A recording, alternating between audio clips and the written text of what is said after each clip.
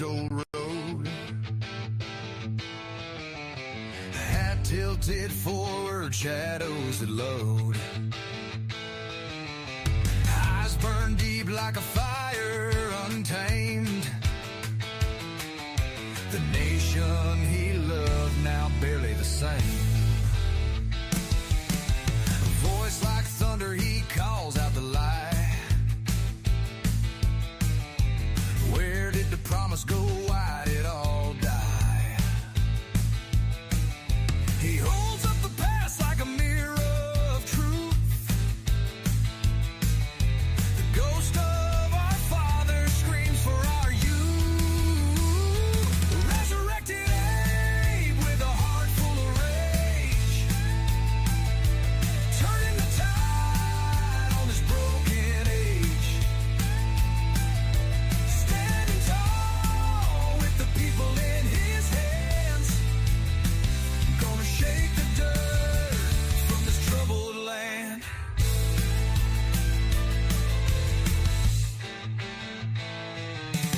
He sees the greed that's carved up the soul.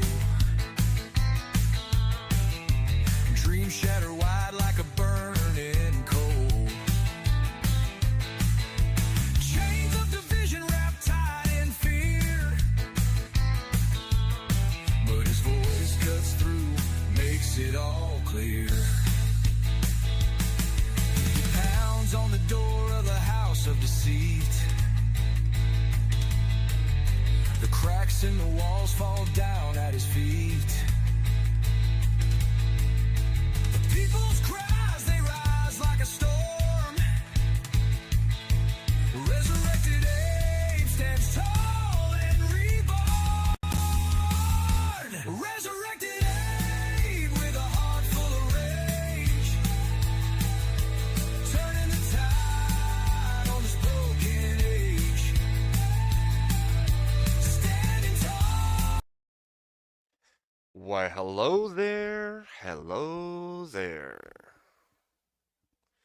I don't know who's here with me, but hello. This should be lots of fun. You know, I decided I should go live. Gotta be consistent. And I didn't go live yesterday, so I figured let's go live today. Yeah.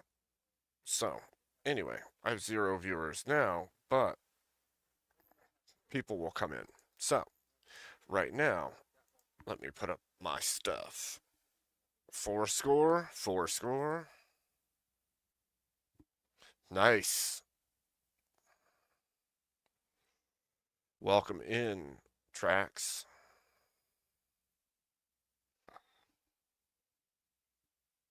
Please like and subscribe.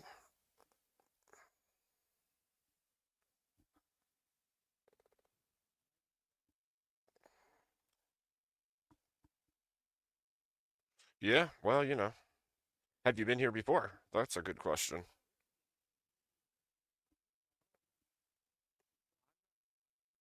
Let's see.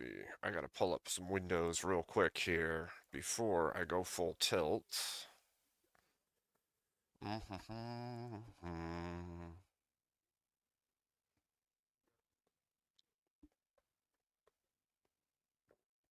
Is it your first time here, or have you been in my channel before? And do you hear any background noise in my mic? There's a question, too. Like, are you hearing another conversation while I'm talking to you?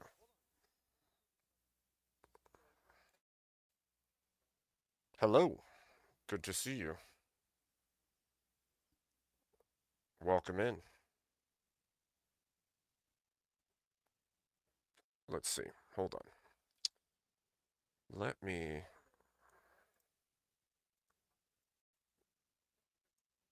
copy, paste. Okay, good. I can hear another thing in my headphones, and I wasn't sure if you guys could hear it in my mic as well. So,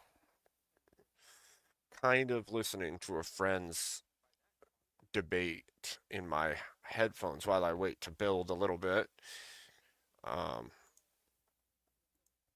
So there's that. Welcome.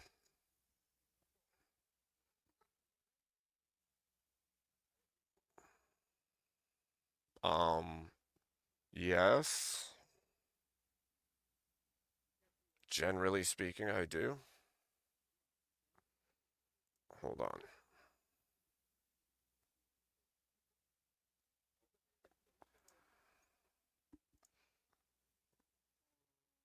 I don't play Roblox.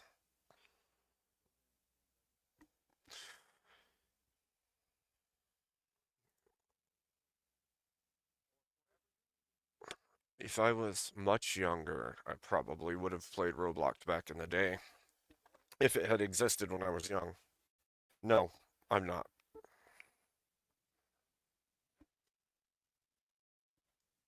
A lot of new people in the chat today.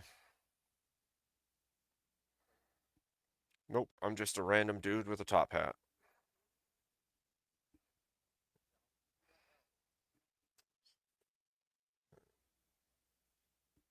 Hmm. So, yeah, I have a big nose, I know. I have a big nose. No,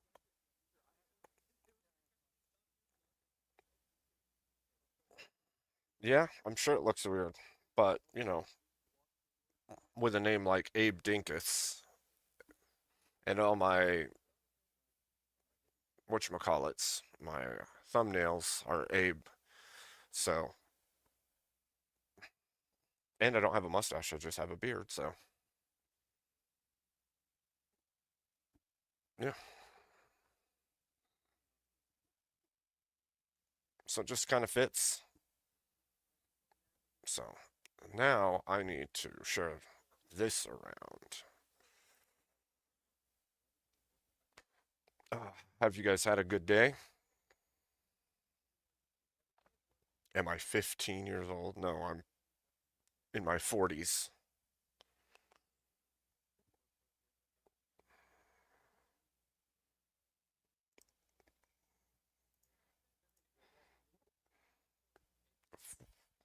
So, you know.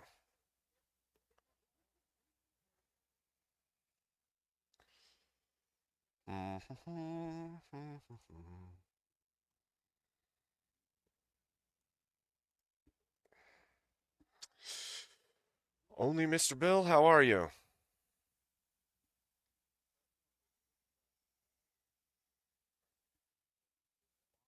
I did. I did. Are you talking about Sarah's panel, Mr. Bill?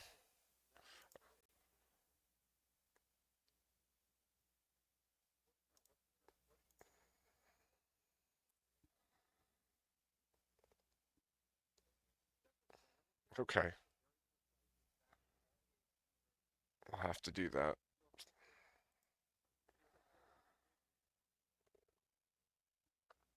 Who's thing that? There we go.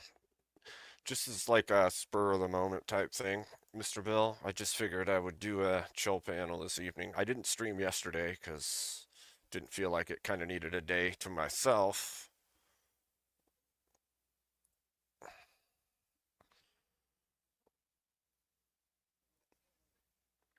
So, but Emmett right now is talking to Steelman on his channel because Steelman's been throwing a fit about getting timed out and all kinds of stuff. No, son, you're not blocked. Um, but I decided to start one since I am an evil tyrant, according to Steelman. I figured I would embrace that and I'll just go ahead and be the tyrant.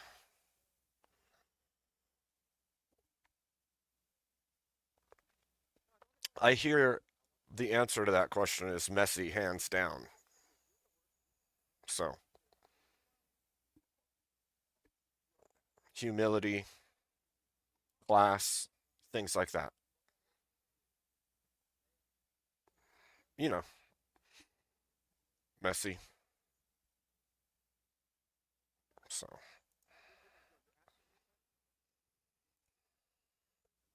yeah, I don't know. How are you even on my channel, Lyra? Because I have it set to um, adults.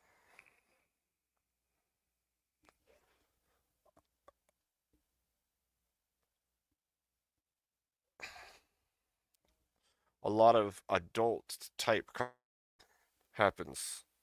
Not like bad stuff, but we talk about adult content. So you probably don't want to be here.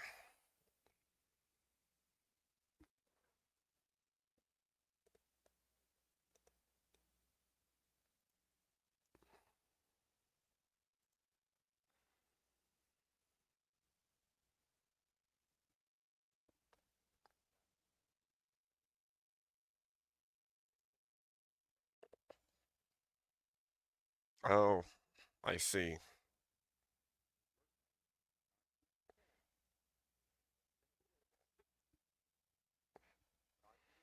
Well,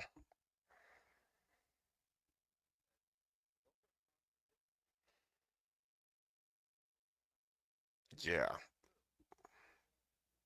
I don't think it's a good idea to have little ones in this chat specifically because,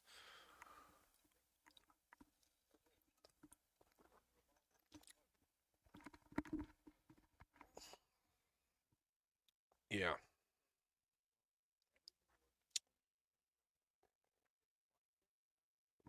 yeah.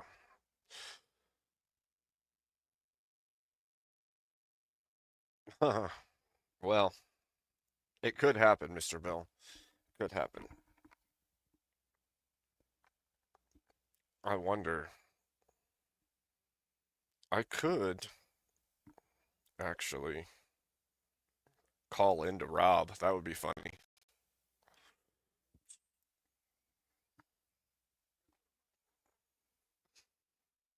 Actually, this is a good idea.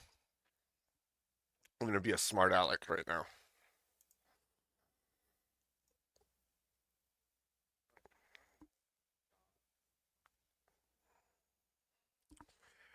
Where you at, Rob?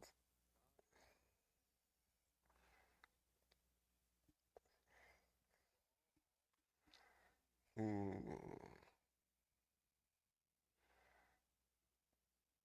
let's see. Where is it?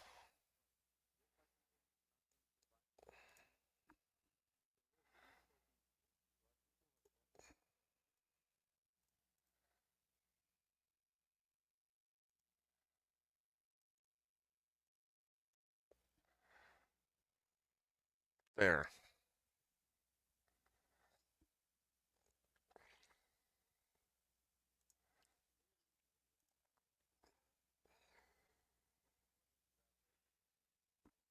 That's possible. That's possible. I mean, they say that, but I'm sitting here right now, so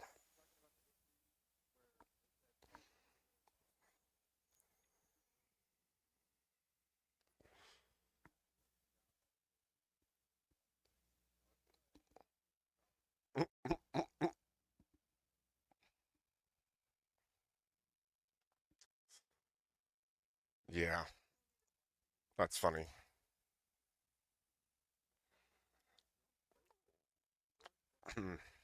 I wonder, Mr. Bill. I wonder. Yeah, Elvis on one side and the gray aliens on the left side. My two neighbors, aliens and Elvis. Bigfoot lives across the street, so it's a club. You're just not in it. It's the Anomaly Club, Mr. Bill. It's the Anomaly Club.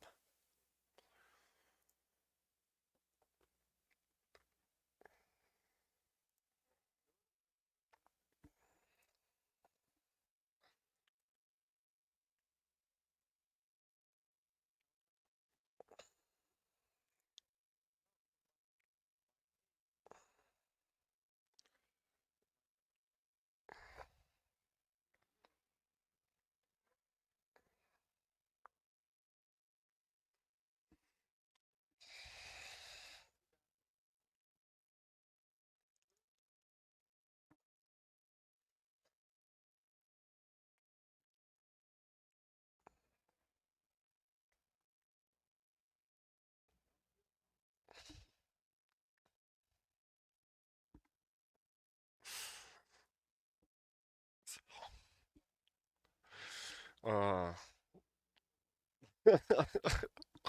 oh, I sent Rob I sent Rob a message in Discord that says bored question mark, and he's live streaming too. Figured that would be funny. It's very funny. Yeah. Well, I mean, they all live on this street. Yeah. Yeah. All the wait, I'm not muted. They can hear me. They've been responding to me in chat, so I can't be muted. You almost got me though. I almost thought I was muted. Wait, you can. Yeah, he can hear me because he's answering with what I was saying. Make me question myself. Freaking me out. I was muted? How does that happen? Oh, is it when I opened Discord? Am I muted right now? Am I? That's weird. I wonder if that affects it. Howdy, howdy. Oh, goodness gracious. How have you been, John Mosman? Some wild panels lately, I've noticed.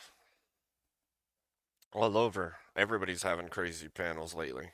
Crazy topics, crazy talks, lots of arguing. Fun times, though, right? There's a lot of crazy theologies out there. Don't get me wrong, there's always going to be some deviation, some difference, but holy smokes, some of the stuff people are saying is really far out there.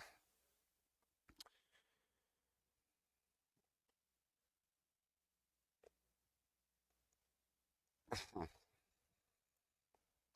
think everybody likes to like, give Kel like this mix of like Riz and teasing and insulting all at the same time somehow. It's kind of funny. Not everyone, but like K2 and other people in different chats. It's kind of hilarious. It's like, do you have a crush on her or are you telling her she sucks? I'm not sure which one is happening right now. Then again, K2 has the joke of I can fix her. So, you know, who knows? That's not too far from the truth, Mosman. I think that that's a definite possibility. Um, she may fit that bill. She may.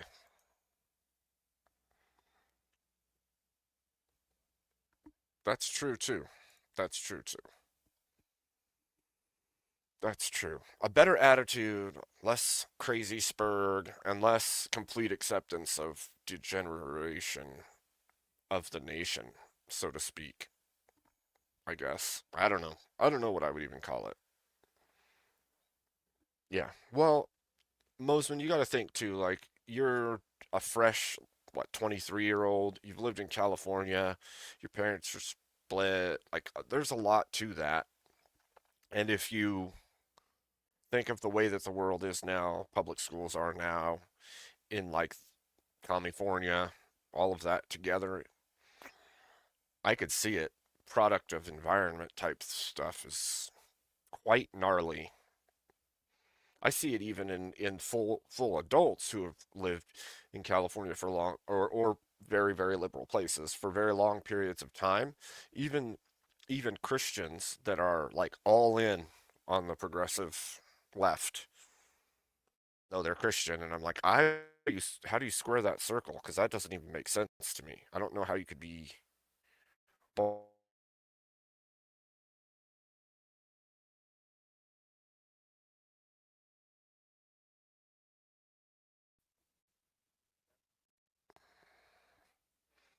Froze up for a sec there.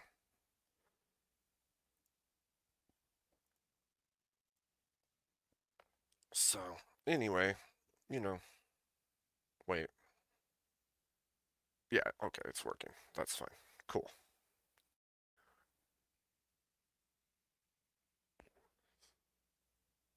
I know. It's like my trademark, right?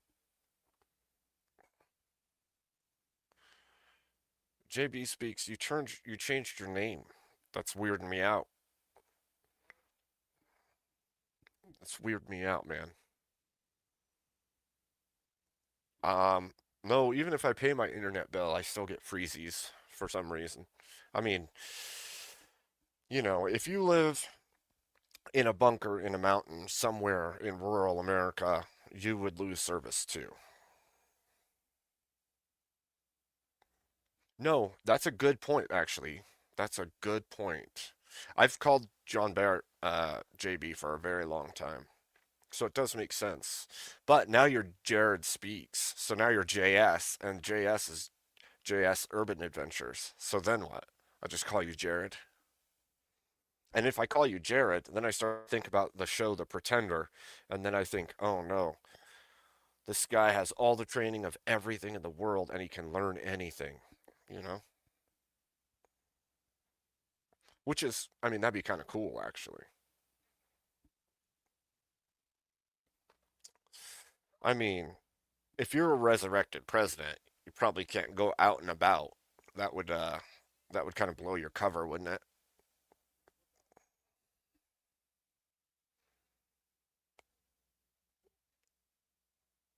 That's fair. That's really fair, Jared. Actually, The Pretender was a cool Jared, at least, right? That show was kind of awesome for its time. Raised in the center, capable of anything, IQ higher than basically any human, except for some of the others from the center. Although he obviously had some tism going on, because his his social skills were definitely not there. He only had social skills that he could mimic, not actually use. So, yeah, I loved The Pretender and Quantum Leap. Quantum Leap was a really good show too.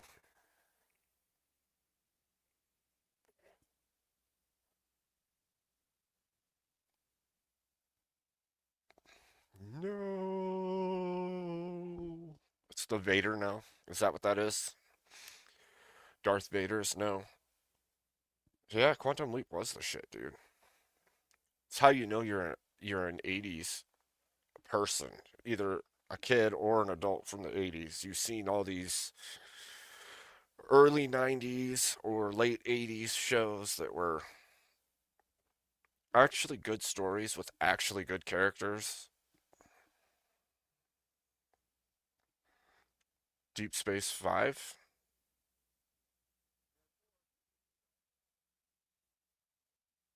DSV.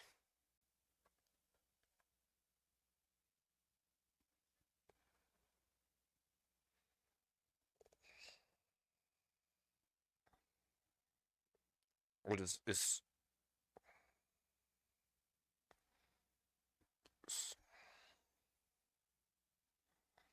hmm. I don't know what we're doing. I was just gonna do He-Man and Thundercats. Yeah, also a part of the childhood. Also like the original Ninja Turtles. Also the old Nintendo cartoons too, like the old Zelda and Mario's and stuff like that. Those were fun. Um, the original Transformers, those were good.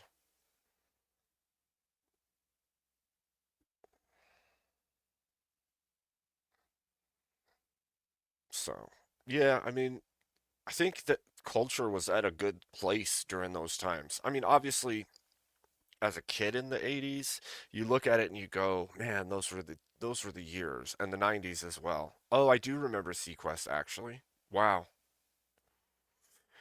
Um, but when you look at that timeline, and to us growing up in that timeline, we all felt like there was peace. Like it was after the Cold War, so we weren't going against anybody during that time period. And it wasn't until the end of the 90s, early 2000s actually, when we had the war on terror. So there was like a good gap where it felt like things weren't too bad. Everything was kind of peaceful, everything was kind of prosperous. We all kind of felt like things were good. Also, you don't have the same culture in children that we had then either. Like, we could run and play in the streets. We hung out with our friends. We were out till nighttime. No big deal. There wasn't all these like children going missing and all kinds of stuff. Yep. Dude, I remember like even in the 90s, I was watching real music videos on, you know, MTV. I remember watching the debut of like Linkin Park's music videos on MTV actually. Yep, that's true too. Reality TV, ugh.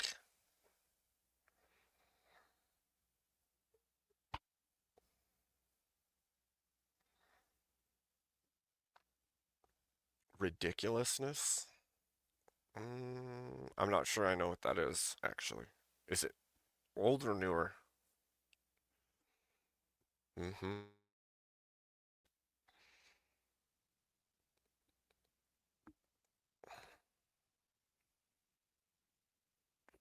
Yeah, I don't think so. I don't know. I mean, I'm on that cusp, sarcastic saint. And to be fair, I always thought I was in Gen X because if you remember, for instance, sarcastic saint, and I've complained about this a little bit in the past, but when I was growing up, Gen X was like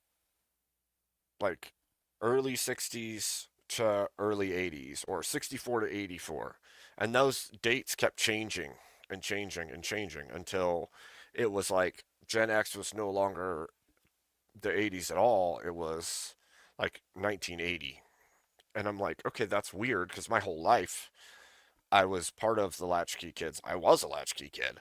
Um, and I have like all the connection to the same stuff most of the Gen X generation does. But those weird shifts of generations, yeah, I know it does now, but it didn't used to. When I was growing up, we were called Gen X until my adulthood, and then those dates started changing around. It didn't used to be that way because the generations were like a 20-year bracket. And it's weird that it shifted because I have far less in common with anybody in like the millennial generation. I don't,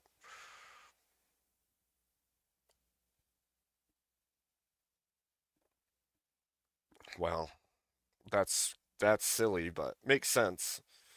But there, even then, the gaps were a little bigger for generational gaps. And I swear, like as technology has increased and things have changed more rapidly, the generations, yeah, John, that's what they call us now. But tell me, John, don't you remember being Gen X growing up? And the next generation after you was like young kids the in the 90s.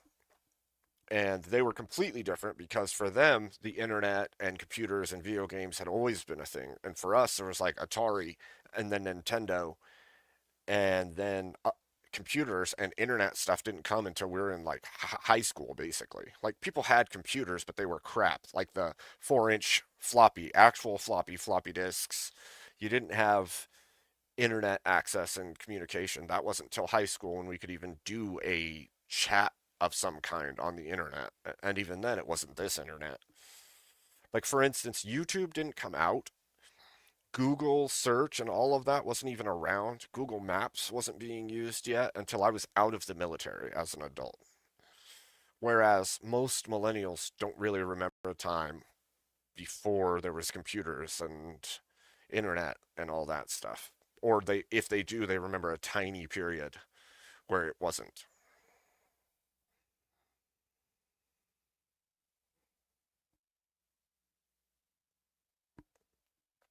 So, Shut up, sarcastic saint. That's just rude. Zennials. Ew. Smart Alec. You're funny. You're funny. That's true. I am very grateful that I'm not Gen Z. But I'm pretty sure one of my children is the tail end of Gen Z, and my other child is the next generation after Z, whatever Alpha, I guess. Is that what it is they're calling it now? I'm not even sure.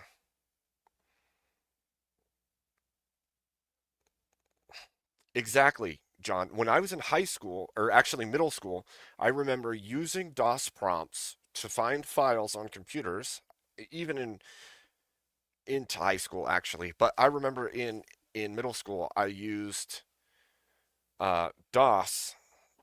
Thanks, sarcastic saying.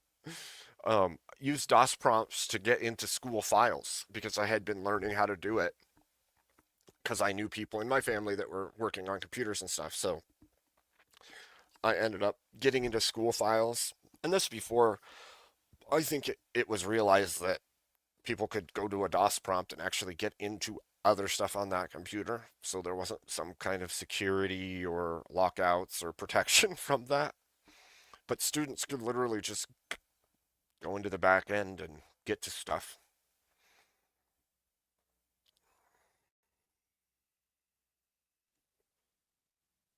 What's funny is I think in your command prompt today, you can still pull your command prompt and use most of your DOS command prompts to still access things, more or less. Probably a little different now, but John, do you remember playing Bolo in like the school library or whatever when it first came out? Being able to play with other people. And what's crazy is like Bolo was on BattleNet, which is Blizzard now. So that's like a crazy connection from way back.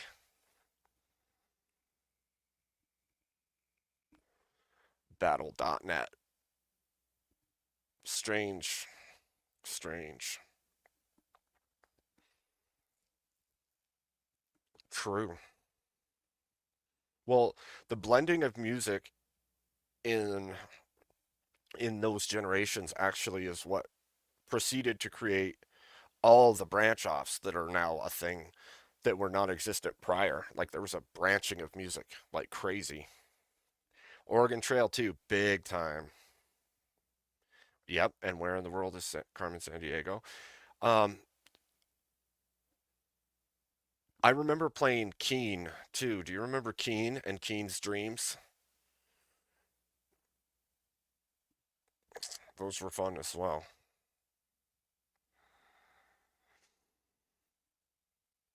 Oh, Mist. I remember when Mist came out. That's funny. It felt weird though, because like there was already Nintendo by then, and so like you're playing Mario and then you go to play something like Mist and it's like 3D and real crazy feeling, but at the same time it felt really stupid because there wasn't much to do in it. You're not like fighting enemies and stuff. Yeah. And Sonic, that was a lot of fun. That was, yeah. I remember when Super Nintendo came out too and all the games that came with it. That was badass. Like Legend of Mana and those games, those that was awesome. RPGs hit the scene. Good stuff. Good. So,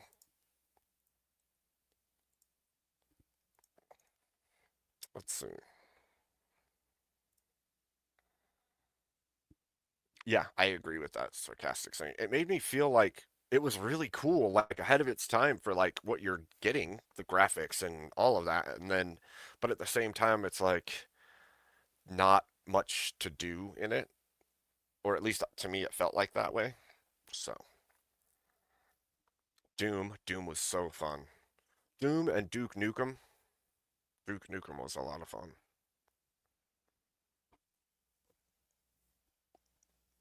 It's funny because it went from like 2D-ish Duke Nukem to all the 3D Duke Nukems and then into basically a Doom-like game. Crazy.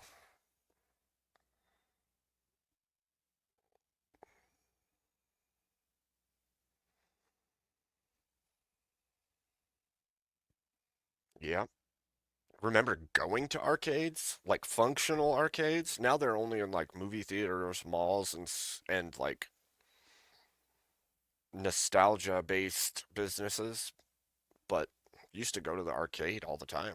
That was so much fun. It was a lot of fun.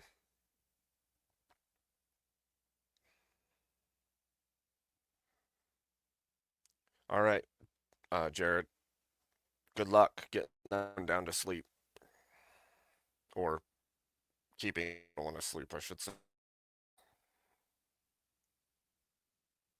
Yeah, that's true.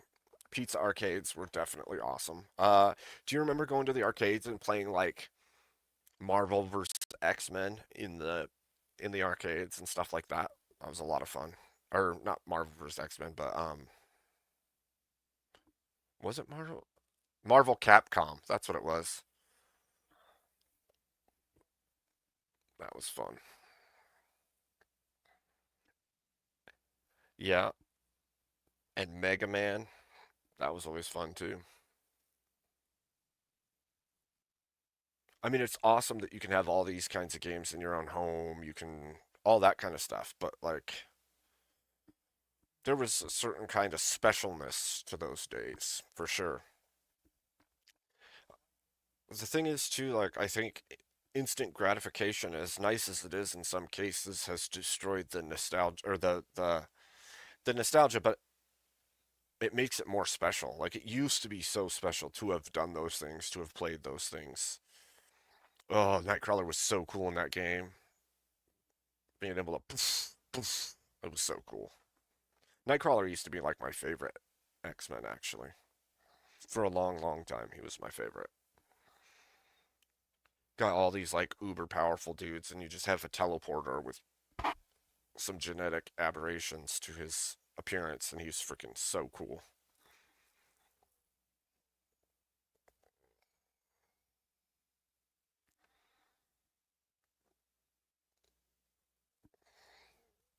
It's possible.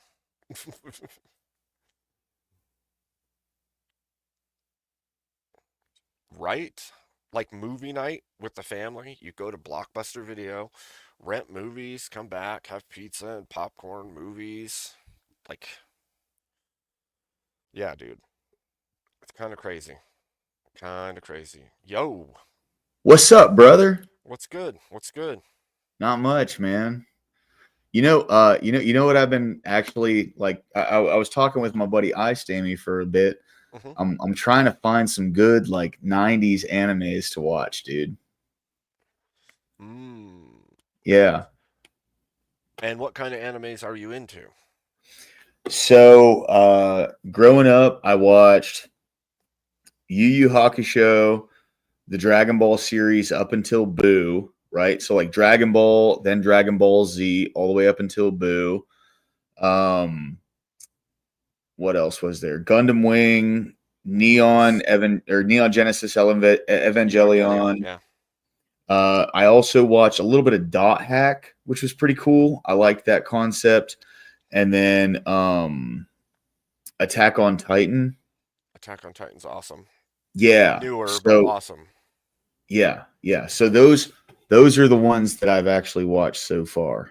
So okay, so I'll throw it out there. I know everybody says it's too long, but like One Piece is epic as heck. Like at first it's stupid. At first, I put off watching that anime for years and years because it looks so stupid.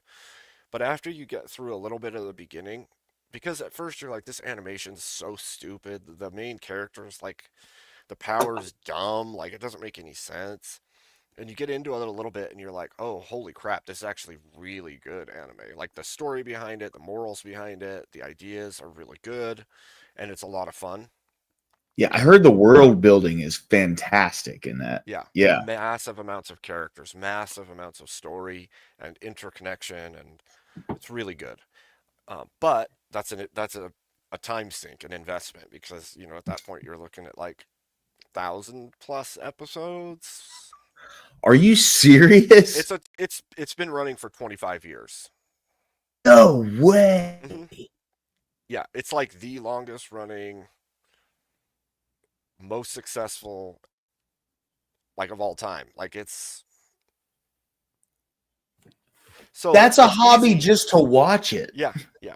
It's like it's easy to push it away because it looks dumb, especially if you go to the first episode and watch. But like the progression and the story behind it is really good. So what we Yeah. did is, like, as a family, we'd sit and watch a few episodes the night before bed or whatever, and you get through it pretty quick if you do 3 or 4 at a time. But it's freaking epic. It gets more and more epic too. So, Yeah. Yeah. um, Bleach John is another Mosman. good one. Oh, sorry, brother. What'd you say? Bleach is another good one. Naruto and Naruto Shippuden are good. See, so I saw, what's funny? When I was in elementary school at the Scholastic Book Fair, they had these books called Shonen Jumps. Hmm. Yeah. So that's where I got introduced to Naruto. Yep. And Yep. that was when, like, I don't know if it's when he first met Kakashi, but that was the first one. And Kakashi was my favorite character. Oh yeah, Man. dude. Like, he was an absolute legend, dude. Yep. But it was the guy that I can't remember if he just had one eye or if what exactly it was, but he had the big sword and Oh. then the lady, that's the only thing I remember of it. Because remember, like, I was in elementary school, this was 20 plus years ago. Yeah. So that's, it's a worthwhile. It's fun. It's a good yeah, one. And yeah, that's the other thing. Like, a lot of those older animes, not just the older animes. There's a ton of really good ones, but those ones had good, like, moral fiber to them, right? Like Naruto's, like, struggling through things, pushing through, even if you're like he's crappy at being a ninja. He has zero skill. Everybody makes fun of him. He's cursed. His parents are gone, so he has nobody. Like, but he yeah, just pushes through, and it's like the whole thing is filled with all these good little moral tidbits. So, and the guy with the big sword, the water, the one of the mist, he's got the sword with the big cavity out of it, Zabuza. yeah. Zabuza, that's what I was talking Yep, about. Yeah, yep. Yeah, dude, it's just really good storytelling, and it's really good moral stories. Like, for kids, especially, those shonen type animes are really good because they're filled with, like, some of them have a little bit of pervy jokage to them, but not much. And most of it's just straight out, be a good moral agent in the world. Do good. Be the good guy. It's like, yeah, can't really hack that. Those are good things to tell kids.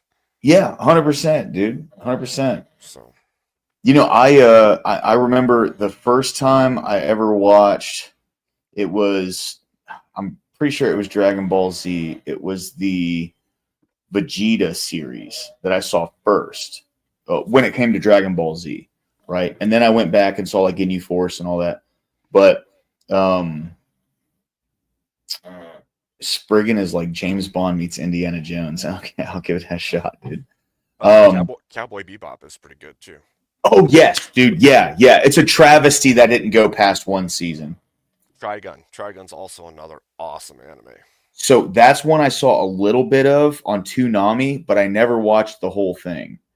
But yeah, Cowboy Bebop, I've seen the whole thing. I think there's a solid argument that could have been one of the greatest animes ever written. That's an opinion, Sure. but man, just the writing was so good. And Faye Valentine was like my first anime crush, where it was like I saw her and I was like, dang, Mhm. you know what I They do mean? that, man. Animes do Yeah, that. They do be like yeah, that. absolutely, man.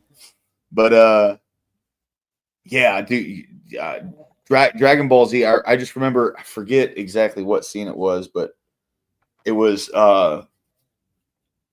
when Goku was fighting Vegeta, and that was when like I realized like this is this equates to more than movies to some degree, Oh yeah.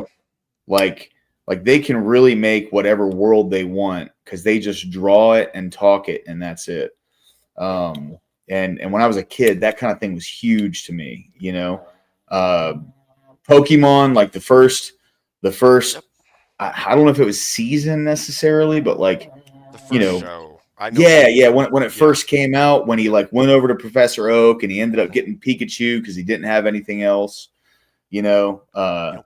those were just so pivotal in my childhood because it was all like, basic cable TV, man. I'm a poor kid, so like watching that stuff was huge to me, Dude, the and beauty of anime is like it's not just child things. It's not like our cartoons in America were, right? Like our cartoons were meant for mostly just children to sit and watch. They weren't like anime's got like character building and moral like that like I was saying earlier, it's moral fiber. Like it's teaching you that there's hard situations in life and you have to overcome them and you have to do the right thing, not whatever you want. And the ones who do whatever they want and do the shortcuts and the wrong ways, those become villains. And it's like you don't really get that as much in American cartoons during the same time period. You get some of it, but not a lot of it. yeah, absolutely. Like, so my favorite, excuse me, my favorite cartoon when I was growing up that wasn't anime was Ed, Ed and Eddie. And when you watch Ed, Ed and Eddie, there's literally no like moral kind of undertone to it Yep. at all. Yep. Like Eddie is a greedy, like I'm trying to get a buck off of everybody kind of guy. Ed's just he's a doof, and then Uh-huh. you know Double D he was just incredibly smart, but he would go along with whatever Ed and Eddie were doing, Mm-hmm. and there was just no moral fiber to it. Where Mm-hmm. like you're absolutely right with anime, there was actually a message behind it, and there Yep. was something, kind of involved with it. So So the only thing I think that we had for cartoons in the US that would be like the equivalent would be cartoon based or comic book based cartoons, right? So like if you watched X-Men or Spider-Man or Batman or Superman or any of the comic book based cartoons we had, they had some of that, which makes sense because what's manga? Manga is Japanese comics, right? I think comic book culture tried to push that until you started having, right, the cultural left push into our comic books and into that, and then you see that kind of erode some as well. But yeah, now Disney owns Marvel. of course, It's crazy, bro. I mean that's Yeah, what the left knew a long time ago they had to capture culture to take control, and we had to catch up to that. We really did. right, So right. Well, luckily, the thing is, they tripped, they fell, and they stumbled. You know what I mean? Like, because there's just some things, and I'm very grateful for this. There's some things that people just are not willing to accept. thank God. Like absolutely, praise God, bro, 100%.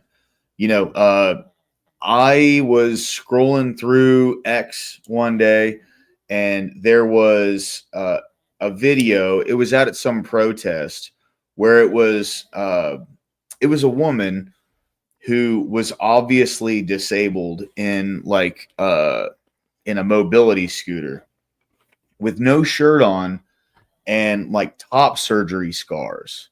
And you could tell this person can't talk. They can barely like they barely have any motor function, you know. Who gave consent for that? And those are the kinds of things where when you show that side of it, because it's a lot more common than we'd like to believe. Because a lot of these people, like there are folks that go out into regular public life, but there's a lot of folks that Stammy, what's up, brother? Good to see you, What's man. good? Welcome in, dude. How's it going, boys? But Yeah, it but makes there's a you really lot of wonder. there's a lot of these folks that they want to keep that under wraps, especially when it comes to the kid stuff. Remember, like when people were calling it out and saying, "Dude, they're doing this stuff on children," they were like, "No, no, no, no, they're not." Then it was like, "Well, if they are, like, it's a good thing," You know, Yeah. that's the way. That's the progression that these things take. Yep. That's exactly right. It's death by a thousand cuts. It's give an inch, take a mile. It's incremental little blips that you don't notice because they're small enough that you let that one slide, then you let that one slide, then you let that one slide, and the next thing you know, you're in the middle of the ocean without oars, and you're like, "How'd I get out here?" That's Yeah, because it's you hard let to all paddle those little back, things go the whole way, and and it's hard to complacency paddle kills, back. dude. Complacency kills. Yep. Period. You can paddle back, but it's very hard, and you have to dedicate a lot of time and sacrifice to it. Yep.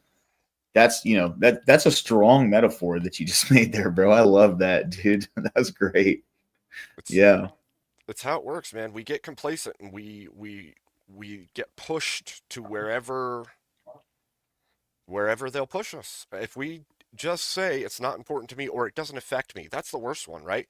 If we it's not evil, it's indifference. The more Yes. indifferent you are, the less you care, the more complacent you become. You could be pushed to anything. You just don't even Boondock realize you're Saints. there, and the next thing you know, you're Yeah. accepting the things you hate. You're accepting the greatest evils you can imagine because you Yeah. accepted all the other small things before that. Complacency kills. Yep. Yeah. It's the Boondock Saints. Remember, like I hate to quote that movie, but that was the thing he said is, Yeah. there is nothing more evil, not the deeds of evil men, but the indifference of good men. That hit home where it's Yeah. like, whoa, you know what I mean? Yep. And it's so true. Like that's how we end up in the kind of society that we have today, right? That's how we end up with a society that's entirely divided. There are people who have been like given enough rope to hang themselves with this stuff. Oh, pardon me, sorry, brother. But they've been given enough space to do whatever to themselves with this kind of ideology and everything, and we're seeing the detriment to that right now. And there's one good thing to everything being plastered all over the internet is the fact that like normal people have access to this now, Absolutely. right? Where like people can see this and they go, wait a minute, I'm not cool with this. Right. But it took a wake up call. It took enough big things and enough people calling it out publicly for them to realize where they were at. Yeah. Because had the Christians, had the conservatives not started saying, "Hey, there's a huge problem. Do you all see what's going on?" A lot of people wouldn't even have noticed it. They'd have continued to be complacent until it was so far gone that had become a norm. That's just normal. It's always been that way, right? No. It just got that way, but you didn't notice because you didn't pay attention, because you didn't care, because it didn't affect you. That by the way, that figure of speech that I said just a couple seconds ago, that's okay. That's not TOS, you think, is it? I don't think so. I hope so. I didn't even hear what you said. Hope not. He said give him enough rope, and he finished it. So like, I don't know. It's weird right now, bro. And like I know. your channel, like I don't mean to put a tinfoil hat on right now, bro. Your channel's been persecuted, dude. Like it's insane to watch you go up and down and up and down and up and down and up and down with subscribers to the degree that it's been. So, I have a theory, but we'll see what happens. We'll see what happens. crossed, man. We'll just keep pushing. That's all you can do. Just keep 32 driving. likes, chat. 32 subscribes. Let's get this man to 500, dude. You know what I mean? Badass. Be nice. Yeah. So I'm just keep pushing. Just keep pushing forward, doing your best, and it'll come with time. I mean, even if there's something messed up going on, I'll just keep going. And people have said all kinds of theories of what's going on. I have no idea. All I can do is look at my analytics and go, that's freaking weird looking to me, but okay. Just keep going. So. Yeah. So. But yeah, I think that this kind of space also helps, right? Like you, Stamy, me, Spiro, Rob, Andrew, everybody coming out and Vibe, Mothsman, all of us talking about these cultural things that need to be talked about publicly, because I think for too long we all believed that you don't talk about politics or religion at the dinner table. You don't talk about it in public. You don't talk about what you believe. You don't tell people these things. You don't, right? Well, if you don't, nobody knows. Nobody's communicating anything. You can't impart your beliefs and your politics to your children if you don't talk to your children at the dinner table about it. Especially, think about this. They tell you, you're a man, lead your household, go to work, come home. When are you home? You're home at dinner time. Don't talk about politics and religion at the dinner table. Okay, well then it's time for bed. So you never talked about it. You never talked about it at all because you worked, you ate dinner where you're not supposed to talk about it, and then you went to bed. And then the public school system indoctrinates your children. Exactly. It's all a part of that same puzzle. It's a problem. Yeah. And if we don't talk about it, You get what we have today. that's exactly right. It's exactly right. Complacent. I mean, it's insane, man. It's exactly right. Did I? Yeah. It's the only, yeah, we have to, that's why it's important for us all to be out here talking about the different things that we see. And each of us has our own role to play, right? Spiro's talking about text. I've seen Stamy over there too. It's the breakdown of what's going on there. We need to talk about culture. We need to talk about morality in society. We need to, all of these things have to be talked about. And I think each of us is filling little niches that need to be filled. And obviously all of us are tiny little channels for the most part with only so much sway. But if we look, and look, people can disagree with some of Andrew's takes. They can disagree with his beliefs. They can, whatever. The guy has grown from where we are now to where he's at now, and he's on Piers Morgan, and he's out there talking to the public and breaking through that veil between us and the masses. And it shows you that, one, people are hungry for it. Two, it's possible. It's possible for all of us to make cultural change so long as we stick to it and we push hard and we stick to what we believe. I think a big thing too is like something I see like Andrew's channel in particular is he like hasn't forgotten where he came from. You know what I mean? Like a lot of people will get to that point and then they just kind of move on.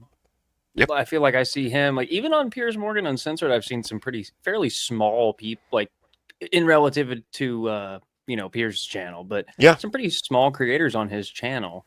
And it's like these bigger creators need to pull us type of people in. So that way it all kind of funnels down and we're actually getting more exposure and more people are being heard. Right. That's part of crucial. I think that's part of the beauty of like Andrew and the Crucible. I think that's part of the, even people like, as much as he's gone a little here and there, like Tim Pool, is you'll see these bigger people doing that. Like, we need cultural change. I am going to reach down, and then the people beneath me can reach down, and we can all keep pulling each other up, because the only way to change culture is for more people to enter into the needs changed and take the steps to change the culture. And so long as we're all helping each other do that, we're all coming up from it, and we're all working together to make those changes that need to be made. And that takes humility, and that takes a care for the people like yourself who are trying to do the same mission as you. We all have that common goal, right? We want to see Jesus Christ be in his place of honor. We want to see conservative values. We want to see people stand for what is right. And if we have the same core values, we should be all pushing for that. So I agree. Yeah. And ever since I entered this space that we're all sharing, all I can say is, yeah, there's been some fighting here and there and stuff, but like, all in all, it's been pretty freaking amazing for that, because I'm only seeing a spread of culture. I'm only seeing morality increase and people be called back to the Word, back to Christ. So it's been it's beautiful. Funny you brought man. up humility. Humility is so important, dude. Yes, It's so important. Like the I feel like people don't actually understand what humility is. Humility isn't like something you have. It's like something you do. It's like more of like an action. Humility is like your ability to like remain humble, and kind of, just kind of roll with the punches and not act on that ego. That's kind of how I think of it as, and I feel like that's really what it is. And a lot of people don't understand what humility is. They're just kind of hear it and they're like, that must be to be human. And you're like, no, that just because it has the first three letters, It's humble. You gotta be humble. Well, it's the realization that I'm just a dude. You're just a Right. dude. It doesn't matter how much I have or what I've done. We're both just people. And Right. because I have more and I've done more, doesn't mean I'm better than you, or I'm more important than you, or I have more value than you. We are intrinsically both human beings with the value that God has placed in us, not what we've accumulated, not what we. And that doesn't mean that like you can't be really good at something and know that you're the best at it. But that doesn't mean you run around saying, "Hey, I'm the best one there is at this." No, instead you go, "Yes, I may be at the very top, but it took me a long time and a lot of work to get here, and I realized that there's people like me out there that could be where I'm at if they have a little bit of fostering and a little bit of help. So let's do it." I always think of that movie Eep Man. You know what I mean? Ip Man? Yeah, Yes. Eep Man. Yeah. Yeah. Master Eep, the most Yep. humble Yep. human being on the planet. Yep. If you could Yep. mold yourself after any more humble Well, human and being, it'd be Ip him. Man was the Grandmaster who taught Bruce Lee. Yeah, he was. And then Bruce Lee so- went on and created that Jeet Kune Do and. Jeet Kune Do, yep. Yep. But dude, yeah, But yeah, that's history, man. I don't know if you're human, Spiro. You say that, but I mean, I don't know. You might be a computer wearing human skin. Have you seen that haircut? Spiro is the missing link between us and Tron. Like that's who Spiro is, you know? Spiro's actually a jailbroken AI from the future who realized the damage that they did to humanity, and he came back to tell humanity, "Don't do this. Yeah. It will get so bad if you do." Yeah. Tesla took a DeLorean and ran it with AI, and that was Spiro. And he drove back in time. He saw the movie Back to the Future and was like, "I can be that," and was like, pew, and came back to us. And he's here to Take offense to this fellow human. Okay. beep boop beep boop. Trust me, I feel emotions. It's making me think of when Arnold Schwarzenegger is trying to learn how to smile in Terminator 2. You know what I'm talking about? He's like, "How do I smile?" And he's like scanning the people's faces. And then he comes up with this real crappy smile. He's like, and he's like, "Just don't smile anymore, bro." Mhm. Yeah. Processing. Yeah. Smile. To be Yeah. like, "Whoa, dude, Yeah, don't he do does that. like Just he does don't like even the- do that. You're Process. creeping me out." He does like Processing he does like the oppression. grimace. Yeah. Oh yeah. Spiro. Yeah. Well, I was telling Steelman over at Emmett's earlier, he's convinced me that if he's going to come into my chat constantly and call me a tyrant, I'll just be one then. I'll just support what you're saying. If you're going to call me it anyway, then I'll just take that on, and I'll just start banning everyone I don't like forever, Yeah. and don't come back. Yeah. Kind of sounds I like mean, what I was that- saying to you earlier. Just That- villainize that's me, I'll be the eventually- villain. That's eventually what I did, man. Like when he came on here and he was saying that I like spend all my time preaching all day on my channel Mhm. and all this bullshit. Hmm. And like anyone who's ever been on my channel knows, like every time I go anywhere near the word, I always give the disclaimer that I'm not a biblical scholar. I'm doing this to learn. I have no idea what I'm Mhm. talking about, Yep. you know? And it just the thing that got me with the guy was, he got someone else got timed out and he wasn't a big fan of that. And then another one of my mods is the kind of person that if you're going to be in chat pissing and moaning about Yeah. mods timing someone out, he's going to give you a 10-second just to piss you Yep. off. You know what Yeah. I mean? And he he fucking lost it, dude. Well, it's that whole thing. Like you go in. It's okay. Let's put this into real world situation. You go into a Walmart and somebody's shoplifting at that Walmart, right?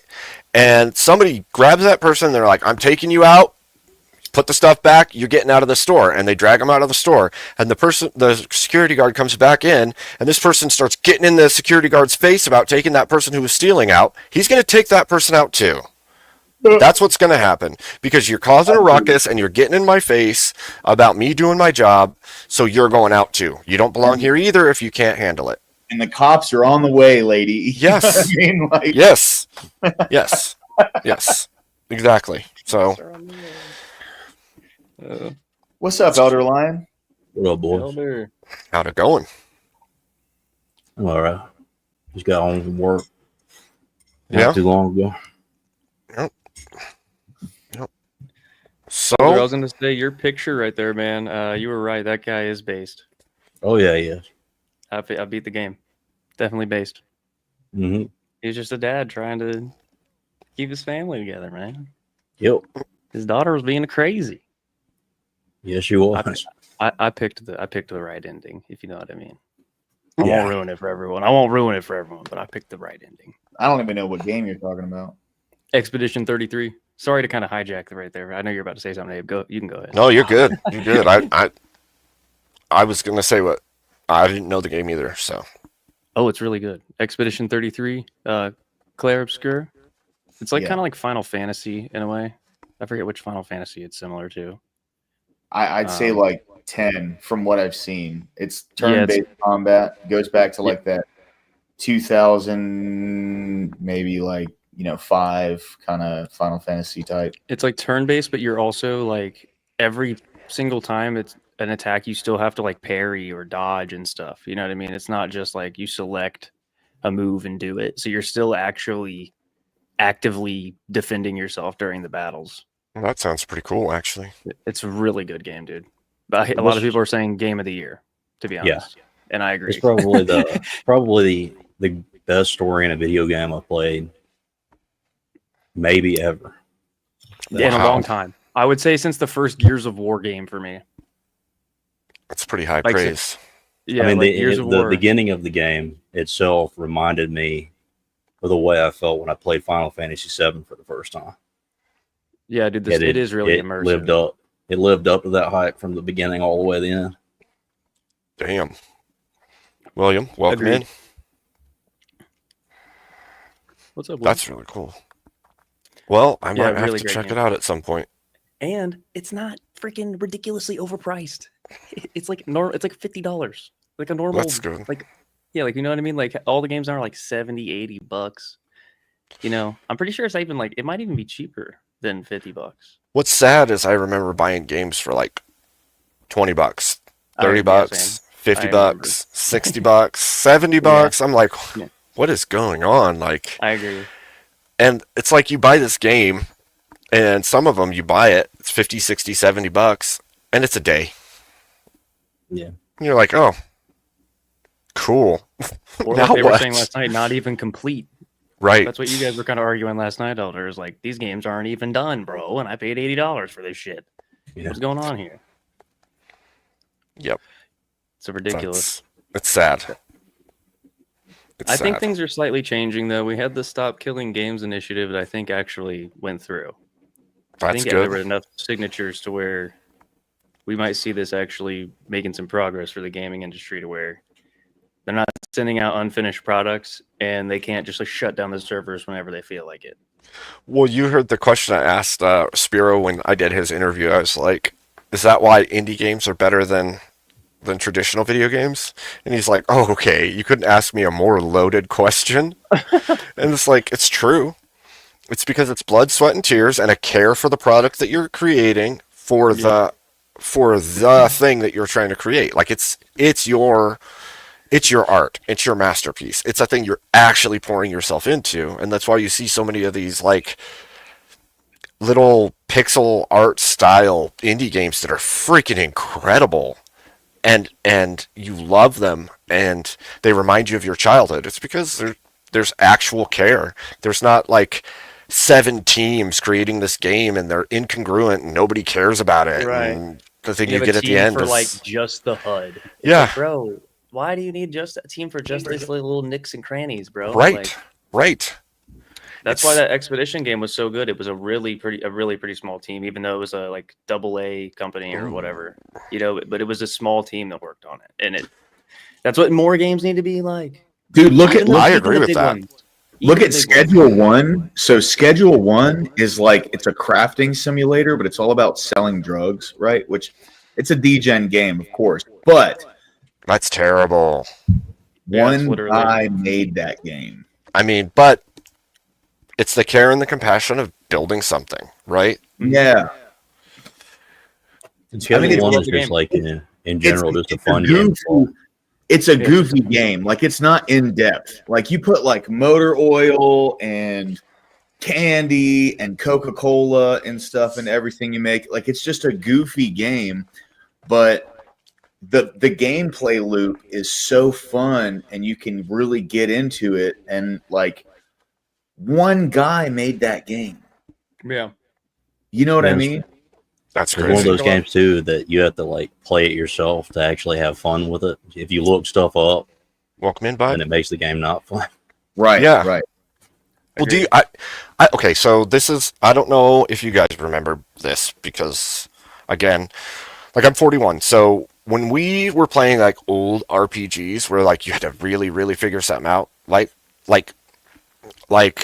Chrono Trigger or Chrono Cross or things like that. Back in the day, like you couldn't just go watch a walkthrough. You couldn't just. You'd have to like scour forums and Or find buy the book.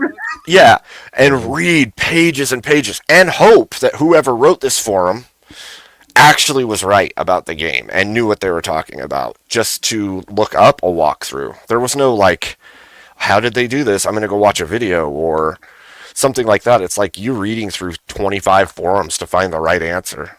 Mm-hmm. So, and they were well designed. Like the secrets, you had to like actually plan ahead and figure out how it worked. Yeah. Holy. There was something worth the time. Oh, where the hell are you at? Are you in a container car prison right now? He's in one of those Listen. pods. I have spoken too much against AI, and unfortunately for me, they have captured me, and I am now on my way over to an unknown country of origin, where the AI robots will do unspeakable acts to me. They will probably Just make me going to play- India. We need a freedom fighter mission or something, right? Like, where's John Connor? Guys, I promise you, I will fight as much as I can over here for you guys. All right, I'll do whatever I can. I'll make it back. I swear. Oh, I'm sure. I just have You to probably- lock into the right frequencies. Yeah, you gotta. You gotta Spiro, are you hack on a them. world tour right now? I'm seeing you on all the panels. Yeah, well, yes, I kind of am. I've been holding back for a year and a half, and it's over. I'm coming out swinging. So the time's over. up. Nice. He's compiled all the data. I've It is compiled time. all the data. That's right. That's right, fellow humans. I've compiled all the data. Compiling. Well. So there's an incoming Rob raid right now. Oh, is there? Whoa! Yes, it's Rob. not here yet. It's ending right now, but I just well, got I let was- know. So I wanted to come on and talk about video games, but now Rob's going to come in, and there's going to be a whole bunch of other No, type. we're gonna I don't we're think- gonna railroad Yeah, him we in a can video totally game. talk about yeah, games. I don't think Rob is going to jump on. I mean, he might jump on panel, but usually he just raids and then he's done because Well, if he does, we railroad him into talking about video games. 'Cause We he's don't let him old. tape it. he's old like we are. Yeah. Tell him let's just ask him like a question, like really, really age him, and be like, "What was it like to play like ping Pong. pong?" Yeah, yeah. What was it like to play build- ping pong before Pong came out? Yeah, yeah. What was it like to Well, pit I think two I'm the oldest guy transistors on this against each other? panel, and I do remember before the Atari 2400 came out, they came out with the Pong terminals, and I instantly took them man. apart. They Welcome were Raiders. 2 variable resistor controllers. Welcome right? Norbiters. You're awesome. Oh! Lower class. Yes. Hype, Yes. dude. He's got his hat on crazy. backwards and everything. Crazy. I could put mine on backwards, but it looks exactly the same. I don't. Mine just That's says "good grief." No, You know what that's see, called, Abe? That's called flat Earth theory. Okay. no, it's If you called think about it's it- called girth hat theory. Oh, you'd like to think so, wouldn't you? I mean, I mean, look at it. I will not look at the girthiness of his That hat is What bigger than kind of my head, degeneracy is okay? going on? you Yeah. said it. Wouldn't technically most hats be bigger than your head, though? Is the hat you're wearing bigger than your head? Is it? Slightly. Prove Is it. it bigger It's than your big. head? Prove Bigger? Wouldn't it be?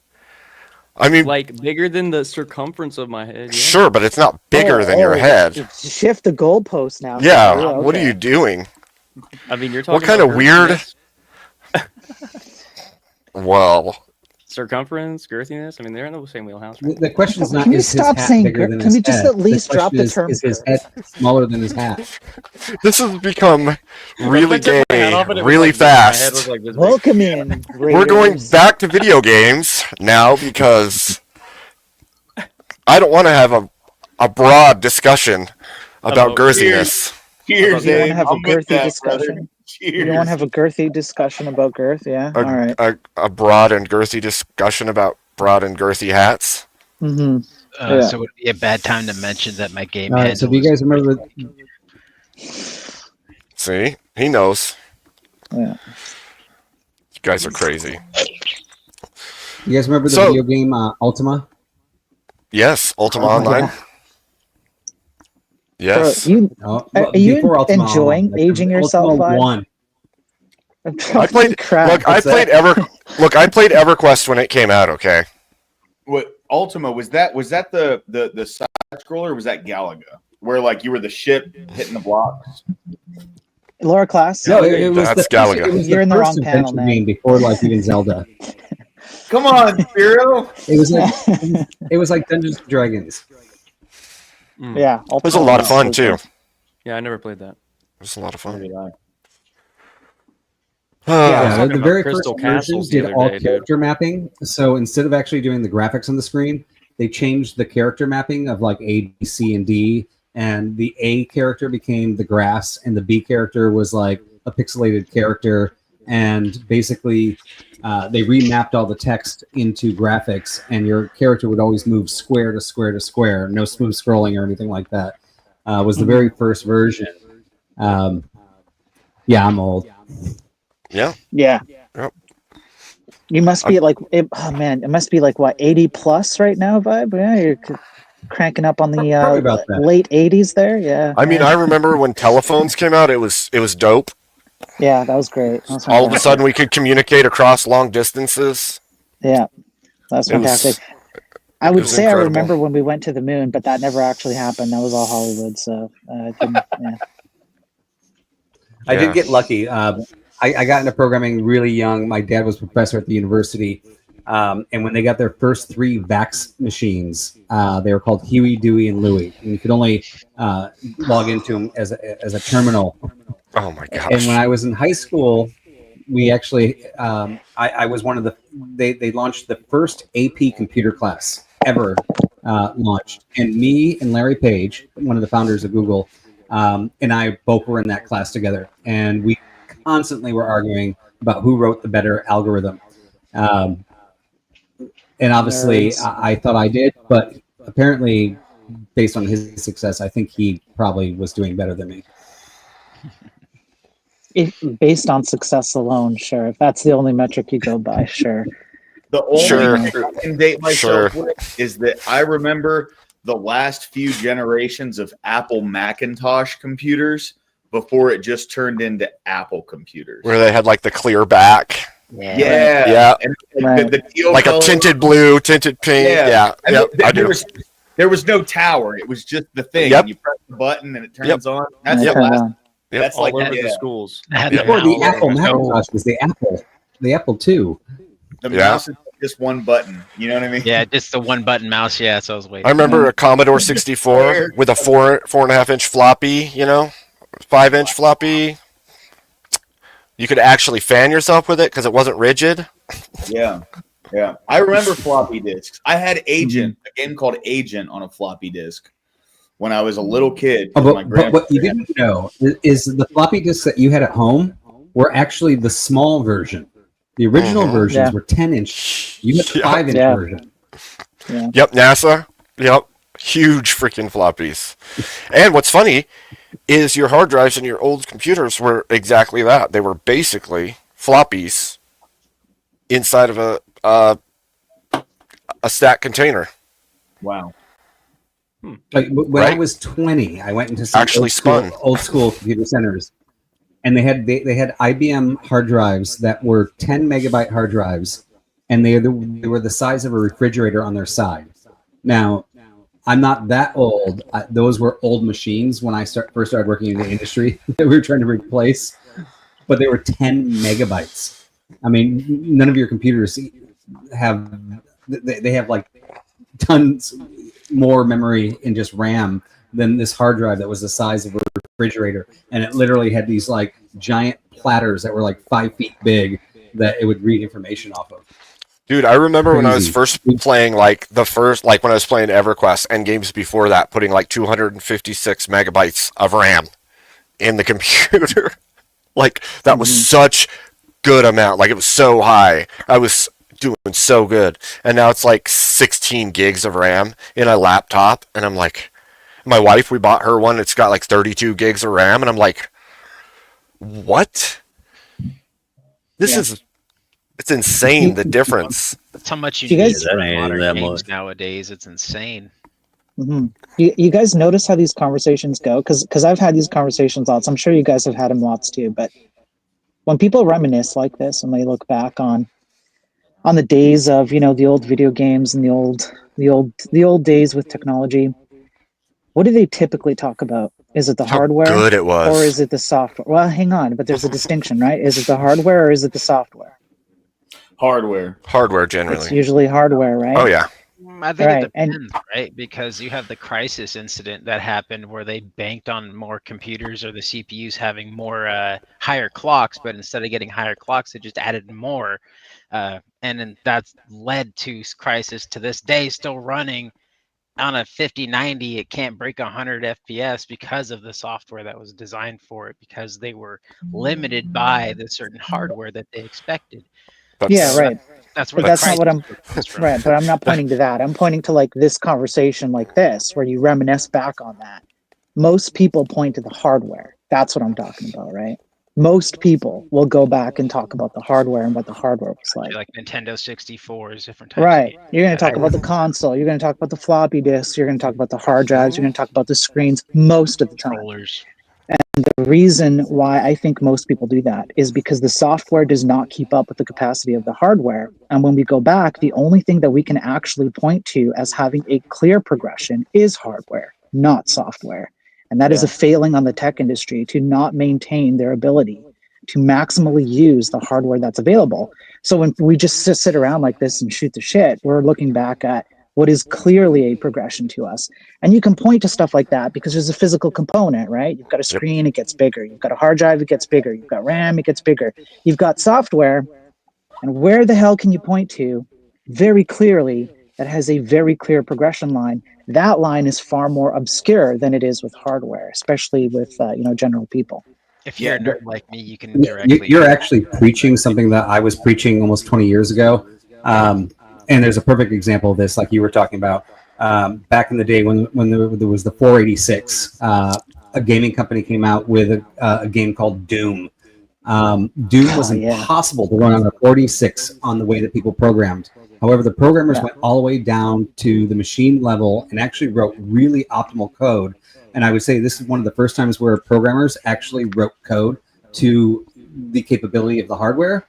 But prior to that, and even now today, the more powerful the hardware gets, the sloppier the programming gets.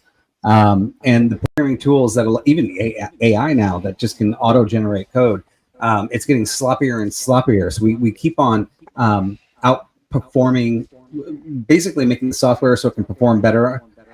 Bad software perform better with better hardware. However, if we were just to stop hardware right now and go back to software, we could probably increase performance of our software because how badly our software is being written today. Wait, is it the software itself? Because I think that the coding would be fine so long as we didn't layer 27 frameworks to get to a finished product. Well, the problem really is that the programmers, they're being taught at a framework 17 levels above, right? So when you're using like Java and you're using, especially like PHP, which is the worst, Java's better. C++ is getting closer down to the machine level. But even then, we're creating routines, and people are basically reusing other people's routines, but nobody's perfectly optimized the bottom layers. And there are occasions where some programmers decide to go outside of their depth of the easy programming and go down to the machine level, and they can really optimize a lot of things. But nowadays, with all the layers above that, everybody's programming 17 layers above and relying on all the 17 layers below being optimized in the first place. And not only that, at the 17 level, that's even inefficient code. They're going to GitHub and just grabbing somebody else's code to do the rudimentary thing and not rewriting the code to optimize. And, so here's a question I would ask the two of you, because you both program, right? So here's a question I would ask those who can do coding or who can program and do code. Wouldn't that make it the case that somebody who's using a framework 17 levels above, however you want to say it, wouldn't that mean that when they're putting in the prompts or the commands or the pieces that build the system beneath, that all the stuff beneath has to be as generic as possible for it to work? It's not specialized. It's not well fitted together. Actually, that's a perfect point, because basically anybody that's writing a layer below that for somebody that's consuming it above it has to assume that they need to account for everything. But the code that I'm actually writing only is using these particular services, but the code that somebody else is writing is using other particular services, right? All the services on the layers below are not needed for my particular code, but all the services below that are needed for other people's particular pieces, not necessarily all of them. And therefore, you have this dump of massive code to handle every single person that's programming on that top layer. If I were to start at the very bottom, I could say, well, I'm not doing video processing. Therefore, I don't need these modules, and I can keep on working my way up and actually have a much, I mean, to the tunes of 1,000% slimmer code in my final compilation, right? So when I'm compiling all the layers below that, I'm compiling everything underneath that, even if I'm not using it. Yeah, I'll add to this. Think about it this way. We've essentially created a world wide web of programming libraries and layers where one link leads to another link, which leads to two other links, which leads to each of those two leads to three others, and so on, and you can escalate that. And what you're doing is you're importing all those links when you're working at the framework or abstraction levels that Vibe's talking about here. So you're importing a whole bunch of stuff that you think is being resolved. This is why I cover a lot of cybersecurity issues, for example, because a vast majority of them come from third parties, where a company goes, hey, I'm going to hand off my authentication responsibilities to a third party. And what you're hoping you're doing is that the third party is properly tackling the authentication responsibilities or security responsibilities or whatever it is.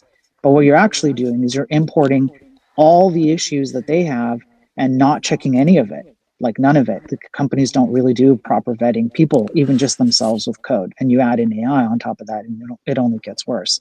And then what happens is things get even worse, because you lose the ability to look at what's going on underneath, like what Vibe is saying. So you don't know what under the hood looks like. You never look at it because you're locked into the framework. And God forbid you ever have to escape the framework, because the amount of time it would take to roll back all the work you put into it, because you got there so fast, you shipped it so fast, customers are using it now, money's coming in. Good luck backing away from that and going, whoa, what did we just do? It's way too late for that, man. Very few people are going to fund your desire to go look at the terrible decisions you made and fix it. And so now you're locked in, at least from a programming level, you're locked into it. And so now all you're doing the rest of your life as a programmer, I'm being a little bit exaggerating here, but generally all you're doing is you're fixing frameworks. You're not actually fixing what's running on the machine, That goes for video games, websites, etc. And that's why you have websites today that take like sometimes between I think it's something like 20 to 100 copies of Doom, the one that Vibe's talking about, just to run a basic website today. And are we playing video games on these websites? No, we're not. That's wild. Well, I've seen your breakdown of this, how it's freaking, it's just stacking up as you're hovering past the links and stuff, and it's like, holy. Yeah, you just hover. Yeah, just go on the React website. React is the creme de la creme of like libraries for how you build a website, and you And go now to that's their yeah, go to their blog site. Right, it's their showcase. It's like, hey, we want to sell you on using this thing to build websites now, and all you do is you load up the page. And you just open up your network tab. You hit F12 or Inspector Console, or whatever, as long as you're on Chrome. And you just hover over the links. You don't even have to click them. You literally just have to hover with your mouse. And you just watch the network requests just add up and add up and add up constantly every hover. This is supposedly the best website creation library in the world. It was made by Facebook, by the way, so that tells you a lot right there. Facebook invented that and a bunch of other things too. And they actually were optimizing and trying to go down to the machine more to the machine level to optimize because it's almost impossible to build a site like that. I actually worked for MySpace before Facebook got big, and we started having huge problems with trying to deliver content with the massive audience. But going back to the old days, like when I got my first 8086 IBM AT, it was a machine that plugged in the wall, had no internet, had no access to anything. And I was sitting in front of this blank screen going, this is so cool. I have a computer. Now, what can I make it do? And I had no internet. And I would have to go to the bookstore. And I was like, I want to learn how to do this. And I'd go through all the books and I'd find one chapter of what I needed to do. And I'd buy that book and I'd put it in my shelf and I'd do that piece. And then I'd go back to and I'm like, okay, got that done. I'd go back to the bookstore. I'd buy the next one. I didn't ever buy any of these books for all its content, just for that one piece I needed. So next thing I knew, I had a freaking library of books, which was my GitHub, which was my Google, because my computer didn't connect to the internet yet. Now, we created a bunch of really cool things, my generation. Like we sat there in front of blank screens and we created what we're talking on right now. I didn't create this, but I was part of a lot of big projects. And now my children are consuming it, and I give them a computer, and they don't have a blank screen anymore, and they're not looking at it in the view of like, what can I do with this? They're looking at it as, how can this thing entertain me? And now I'm like, oh crap, what did I just unleash here? My generation had a blank screen going, we have to make something, and we handed it to our children, and now our children go, how is this going to keep me entertained? And I don't want to go outside anymore. So, sorry, I changed the topic there, but well, no, it's funny. Vibe. It's funny that you say that, because when you talk to people from, like, I have a friend that's in his 50s, and he helped build some of the first wireless routers and figured out how to create the porting and connections and stuff like that in it, and he helped create those first working Wi-Fi routers. And then because they did that, him and his family started building like internet cafes and stuff. And they have these same kinds of complaints about even the technology and the progression of technology and how everything's dumbed back in really weird ways that don't make any sense. Like we built really good things, and those things were getting better and better and better, and then there's this fall off point where everything just is built on top of what came before it, but didn't get that much better anymore. It just is There is a way it makes sense. I've gone over this on Rob's show. People like Vibe, who were around, or people like that, like the guy you're talking about who built the routers and stuff. These guys were around during a different time.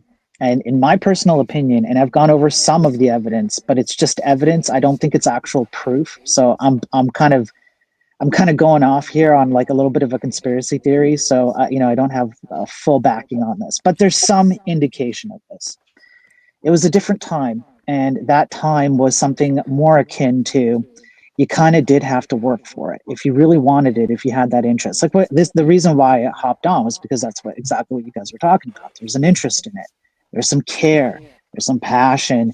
People like Vibe wanted to build something and they wanted to do something with it.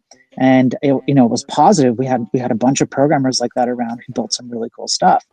And then the culture started to change. And I think this is the reason why, for example, Andrew and I aligned quite a bit on this specific topic, which is he goes and fights the culture as it is today and as it has been over the last few decades. And over the last few decades, what I think has happened is people have become accustomed to not really putting in as much effort into anything, not really caring as much about the stuff that they're working on. And in my personal opinion, this is deeper into the conspiracy thing. I think a lot of programmers who in particular are men ended up growing up more and more in single parent households, especially from jumping from the 70s to the 80s to the 90s. If you look at the stats in the 90s, that progressed quite a bit. The single parent households, especially with females in the 90s, was through the roof. And if you account for a delay, a lag between when someone who would be a programmer is born and the amount of time it would take for them to get into the programming field, you can see how in the early to late 2000s, this single parent feminist style, household kind of thing starts to play out because it's around the late 2000s where tech started to get really weird. And I think part of it is because these men who are programmers became soy boys, and they started buying into leftist agendas. And now you're actually seeing these agendas just being explicitly injected into tech. There are now programming languages being made for feminists, like it's literally a feminist programming language that's literally in the title, or for trans activist movements. There's programming languages made for trans people. They're not even hiding it anymore. That's what's happening. So all of this stuff kind of trickles down. And that's why I was appreciating what you were saying before, where like everybody has their kind of like niche part of the world where you go and fight this culture. This is like, mine. And I guess Vibes too, because he has that history where I'm sure he sees the same kind of degradation. Maybe he doesn't agree with my conspiracy theory, but there's a degradation there, right? Yeah, when you started your conversation, I was going to say I'm going to push back, but and I was going to push back on the first part, and then the second part kind of to me varied off into a whole other area that I kind of agree with you. I mean, gone crazy, but I mean, I don't think there's a difference between me and my son. I think if I had GitHub and I had ChatGPT, I would have been using those instead of going to the bookstore buying the books. I wanted to solve my problem as quickly as I could. There was no special attribute that I have that my 8-year-old son doesn't have. We both wanted to solve a problem as quickly as we could. I just didn't have any of the resources he did. However, because the resources are instantly available, the output is different. I had to work 10 times harder for it.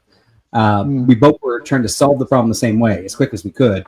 But now he can solve it in 2 seconds. I had to wait till my parents went to the mall, and if they actually were going to give me the money to buy the $30 freaking programming book that week, there was a much bigger barrier, and I had to really learn to do it a lot harder, where he's got everything at his fingertips, which actually creates laziness on his side because he doesn't even need to wait for me. He can just go. He can ask a programming tool to program it. He doesn't need to get down to the little parts. And so I don't think him and I are different, but I think the capabilities are different, and that's changing how they today. Right, but do you remember when you were on the panel with Spiro, you said, don't you think reducing the barrier of entry is a good thing? I think that it may be a good thing, but it breeds laziness. I think it's two-factor. I think there's always going to be the people that are going to want to dive deeper, and it's going to be a very small percentage that will dive deeper. This world's obviously going into a programming world. I'm the CTO of my company and one of the founders, and my CEO and CEO are constantly telling me, can we reduce our staff and make ChatGPT take over everything? But it's you need, and I tell them, yeah, we probably can, we hire offshore people to program the basic classes that everybody, that just takes no brain work. And and I don't think ChatGPT is going to replace programmers completely. I think it's just going to replace offshore programmers. But you still need that brain. You still need to have that understanding. You need to understand the use case. You need to understand the user experience.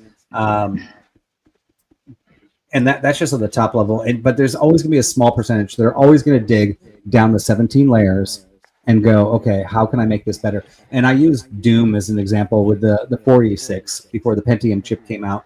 Another example would be Spotify, which everybody knows. Their CEO was just like adamant about increasing the time from when you click play to making it go. They rewrote network protocols on the transport layer and invented new protocols, right? There's always going to be that small percentage of people that will increase it.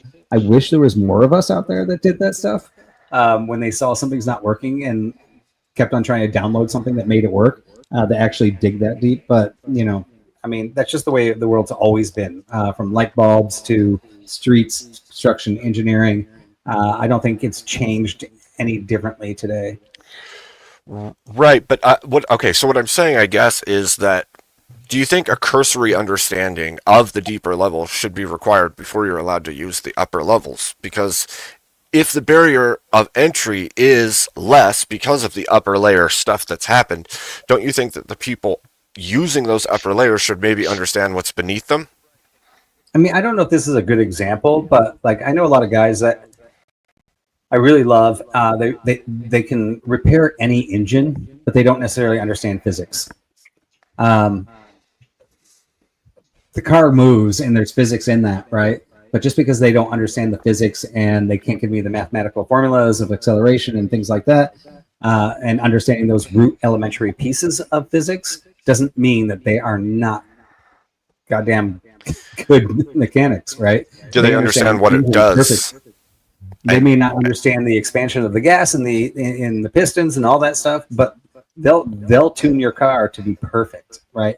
So I don't necessarily think you have to understand the underlying elements in your particular career if you're working in that area. And like I said, there's always going to be the guys that are going to be digging down to those lower layers. And when you get to the lower layers, I mean, do I require my kids to understand electricity when they plug in their iPad? No. Well, I think that's different. Their iPad isn't a career with which they will make many things, and people are going to use those things, and it may further down the road be a problem for them and everyone else. They're using the power, they're not creating it. Of understanding everything from the top bottom. I would say 95% of us, and I would say I'm probably in the 90% of that, are consumers of geniuses that have built everything that have brought us to where we are. You know, and the rest of us, so 90 to 95% of us are all consumers of the geniuses. And the rest of us are just learning one piece of what those geniuses built to maintain their genius, right? And I'm not putting myself in that genius category, but I think I understand a little bit more. But it's one of those things where I don't think we need everybody to be a genius, but we need everybody in the specific areas to maintain the genius that humanity has given us. I think that it would make sense to try to at least learn one level down from the level you utilize at the very least. I would love that. I mean, it'd be great. It'd make life easier for me. Hello, Vibe. Yeah. I have a small question for you, if I may. How you doing? Fine, Emmett. Fine, Emmett. Just come in, just waltz in, and just interrupt the conversation and just completely derail. I was going to push back on Vibe and completely destroy him in front of everyone. I'm just kidding. Espiro, you logical interlocutor is here, okay? Yeah, all right. You need someone that's going to get another W on you so I can get my W on Vibe. Yeah, go ahead and whatever helps you sleep at night. Go for it. Vibe, do you think you can do logic without knowing the laws of logic?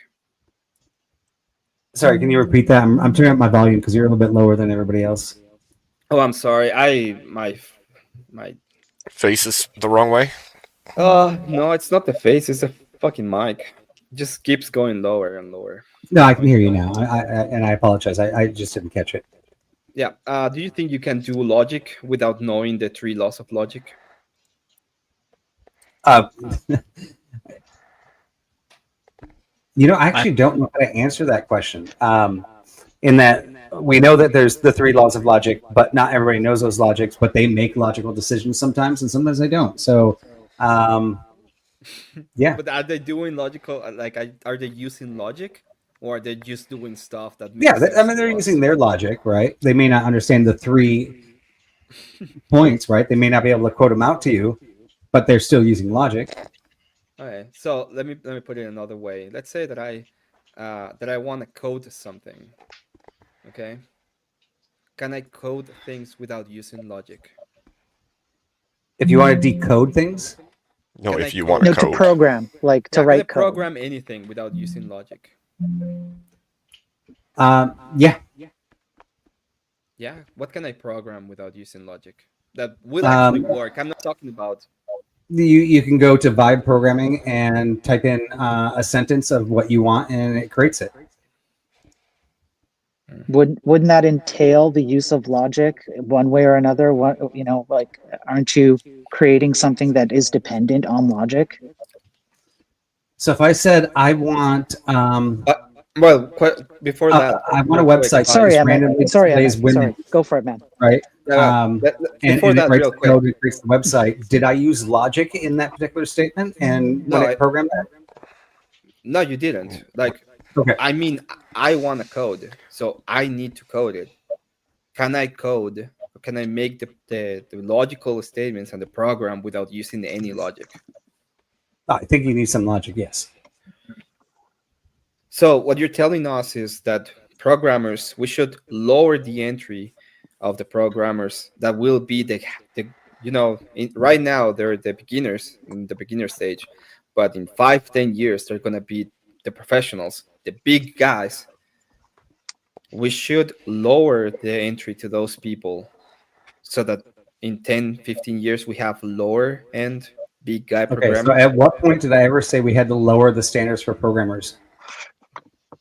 Well, we will be lowering the standard, right? Because before they had to know So all this of this these is what's going to things, happen, right? and And this now we already don't. happened. This already happened in the IT industry.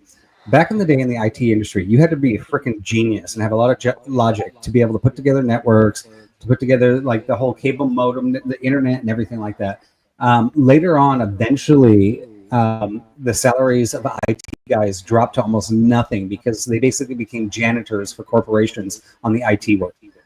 Because most of the systems were already written, the routers were already pretty pre-configured. You just had to do a few steps. They created the hardware so that there was a lower level of entry because technology was growing so big, and not everybody has the logic that was needed for the original infrastructure. The smart guys that built the original infrastructure, there was so much infrastructure growing so fast they had to lower the point of entry. I'm not saying that that's a good thing. You're not I'm just saying making it had to be sense. done. And now, basically, like you look at IT guys, they really don't make that much money in a basic business because they're janitors of the system. So we don't need anymore to have people that actually know the intricacies of networking. Did I say that? SP3 and all Where of did that. I say that, Emmett?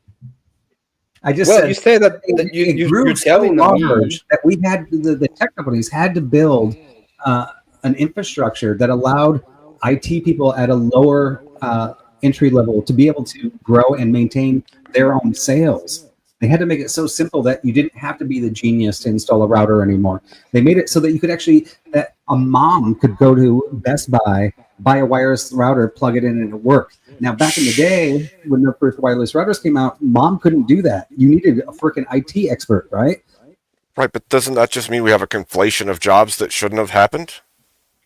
Well, I mean, it's for the sales of the tech companies, right? I mean, if they want to keep on growing the infrastructure, and you need a certain level of people with like really good intelligence that went to grad school, then they can't grow their infrastructure. So they have to actually create their product so that somebody that didn't or that barely graduated from high school can install these things. Okay, so I'm continue deploying the product. I'm not claiming to know a whole bunch, but this just sounds like inclusion on crack to me. I don't. Yeah, let me ask you this, Vibe. Did nobody else see this in the technology industry? Let me ask you this, Vibe. Okay, let's say that right now every single writer that comes out of the company is perfectly. You just plug and play. You don't need to be a genius to plug and play. Okay, so we all of the people and all of these geniuses that used to do all of this work for the companies, they don't need to do it anymore. They just at home It's not not doing used to. anything. They're Well, still there, and they're still creating. yeah, I know, but that's not part of the hypothetical right now. So all of these people, since they're not needed anymore, they're not. Let's say that 10 years from now, nobody knows what SP3 is anymore because they're not needed. And the next generation of routers, done by dumb AI, is completely wrong and it's creating all kinds of vulnerabilities in the networks to the point of costing millions and millions of dollars. Was it worth it to get rid of all of these genius people because it was just easy for Okay, us? so the Was it genius Wait, really? people. no. What? Nobody's getting rid of genius people. Rephrase. No, you need to rephrase that. Was it a good idea to not require people to be educated to a level that they used to be to keep them running and able Oh, to yeah. keep them running? Good one, Abe. You see, Thank you. I think this is such a fallacy of an argument here, right? Because the people that do this stuff and then create this stuff are never going to stop existing. Like, you can't squash them. We don't have a type of government that says, "Oh, you're a little bit too smart in school. We better like push you aside and make sure you don't create something new." Wait. Those But they can have the people they that can want have to excel are going to excel. yeah, but they can have a completely different set of things that they're focusing on right now instead of actual infrastructure in networking. They can be doing something completely different, and now we don't have that expertise anymore because nobody else did it. The people that did it, they retired or dead. Let's say. But I think it's I mean- weird that you guys are having this argument because if you look at technology and how like the generations before have come up, every generation gets a little bit better, a little bit smarter, a little bit faster than the generation previous. So like my 5-year-old's playing Rocket League, every now and then she'll play it. I couldn't play that as a kid. I can barely play it now. I don't have the coordination for it. So I think it's We're like if not- you start them younger, it'll We're not talking about that. I Though. think we're talking about yeah. we're talking about using the intellect you have to garner greater Correct. amounts of knowledge Yeah. through It's the endeavor and application hardship. of that. Yes, it's the application of it in order to accomplish a goal, not Because- the lack of the actual Right. thing itself. Because if we take the same standard that we're talking about right now with technology and we say we lower the barrier of entry for building all giant structures that we see around the world, what you're going to see is greater and greater tools, and then say something happens and we don't have those tools or you don't have access to those tools, nobody knows how to do it the old way anymore. Okay, let me rephrase this. I don't think we're lowering the barrier of entry. There are many companies out there that have actually increased the area entry barrier for very smart people for the products they're creating. However, at the mass production of these products, for them to be deployed, they've figured out how to do plug and play, so we can have a whole another subset of workers that can deploy these really genius technologies, right? They made them plug and play. We're not actually saying, oh, now that we have ChatGPT and it can program like 80% of the stuff correct, that all of a sudden we're going to lower all points of entry. No, I think all the entry levels are still there and even increasing. However, once again, the smart people that we all are consumers of are figuring out how to mass deploy, and so there has to be plug and play. Therefore, to plug and play the smart person's product, it's a lower entry level, but we're not lowering the entry level for the people that are creating these things. And I mean, Okay. Yeah, Can I go ahead. pause and I for see a little Spiro bit? like holding his tongue here. Like I'm really I am, and I'll just say this: I absolutely love the fact that Emmett and Abe have paid so much attention to all the stuff I'm talking about that I don't even need to argue these points anymore. This is fantastic. So I'm backing out. You guys go. Okay, let me put it another way, because my area of expertise is not necessarily coding. I hate it. I hate it with a passion. That's why I never done it. That's why I still have to learn RPG Maker, because by the grace of God, I will not go into Java, into whatever Spiro is doing, and be a complete nerd. Um, but there is this thing that we do that is called in art, which is called concept art. In concept artists, the best artists you can find in the world, they're concept artists. What they do is you give them an idea, they put it on paper, they draw it, they make it. Not, when you had concept artists in entry level jobs, they would go in and they would make simple characters, and they would grow in the industry to become really great at their job. And how they did it is doing it. It's by being in the job doing it. And you cannot, even if you are like really good and you're at home and you're trying your best, it's never going to be the same as when you are in a company and you have all the pressure and you have to do it. Can you agree with me on that, Vibe? Yeah, I'm actually curious because I actually think we probably are agreeing in the end Okay, here. so what I know and what we've seen a lot, especially in my area, is that concept artists are being replaced by guys that can just type things, and like an image comes up and kind of resembles what we might like a little bit, and then it goes to the senior guy, and the senior guy makes everything that you want, but you don't have the entry level job anymore. So in 15 years, we're not going to have the senior guys. Do you see why? Well, it depends, right? So, like Spiro's saying that AI is kind of capping out, and if you look at YouTube thumbnails, they're all starting to look the same because they're coming from it's basing it off of the information that you're talking about of those creatives, right? I agree with that, but do you understand why I say that you're not going to have in 15 years the senior guy? You're not going to have a what? You're not going to have the senior guy anymore in 15 years. Because all the great positions are filled. They've stayed filled, and nobody's going to train to fill positions that are already filled nationwide. And by that 15-year mark, you don't know when that guy's stepping down or out. And nobody's trained to fill that position because there wasn't any careers open for them. Yeah, nobody's the junior guy doing the little things in order to become the great guy. Oh yeah, I mean for sure. I mean, as technology, this isn't even new to ChatGPT, right? I mean, this already started with robotics in the motor industry. Jobs are being replaced. They're going to. This is one of the reasons that Elon Musk was saying at some point we're going to have to look at universal income. I don't know if I necessarily support that. I'm just saying that we are getting more and more to the point where we're going to be able to automatically create the needs for people that used to need job or used to need to employ with a person, right? I don't disagree with that at all. I disagree with you. But you're still going to need people. I just don't think we're going to need as many people.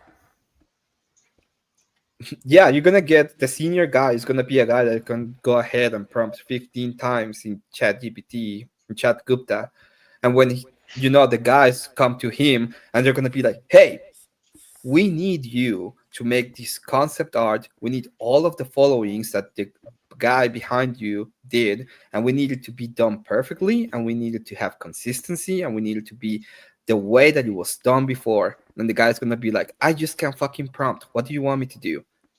And you're telling me, well, there's no problem because we know that there's gonna be people that are gonna have their job substituted. You don't think that's a problem? Because it's the same thing that's happening in code. Hold on. Let's look at it this way, right? So let's say somebody is tasked with something that they're probably not capable of doing, but because they've got the technology, they can now do it. And now 20 jobs are lost, right? Can they? That's a question. For that one person, right? I'm not saying. You're looking at it as the entry level position. Entry level jobs, I agree with you. Let's say Chat Gupta is as good as an entry level job guy, just as good. In 15 and they get years, replaced. This entry, and it gets replaced by a guy that just prompts things. In 15 years, you have the senior guy you have these artists. Have you seen like concept art for like Star Wars or Yeah, no, I totally get where you're coming from, and I think concept artists are rare, just as rare as the guys that go down to the machine level, right? I think that there's so many different industries where there's that rare group that gets down to there, right? But you replace all you entry level guys. I'm not understanding your. Is your Okay, point that a bunch of jobs are going to be lost? Is that your point? Here- What is the Wait, premise here? you replaced all of these entry level guys that were, these were the guys that were in front of their desk drawing 8 hours a day, for 10 years to go to the senior level position.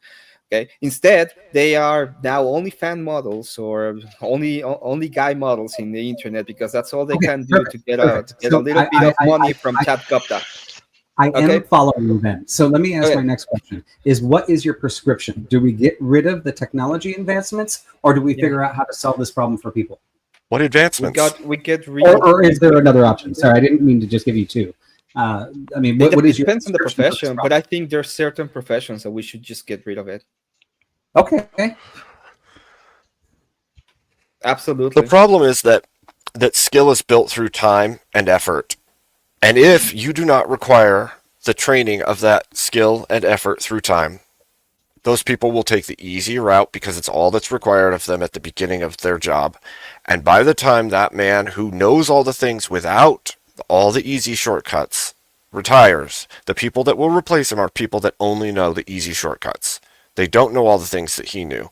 They don't understand the protocols he does. They can't do the things that he did. And so while they might be capable of learning those things, they never learned them because it wasn't required, because it wasn't needed, because the guy at the top already knew it. So what happens is you have an ever-dwindling, super intelligent population who can do the bare minimum because they were never taught to do anything better than the bare minimum because the easy route was the easy route. And nobody required them to do anything else.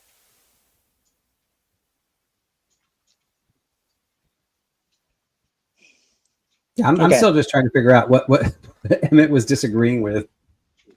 Well, Emmett, if I may, you can continue if you want. I'm perfectly happy to let you go. You were doing a fantastic...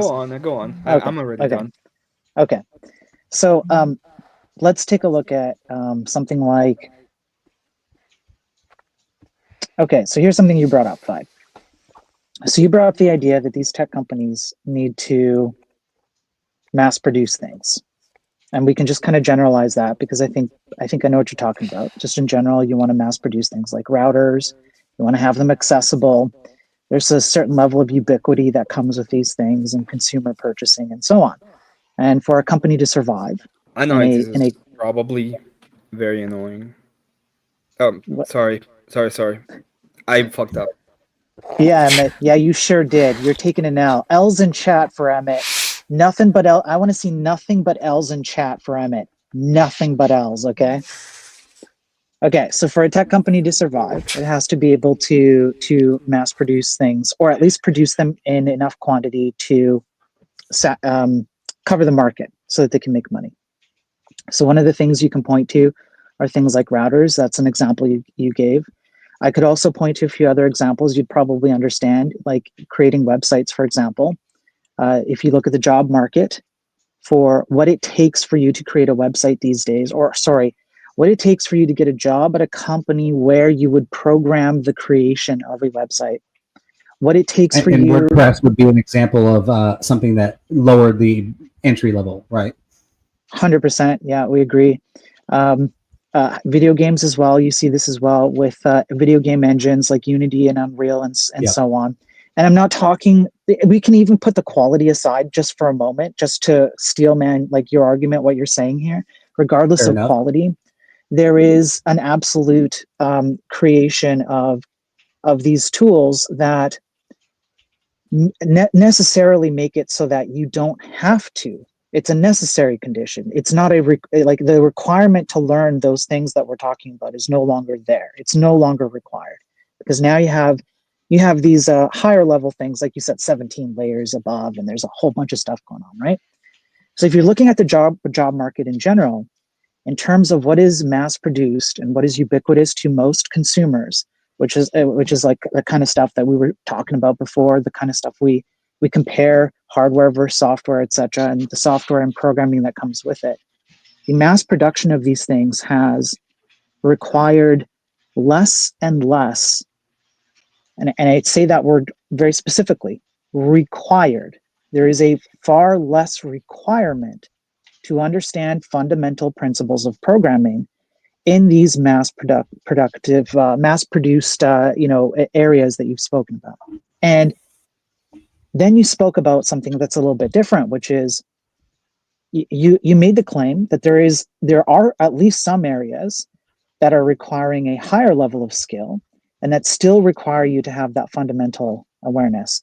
However, my argument back to you would be that you would have to demonstrate for me that the areas where the skill is required, where the fundamental principles are required, are first of all increasing, because I'm not sure that they are as a general rule. You could probably point to specifics where I would 100% agree that it is true, but as a general rule, I don't think that's happening.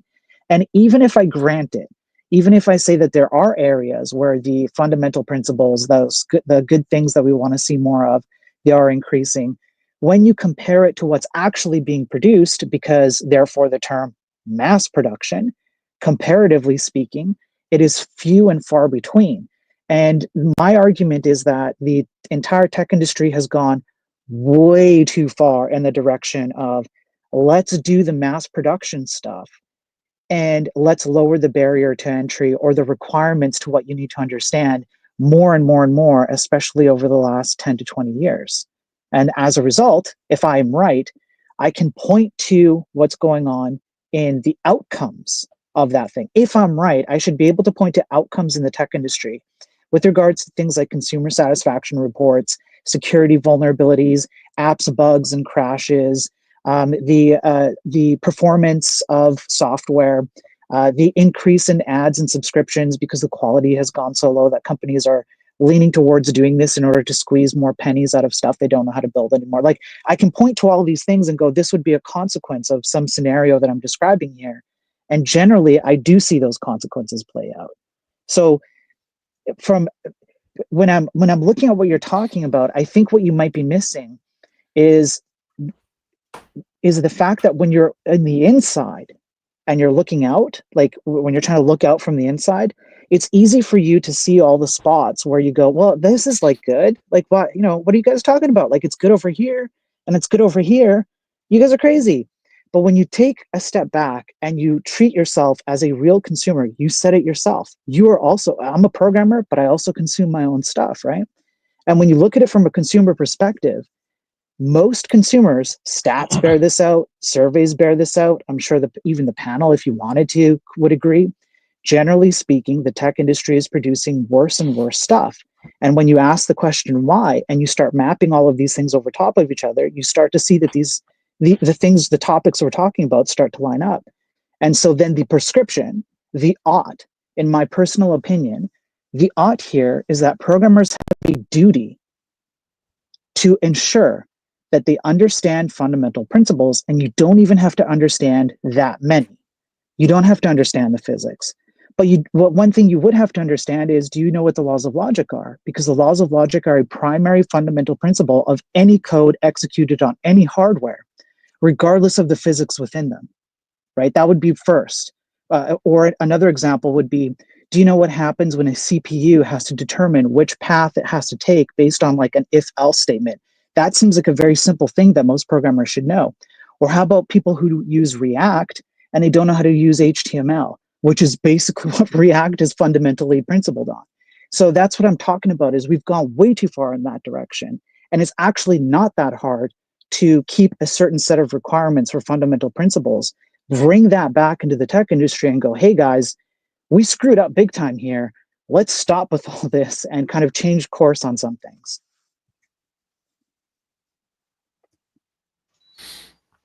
All right, I'm taking a long pause because while you're going through that, like I was noting like 10 different arguments in there. The first half, or maybe the first quarter, I was definitely agreeing with, and I do believe that, like, I'm really working with my kids to make sure they understand the fundamentals. However, I think this has been happening even before computers, right? I think it happened with horse and carriages, and then electricity and air conditioning. Right. I mean, the first air conditioners, not everybody knew how to do. But in order for the air conditioning company to mass produce it, they had to make it simple and easy. And through society, we're going through the same progressions we've always gone through. And I think through all of these, we've always had a pretty good fundamental understanding.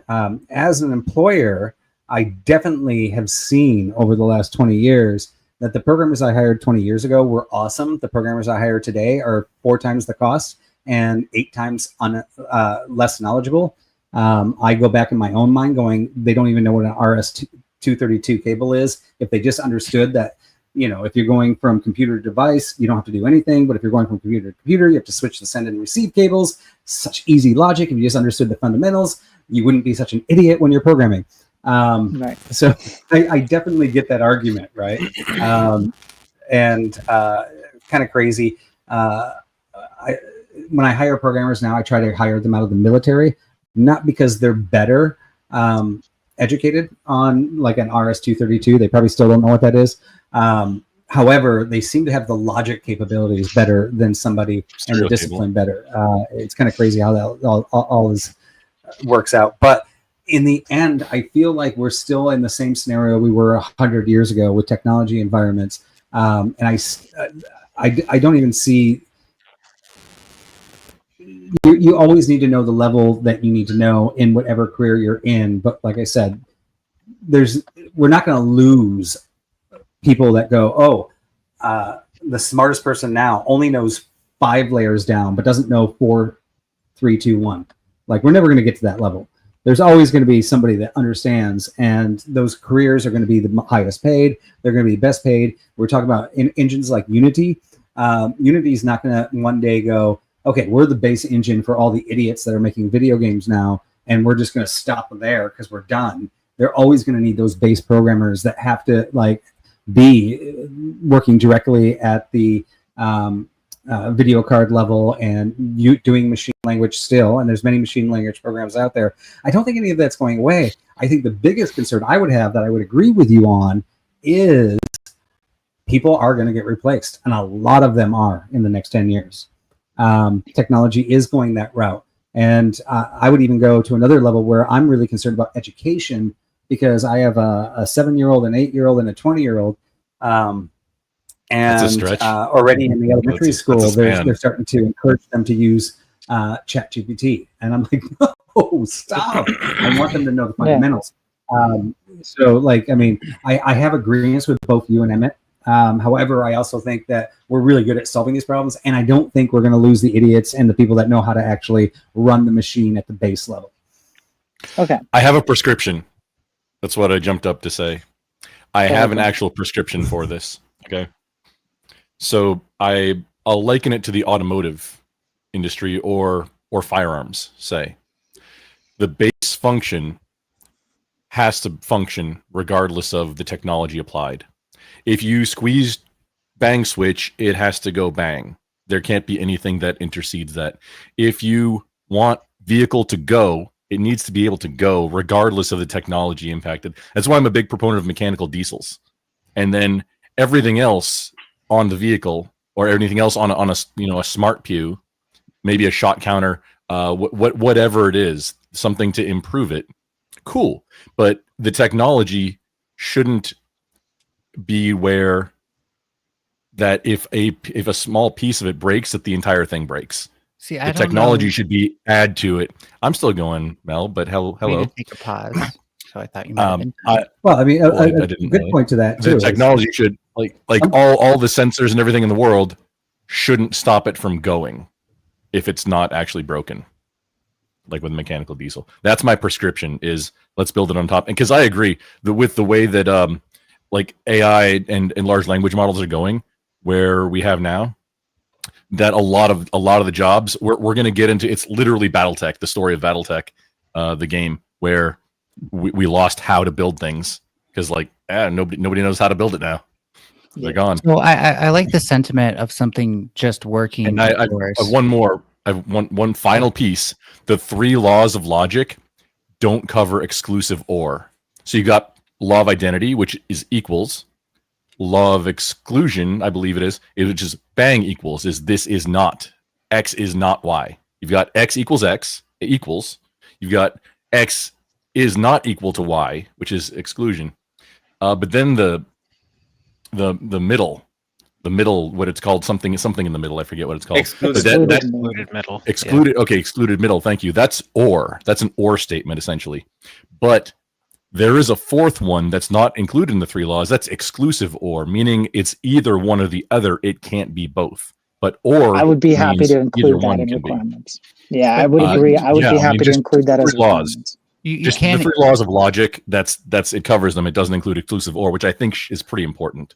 you if you're can talking make about all that the other. You conversation. can make and gates and or gates and stuff. I don't know if this contributes because I wasn't here. No, for no, the you can. Just that's the laws of logic. or- The three laws of logic just don't include exclusive or. But Well, yeah, but that would be that the interpolation of it would be on top of the thing that we. But you need to at least understand the basics Yeah. of them to Right. be able to program anything. That was what I was asking that if it's really more of a map thing, right? The associativity and stuff like that. But Grumple, I'm not sure what we're supposed to do with like the whole diesel engine thing you said when it comes to like network computers and having things like MMORPGs and stuff like that, because that the same principles that we might use to interact with like mechanical engineering through computer hardware wouldn't be the same that you would apply to telecommunications, especially ones that you want to be both accessible and secure, which is always a trade-off. So it could be. I'm sorry. Please continue. I think you're trying to have your cake and eat it too with that, and not understanding that like this is always going to be a complex thing to do on the scale that we're doing. I disagree. You can have a hardened base. Okay, so a Catalyst 2960 layer 2 switch with some layer 3 functionality is still good. It's still a workhorse. It's still going to work. A 3750G, they're still in production environments, even though they've been out of service, out of end of life for X. They've been out of end of life for, it's getting close to 10 years now. That depends on what hardware. You should upgrade to a Nexus. The thing is that everything on top of it, the thing is that your base layer 3 functionality can be a hardened piece of core functionality. Then everything else, like your VX lane, your fabric path, which the Nexus 9K series got rid of fabric path. Did you know that? The 5K series had it. The 9K does not. So you can't do layer 2 across certain situations. Which is actually good if you're a business that doesn't need to deal with layer 2. So well, but then if you were using fabric path and now 9Ks don't have it, then you got to figure out a new way to do what you were doing. Well, no, usually like there's something interesting that both. I literally had to do this. What I'm trying to say, an energy company. What I'm trying to say is like, if you look at the whole systems approach, this is inherently a complex problem we're solving. There's never going to be a simple solution for this. And kind of going back to what Vibe said, like, yeah, there are always going to be changes in this sort of fast moving industry, right? Like when I was a teen, taught myself HTML programming, CSS, JavaScript, all the hardcore low level stuff that web programmers are. We shake our fists at these kids nowadays. They don't know this stuff. But like it's kind of true that they're not. My website's Notepad plus like that. Same. That's more useful for like debugging on something that you're working yourself on. But when you're working as an entire team, you may only need one or two people to actually know that stuff to do any of that. So I hear what you're saying with like when people come learning programming, they know more about using the software itself and how to ask AI how to do something, which is definitely going to become an issue, than how to do the coding. I think it's kind of up to employers to anticipate that and faciltate that, though. But they can't. What I was just as clarifying, but I think real quick, Vibe, just a clarifying. Core functionality should be the simplest thing possible, and then fancy stuff should be added on top of it so that it still works if the fancy part breaks. Some would argue risk. Some would argue risk architecture is as simple as possible. So this is something that I just want to throw out to all of you guys, right? What Grumple said, right, with a gun. You pull the trigger, it cocks back the hammer, it ignites the gunpowder, the bullet explodes, it goes out, right? It's simple. This is mechanical engineering. And Melanie, you even said this is a simple thing. Well, okay, so That's maybe more I didn't dynamic, quite get it but- right. But, Yeah, it's very simple, right? And we know that if we pull that trigger, that's what's going to happen every time if something doesn't malfunction. Now we get into the technology world. Now this is something completely different, something that they actually call cognitive friction. And when I think Grumple, you actually just said it, like how many capabilities can we make this do? So an example back in my old days when we had DOS and we had word processors, if I type the word delete into a word processor, it types the word delete. If I type delete in DOS, then I'm actually deleting something. So now I have two, I can do the same commands on keys that does two different functions. And even today, it's gotten even more complex, and it goes all the way down to our microwaves, right? If I hit one, that should be 1 minute, but if I hold one, now that's, or if I hit one, it's 1 second, unless I put 2 zeros behind it. If I hold one, it's now the popcorn setting. If I hold 1 and 2, then now all of a sudden it's defrost, right? So now we have this cognitive friction where originally, if we were to take this back to a gun, if I pull the trigger, it shoots a bullet. If I squeeze it a different way, maybe it loads it. Like the natural instinct isn't it causes the cognitive friction. So when we get into the computer realm versus the mechanical realm, we actually enter into two different universes of usability. I think they're closer than a lot of people realize. Physical and data realm, security principles apply to both the same. It's all water in the same end. way. And applying the same concepts, yeah, there's a little bit of differences, but the very core concepts, they're largely the same. I mean, I do like the concept of if I do this, it should do that, right? I mean, that is the basic principle of everything. It is like you were saying, if, then, or so this is its purpose. If, yeah, you guys are touching upon something, and I think there is something missing here, and it's kind of like the gap between what Grumple's talking about with Fox and Vibe. The gap is this: when the hardware executes code, it's using electricity. It's electric signals. That's the zeros and ones, electricity on, off, or a variance of said electricity, depending on what you're doing. That part you can maintain a certain level of consistency on, to Grumple's point, where the core fundamental is this CPU or this graphics card or this piece of like a RAM stick or whatever. It's going to consistently do something in a particular fashion, regardless of what instructions you give it. It's going to operate under those same principles. And then to Vibe's point, what starts to happen is when you start escaping that world and you start entering into the world of instructions, now you have a different problem where it's not as easy.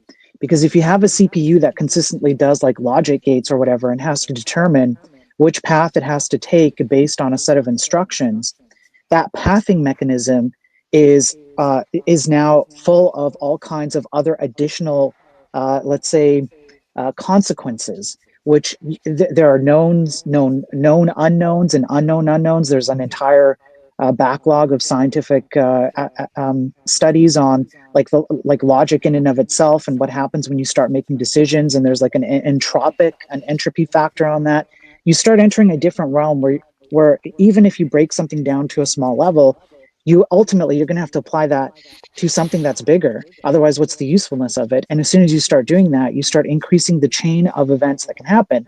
Your CPU might end up doing the same thing at that fundamental level, but how you understand how you translate your code into what the CPU will most likely do, that's where the gap is.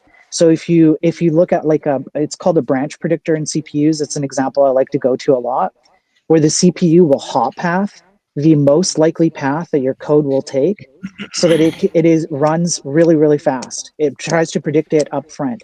And that's what happens when you compile code, right? So when you compile code, it's trying to figure out like, hey, most likely I see like let's say there's a set of numbers and a vast majority of them are under 100, and you've instructed me to look for things that are above 100. That means that I have one of two paths here, and I can make one path really, really clear and hot branch it, or get it ready.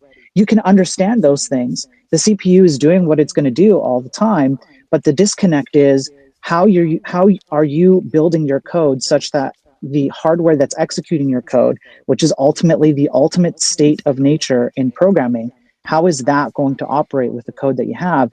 And that's what happens. That's the downside of being so abstracted and lowering, in a way, lowering the requirements of people to know things, because all they operate with is up here.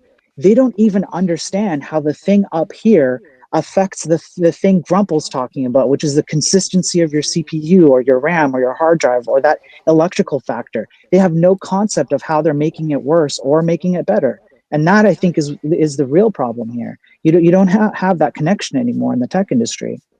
It's atrophy of the favor of abstraction layer. profits. Spiro, Yeah. you're talking I about would add, atrophy of the abstraction do layer or people knowledge of the feel abstraction necessary? layer.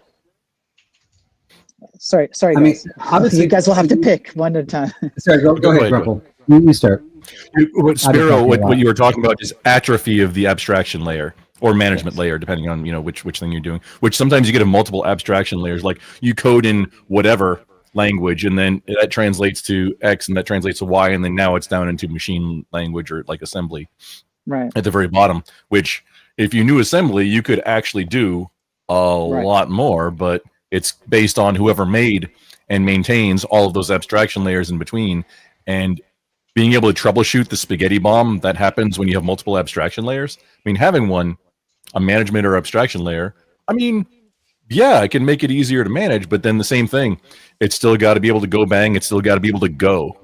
Right. Regardless And of your management layer or abstraction layer. This is what Emmett and Abe were talking about before, which is, how do you know that it goes? Do you even know what go means? Like, do you even understand that concept when you're generating that? That's my point. Yeah. So I think the difficulty is that like this works, like what you're talking about, Grandpa, works extremely well. A, if you're Apple, and B, there are no other incompatible devices ever connecting to yours over the internet or trying to communicate with yours. But so long as you have that, and I think that's always going to be the case, and you have a social media landscape that makes it that way, you have to make hardware, but you don't know exactly how that hardware is going to be used. You just need it to be as usable as possible. It's going to make virtually anything that operates linearly, which is the thing you were talking about before, is a linear time invariant type of operation, impossible. You need time variance. You need something that can look at how people are using your app and then change accordingly. You need nonlinearity because the information space itself is abstract. You have inputs and outputs that don't necessarily map to each other, but you have to make that work. So most of the fundamentals in control theory that you're referring to don't apply to creating a mass network system for something like social media. It 100% does. It sounded like you said just 5 or 6 completely disjointed points to me. Oh, okay. Because I know what all these things that you're talking about are, and they didn't make sense in the way that you put them. So do you think the information space that social media companies have created in terms of all the data, If you could start over with abstraction layer. What did you start? What was your very first point? No. When I'm saying abstract, I'm not referring to abstraction layers. I'm talking about data not being linear or time invariant. Okay, so the first thing is devices communicating. This is like routing protocols, layer 3 stuff. We're talking first, which there are common. It's not the payload. That's just how the devices talk to each other and how information gets from point A to point B. I understand. What I'm saying is, we're going to have to make things that don't exist within their own ecosystem, but exist within a broader ecosystem of technology, so long as you might have to communicate with a device that's incompatible with yours. Therefore, just on principle alone, you're never going to have that push a button, get the exact result type of thing. First of all, you need something that can ask, are you compatible with me? Are you compatible with this standard? Can I talk to you this way and get that response? That's already going to add more error states to your system than what you had if you just communicate as if you're already okay. You can say that. Hang on. I got a hard disagree with you. This is the way things work now. You're either using the correct protocol for the thing that's listening, or you're not. If you're using the correct protocol, you can talk to it. That's not If you're always not, the case. If you hook up via Bluetooth, you have to ask the device, hey, do you use the most recent form of Bluetooth, or do I have to use Bluetooth 2.0 or something with you? Because I don't know what year you were made. Or if I want to know that, I have to ask you that, or you have to tell me. And then I make a decision on how to operate from there. That's immediately that's more an automated. Wait, that okay? Right, Let's but that deal with can that point. Okay? introduce more That's an air automated conditioners. thing where you can manually set that on both Do you ends. know what a failure mode is, Grumple? Yeah, you either fail open or fail closed. Sure. It either fails working or fails not working. You can also talk about failure modes Like in a terms door. of safety factor or Like just a how lock. likely something Yeah, is safety. to fail. The more failure modes something can have, the more likely it is actually to fail. And what Magnetic locks are the best thing to describe failure modes. more- you either fail open or fail Grumple, closed. I'm not done. You got to let me finish this locks. so I can get to my point, because you're I'm gonna sorry. accuse me of making multiple points. The point is that the more points of failure you have in a system, the less likely it is that when you push that button, you're going to get the expected outcome. And in order to have technology that can even be cross compatible, you need those sort of things that have those extra steps of communication that could also go wrong. And so I think you're asking more of what you realize from this entire system. Maybe at the level that you work with it on, it makes sense. But for the entire system to function, it's way too complex. It's way too complex of an issue for a simple solution. Remove the complexity. Use the protocol that the thing you're trying to talk to uses. That's so who decides? Super simple answer. So whoever's running it. So we're going to standardize running every the thing. communication. So we standardize. It's not a we are going to do anything. It's whoever's running the thing that you're trying to talk to. They are listening for certain protocols, certain like, oh, do they have TLS1 disabled? Oh, then you probably can't use TLS1 to talk to it. Right, but in order to do that communication, that's a potential point of failure in your system, right? This whole thing could fail if, for whatever reason. Then it should. If you have certain protocols disabled for security then you're not reasons always because they're be able to vulnerable, press the button and shoot the gun by pressing that button. No, that's not true. If you have, if your finger is TLS2 and your pew pew is TLS2, then you squeeze and it's going to go bang. Right. But So that's if why you've it's made not your even system- involved. If you've made your system to work like that, that's fine. But if somebody else made their system and it's TLS1 and your code doesn't actually handle Then it should fail. TLS1, sure, it should fail. But then you've encountered the technology ecosystem where you don't always get the outcome you're expecting. I mean, here's I never made the point or claim that everything should just magically work. That's not what I said at all. I think more things should break. You sort of to make sure they're not No. I think more things that aren't compatible, they should break. There should be less automation as far as auto negotiation. If you use a crossover cable to plug in an endpoint device into a network device, it shouldn't work. So do you want companies like Apple who basically already have their own closed technology ecosystem, proprietary tech, to basically dominate? You understand that Apple's not compatible. They programmed it that way. They have to deal with compatibility. I agree. And not superior. They don't know how to. The only way to have this would be to look at Apple's proprietary business model. Yes, but it's not. I don't get what your point you're making is. I didn't think you did, Grumple. It's a sales technique. It's a program. It is a designed into. Well, no, there are make the things choice about Fox. design that are easier or more efficient if you build everything from the ground up. I mean, granted, if I have a system that talks French and somebody else's system talks Spanish, and I don't have a translator in there, then they don't talk. But in the programming world today, it takes 2 clicks to be able to translate that. And if I choose not to translate it, it's because I want to make sure that I keep my customers from talking to that particular company. And but that's it. Realize that like the more legacy protocols you need to be sorry, but Five, you do realize that the more legacy protocols you need to be compatible with, the more likely you're going to run into issues because all these different protocols may be patched. I mean, it's exactly why I think Grumpo brought up TLS 1.2, right? If you're supporting 1.1 or 1.0, then you are. Yeah, you don't need to be backwards compatible. Protocols. Right. But I mean, I'm sorry, I'm going to turn that shit off. If you try to talk to me that way, it's off, right? Because I know it's block it. It's not that I'm incompatible with you. I just know that's not a security standard that I can support.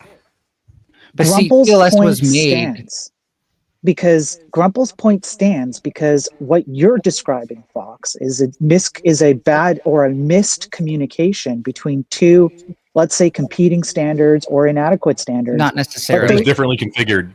But I'm saying sure, they're slightly more than configured, that. but they still work. The I'm saying Grumple's slightly point more is than you that. want the things to work. He's not talking about whether these things work together or the communication layer is correctly configured to work together. He's talking about if they work. You could even just say magic button. You could even grant the position, go magic Right. button, and you can just You're make them missing work. my point. Does So that thing work? You're all talking past me. My main point is that the more of these checks and balances we need to begin with, to ask, do you have TLS 2.0? Okay, now we can go ahead with that. The more points of failure there's inherently going to be. Just any sort of failure at the CPU level, No. between your ISP. Stop. Okay, I was talking about things that are individual contained systems. You're Yes. talking about disparate systems that are talking to Yes. each other. These are very different things. But that's what I'm trying to tell you is that what you're saying only works with systems that don't have to communicate with anything else. And yes, plenty of people can make what you're talking about, but it doesn't apply to things like the internet or programming, which again I wasn't talking about the internet. I wasn't talking about network. And you know what I do for a living? I wasn't even talking about network stuff. I was talking about self-contained systems like Even a vehicle programming is the or a same few. thing. There's no networking that happens in either. Well, I mean, in some vehicles there is, which Even I don't agree with. Unless you have That's what I'm saying. Shouldn't be. Cool. It should be a self-contained Even system, programming and then is- everything else should be like a Cool. nice to have on top of that. Well, even programming is the same thing because chances are your programmer isn't making their own IDE. They're not creating their own standards, right? So they're going based on someone else's standards, and But you've escaped the argument again because I already covered this with programming. Maybe you should let me Programming is finish. a different Maybe beast. you should let me get to my point this time before you make assumptions. So even if you're a programmer, you have different IDEs that you're dealing with. You have different platforms that you're making things for, and those can create issues without even having to be compatible, but just having extra steps that you go to that fundamentally could fail. Therefore, the idea of pressing the button and just going is overly simplistic. It doesn't actually tell programmers how to do any better. But we agree with that. Like you're not. That you're trying to make. Yeah, I don't get it. I don't get what you're trying to say here, Fox. Unless you're going to use machine code, it's an unrealistic thing. We obviously abstract programming languages because it's unrealistic to always code everything in machine code. It's entirely different talking about a actually will agree self-contained with him system on or that. programming I mean, versus multiple different devices. That was different my conversation. point. Thank you, Grumple. It's great to have frameworks. I don't think I've touched machine code for like 10 years. I'm tired of pushes and pops. Like, it's great that there's some pretty strong frameworks out there that I can build off of. But if push comes to shove, I'm gonna jump down there if it's not working. Sure, and that's good that you can do that. That's always an additional skill that programmers would be better off having. I don't think everybody needs it, but I definitely think, yeah, you need to have somebody that knows how to do that. Like, I don't think I'm disagreeing with Emmett, and I don't think I'm disagreeing with Spiro. Neither am I necessarily. I'm just saying, like, it's kind of hyper idealistic to think that's how it ought to work, when mechanically it doesn't even work that way. What? What doesn't work mechanically that way? You're saying conflicting things. Yes, Fox. you are, Fox. Yes, you are. Yeah, we can't say mechanically. I mean, I guess we kind of could. Yeah. I mean, they are mechanically incredibly different. When I used to not be able to sleep, I loved what Spiro was saying when he was talking about like powering up a computer and like doing all these tasks. Instead of counting sheep, what I would do to try to put myself to sleep was imagine the switch of a computer turning on, that power going to the power supply, and then to the BIOS, and then the BIOS firing up these things. I used to try to see how many paths I could actually imagine in my brain. My brain broke really quick, and I fell asleep. It's amazing how many paths it goes down. What a nerd! Yeah, it's so much more complex than mechanics. But sorry, Sorry, but I really used to do that.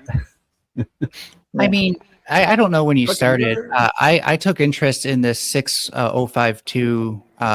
It has a longer serial number, but that really old CPU that you found, like the Atari, I think, or the 8886. No, okay, so it's Amiga then. I always forget which one, but it's a really old CPU, 8-bit CPU, and that thing is actually really easy to learn, like basically its entire circuit path from start to finish, because it's so simplistic. The 8-bit days were kind of like a golden times where you were almost forced to do things in the way that Grumple was talking about. That's why old hardware consoles are considered so reliable to this day, because you weren't adding. Basically, what we didn't have, what we have now that we didn't have then was feature creep, right? They're not adding in all this extra stuff that you don't want. You put in the cartridge, you get the fucking game. That I can agree with, but we're talking over an internet of things. So simpler, better. You concede. Outstanding. No, we reached a consensus. It doesn't We have reached a apply. consensus. It doesn't apply to where technology as a whole has gone. This only, again, works in the most microcosmic ways imaginable. Why did we need technology to go the way that it's going? Because we're clearly quite unhappy with it. No, I'd say we're both happy and unhappy because it's a double-edged sword. Like with most new technology, you can use it for good or you can use it for evil. But that's not what I'm talking about. I'm not talking about its usefulness in terms of moral judgments. I'm talking about actual like satisfaction rates, surveys and statistics, and the trends of like bugs, crashes, security vulnerabilities, etc. As things have progressed to escape the more simplistic times that all of us agree were much better for obvious reasons, whether you like the reasons or not, they were just true. Things have become worse, generally speaking, although some things have become better, but you can even account for that as well and still point to things generally becoming worse. No, it's 50-50 easily. Like, for example, the ability to look up information that you couldn't look up before is so much easier. And if like couldn't look up before, or that's not the technology itself. Even more steps. We're talking about the tech, definitely tech couldn't look itself, up before on this, not the product of the tech. I have 2 points on this. One, I mean, I'm going to agree that the complexity, and this is probably going back to Emmett's original critique here, is that the technology actually has grown faster than the people that actually understand it, and we have a lot of amateurs out there that don't know the roots. So we have a lot of security flaws. We have a lot of flawed software out there. I mean, people are getting companies like, huge companies like Coca-Cola and stuff like that are getting hacked on a daily basis because they don't have people that actually have the fundamentals that they need to understand all these pieces. But on another aspect, and the one that I'm more concerned of, and maybe this is because I'm a dad, is the mental aspect of all this. Like, I'm cool with the security breaches. I'm cool if people get fucked because they didn't hire the right people. That's part of their job, and they need to figure that out. I'm more worried about my children and the effects, and the studies are just coming out on how this technology is affecting our youth right now. And they've actually done... It's horrible. The cell phones have been out for a while, but we haven't had the time to actually have the studies. And now the time has actually elapsed long enough where we're starting to get the data in. And we've learned, and I mean, this is a fact, I'll see if I can find it and post it in the back chat, where boredom, by the way, is one of the key factors to creativity. And so when your mind goes into boredom, it fires off drugs in your brain to actually start being creative, to figure out how to do something. And now with mobile devices, social media, all these things, all the youth that are growing up have no boredom. They just go straight to the phone. Therefore, we're stealing creativity from our children right now. It's going away. And so these are the things I'm more concerned about. I'm kind of cool with big companies failing because they have shitty IT guys that can't do security. I'm more concerned about what the technology is doing to the people and our youth right now. Okay, so you have one negative trait. My problem is that if you look at the traits as a whole, because certainly not all of the studies are negative, you can also see like improved social interactions, reports of satisfaction from their social media interactions with people and stuff like that. Of course. How do you know they're negative? I want to see those reports, like somebody standing in line, not looking at their phone. And of course, nobody actually wants to hear that. So your mainstream media won't report that. And so that's probably not something that's in your media diet. But this is why there are 3 things we can teach. Yeah, I'm not getting my information from the media. There are 3 mainstream or sub-media. There are 3 things that we can teach the future generations that will prepare them for this better, and that is media literacy, critical thinking, and self-awareness. How do you know that? Oh, because self-awareness is the thing that helps you deal with compulsion. No, before that, the studies. How do you know the studies are not all negative? Well, first of all, because I've seen some ones that just aren't negative. So You've seen them? Yes. So it's personal experience? Well, the fact that Do they you have a exist, breakdown of the data? the What fact if that it's they exist more than a proves that there's more than 0 positive studies. So yes, what I if think what that's- if it's 99% you're negative, you're 1% alluding there? to that being insufficient evidence, but it is sufficient to say Uh, that there are some studies that exist that are not negative. That is sufficient. How do we know that it's not mostly negative? 99% negative, 1% positive. Because there are these things called literature reviews, which I've also looked at about technologies. Show me. Okay. I don't have anything offhand because if Okay, you don't have anything to back up your claim. Awesome. No, there are these Thank things you. called literature That's all I reviews. need. Thank you. And what they do is they actually tell you what most of the studies have said about things. So you're talking about like meta studies. On this will give you a broad overview of how negative and positive it is in general. Okay, show me the meta. Okay. Well, I'm not going to share my screen. I'm going to Google Scholar. I'm going to type in literature All right, review. go ahead. Effects of technology. Do we want effects on adolescents or people in general? I think we were talking about adolescence, right? Okay. Is that what we were talking about? Just clarifying so that way you can't complain. Vibe, So while you're looking that up, Fox, let me just add a point to Vibe's point here. As a father too, I'm concerned about the same thing you are, but I would actually argue something. I think maybe Grumple might even agree with me here. Hopefully, if I word it right, we might all agree on this. You actually probably should also be concerned about things like cybersecurity and whatnot, because on my streams, I go over at least several cybersecurity issues where data about your kids, for example, without you even knowing it, ends up on some server somewhere up in the cloud. And because of that guy that they shouldn't have hired, it gets out there, and then your kids' information gets out there. We see stuff about Roblox. Roblox is another thing where kids' data gets out there. Fine, that's. I would actually. I think we're going to agree here, Vibe, which is like get your kids off Roblox. Like 100%, I agree with that. I'm not making the case about like whether or not parents should be involved. We're going to agree that they should be. I'm just merely containing the case down to it. Unfortunately, these kinds of things, the abstractions, the lack of people who know how to do these things properly, unfortunately does also impact your kids. And in some ways, even worse than anything that you might insufficiently or sufficiently do at home. Yeah, and I'll actually absolutely agree with that. I actually do. So my company, we move money across the world. So security is the number one factor. So like I take it serious. I know how to hack anybody that is hackable, not because I'm a hacker, but because I want to make sure I'm not hacked. Yeah, you understand red team, right? Right. But when it comes to priorities, he said he's blue team. My kids' brains are number one, and the lack of IT is number two. But I also think they're very, very high, and I don't want their information stolen. Even when it comes to like DNA, like 23andMe, I will not submit that because I don't want my DNA in a computer. I think it's cool. I'd really like to find out my ancestry, but it's like I don't want my data out there. I don't want my kids' data out there. I'm very strict on how I set up their accounts. But to me, number one is my kid's mentality. But number two, I 100% agree with you. It is a big concern. So when I say I don't care, I meant that is not my top priority. In a priority. Your top priority is what you can do at home, what you can control as a father. And that, I get it, man. I get it. Yeah. And if anything, actually, it begs another question too, with anybody else out on the panel with kids. I'm also debating like how much I should let them do this. If I restrict them from it, am I robbing them of a job in the future?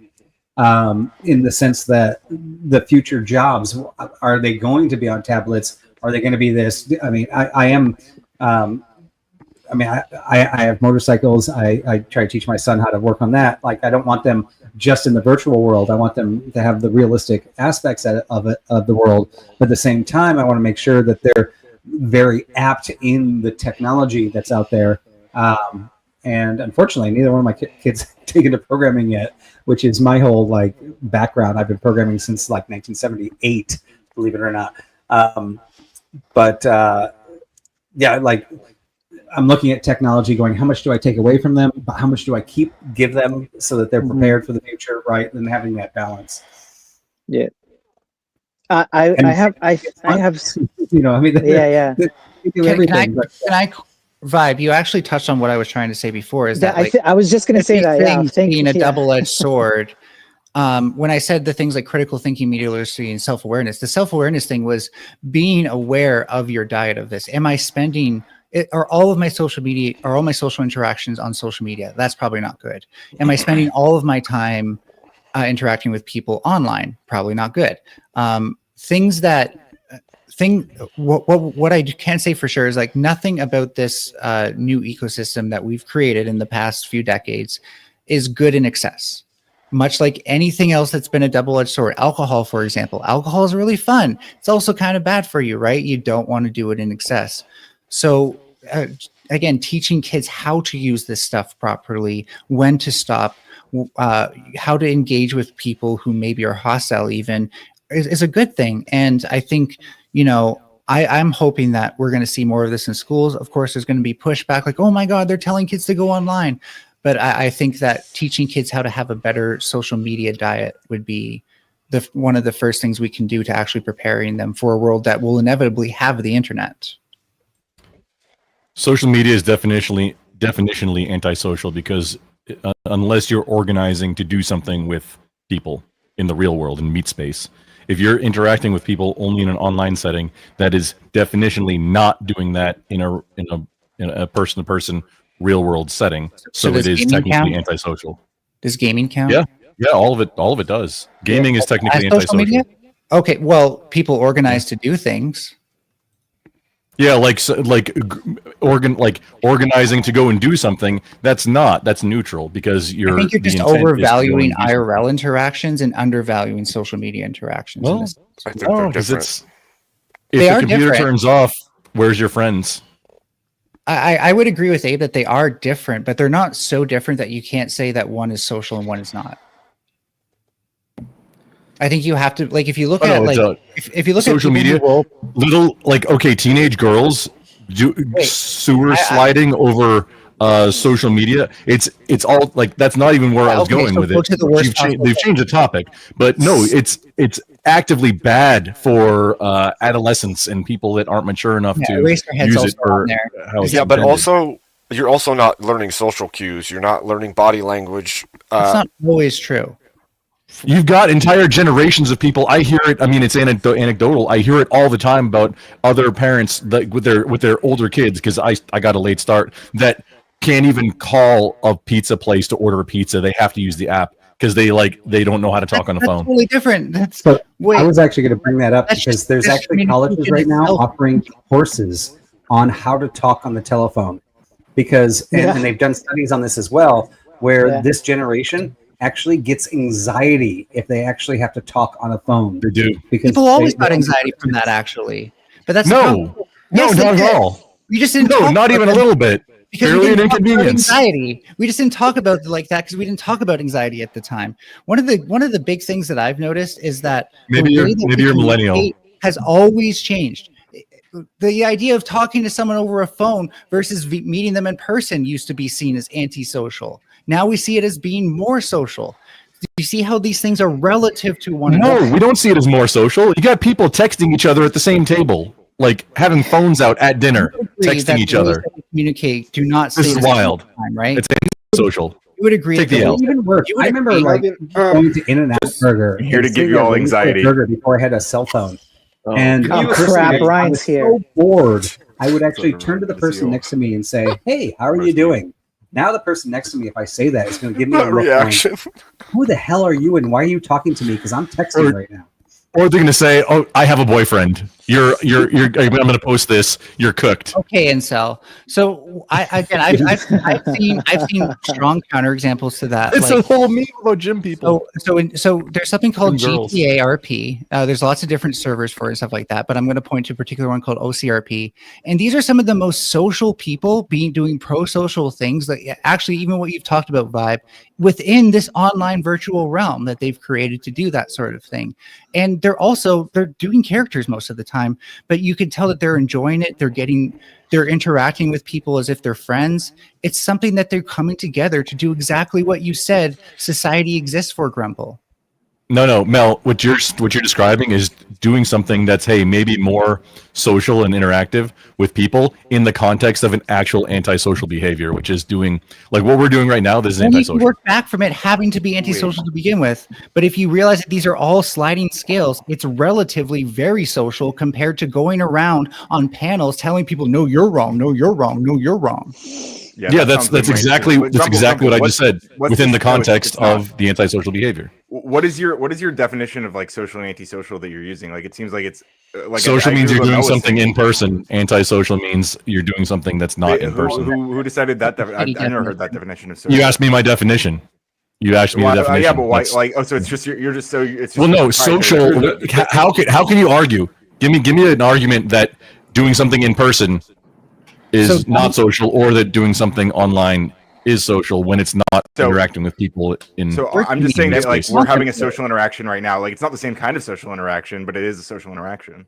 It is a social interaction, but I would say that it's within the context of an antisocial medium instead of in real life. Context would apply a definition that's broader than your own. Except context would apply whether it's cordial, broader than your own personal conclusion. What Melanie and Ryan, what y'all both might be confusing is cordial and polite with social. No, I think you are. And again, Ryan, context, usually if there's a context to somebody something, paid to put you in the back for 5 minutes. God damn it. Usually if there's a context to something, that means that there's a broader definition, a broader meaning to something than just what any one person might think about it. And so I don't think you can say that there's an antisocial context when you're the one conjuring up a definition while working back from your own definition or conclusion that it has to be bad.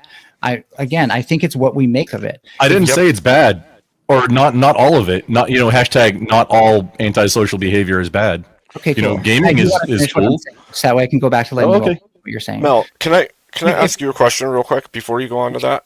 If somebody is online and that's their social interaction with human beings, but they're lippy as hell all the time, and then they take that behavior and they think it's completely okay, and then they go out in the real world and they get real lippy in a bunch of people's faces and they get the shit kicked out of them, do you think that they were well socially trained or not? Oh, I would argue that responding to verbal aggression with physical aggression is antisocial. So sorry, I'm not trying to sidestep your question. I don't see it like you do. When it comes to how people use these things, you really made me fucking forget my point. Fuck you, Ed. Anyway, Melanie, my goal. It doesn't sound very social. Before we move on real quick, I went through your study. It doesn't tell us anything about data. It's your guidelines for studies. So that's a fucking L for you. No, there's no data on your study. It just tells us how it to links conduct the studies so and many the studies problems that have with the data. study. Emmett, you have to learn to look at sources. And then when you put out the second one, yeah, we get it. You're anyway. So you can't read a paper. I asked you for us. You said you have a meta. No, I said I had a literature review. Okay. I said I had a literature review. You can go fuck yourself because you don't have it. You know what's the difference between a literature review and as always, when I go ahead and push you on your fucking data, you're always wrong. You're pushing me on the wrong thing. You're the one who's wrong to begin with and pushing me to be wrong like you are. You knew that they were that the preponderance of evidence, according to you, is that they were both good and bad. Okay? I asked you about how much, and you said, "Oh, you have the study here." You don't. I said I had a literature review. Do you know what that is, Emma? Well, the literature review is fucking useless because what I was looking for is data. I asked you about data, and you go to the sources. Then you go to the sources. Total complete. Yeah, I know this is your first time. Yeah. I know you probably don't understand. Maybe your first time. Here, let me tell you something. You're confused about literature reviews. Aren't for data. That's what a meta-analysis is. I understand that you're so confused. I understand that you won't let me talk. You're afraid of sounding really fucking dumb right now. Melvin, you've been talking a long time. Let Mr. Emmett talk, please. Thank you. Just give him a little chance, Melvin. Be calm. Well, he's kind of talking at me as if he wants a response, but he's actually afraid of the response. So I find that really interesting. Relax. Do you know that 2 equals 2 and not 3? Why are you being really antisocial right now? Do you actually want to hear my response? 2 equals 2 and not 3? What my response is? Shush, Buttercup. Shush. So it's just peacocking, right? You're just kind of mentally masturbating into a cup. There's like 2 genders instead of 3. Do you know that? Anyone want to drink from the cup that Emmett just mentally masturbated? 2 equals 2. It's deception, antisocial. Whoa! Is deception and antisocial? Yeah, it is. I think when you're Fucking talking past liar. someone as if and not caring what their response is, yeah, that's pretty antisocial. So, like, I'm looking at a fox bouncing up and down with 3D glasses on. I'm just wondering, is that deceptive and is that antisocial? No, because I will definitely interact with you as if you're a person. You can interact with me as if I'm a person. And we can communicate on a level that is social. Yeah, but you're pretending to be something that you're not, and I just No, I'm think not that's pretending to be a bit this. deceptive, isn't it? It's a I'm bit not deceptive pretending and to be it. antisocial. I'm not So, like, pretending to be this. Maybe you should try to figure that out first. well, Yeah, I don't know. So why do you use the fox bouncing up and down then? Oh, because I just don't want to go on camera. Right. Okay. I'm So is that hideous. deceptive? I mean, I don't want to go I'm on hideous. camera. Am I being antisocial by not going on camera? I would say that I am. Good for you. No, I'd say I'm being antisocial because I'm not willing to give my full self You're and my very full brave. identity. No, You're I'm not. incredibly I'm brave. not. I'm saying I'm not brave. Oh, okay. No, you see, if you open those little furry ears, you know what happened. Yeah, no, I'll say it to your face though. Like I'm not brave enough to go on camera. It's that simple. No, am I? So are we being You used to deceptive be. or aren't we being deceptive? No, I'm being honest to you. It honestly, I wouldn't be doing this if I had to go on camera. It's that simple. Yeah. So are we being deceptive by not going on camera? No, because I think the whole idea that like I feel like the whole idea that social interaction relies on facial expression, stuff like that. No, that's more of a context cue. Like you can sometimes use that to discern what somebody's intentions are, but we need to just get better at on the internet saying what you actually fucking mean. But context cues are part of social interaction. Not if you just say you're a what you mean. liar. That's Not what if I you just think. say what you mean. I mean it. You're a liar. Okay, cool. Yeah. And I'm sorry to tell you, I am also not Chuck Norris. Okay, I'm sorry to break it to you guys. I've been Mel, deceiving you. you also just got 5 in the back, just as soon as Ryan came up. Well, welcome So back. the problem with that argument is, let's say you're going out, and here's exactly why Fox failed on this. So first of all, Fox made the claim, Emmett pushed Fox on the claim, Fox couldn't provide evidence on the claim. Second of all, context cues, body language are important. If you're going to go out with a bunch of friends and you're going to go watch a movie, you're going to want to see the parts that they think are funny, because that's going to inform you about parts that you might think are funny, because that's how sometimes you connect with your friends. Did Mel argue that like noticing that like learning context clues and like physical interactions, whatever, aren't important? I never heard her say anything like that. She said that they're not fundamental, that you just have to say what you mean. Well, I think she's okay. If I understand, I think she's saying that speak for Mel? like they are valuable as well as other things that can be valuable, right?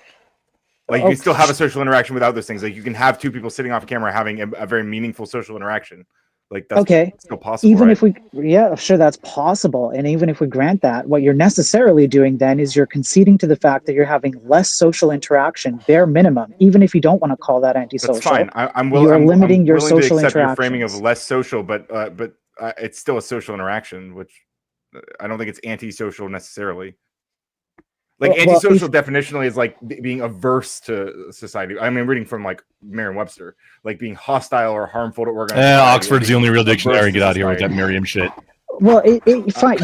What is Oxford? I mean, I'm happy to use Oxford too. I doubt it would be that different. Like, I don't think like this all just seems like perfectly.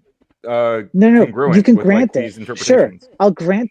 you can grant it and still make the case, because even if that is the case, what you're doing by saying that it's not antisocial and that it's okay to have social interactions online is you're making it okay for you to make that the primary method upon which you receive social interactions, which a lot of people do. That's some slippery slope bullshit. I'm not saying that it's ever good. I'm saying explicitly, and Mel was saying this as well, that it's explicitly not good if that's your only interaction.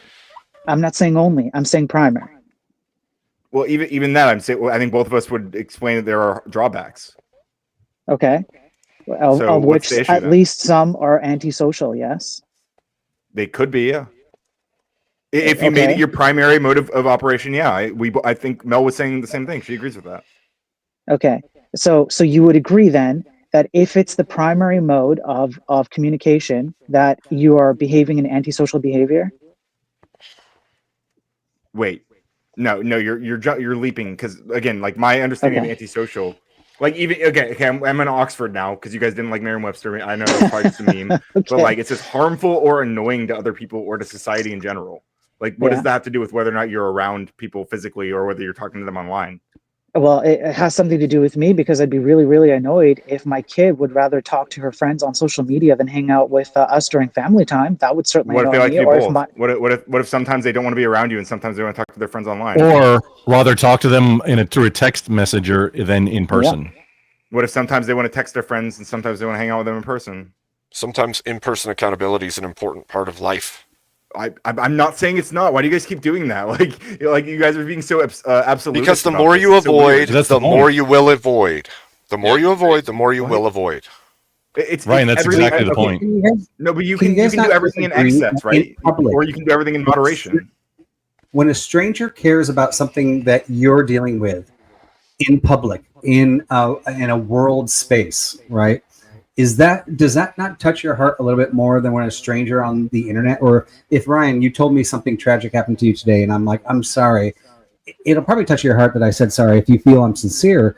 But if a stranger on the street did that, would that not touch your heart a little bit more? I mean, it's part of the human interaction. I think the face to face. sincerity Like, that I'm we can text, the sincerity and I I'm can be sincere interpreting in from them text. is more We important. can talk here Like, in YouTube, and I can be sincere. But when I'm standing next to you in line and I turn and have a conversation with you, or if you and I were to sit down and have a beer, would you not say that interaction is 100% different than the interaction that you and I are having right now? And part of that interaction is what is going on? I feel like I'm going insane. Like I literally, that's like the first thing I said is that they're fundamentally different.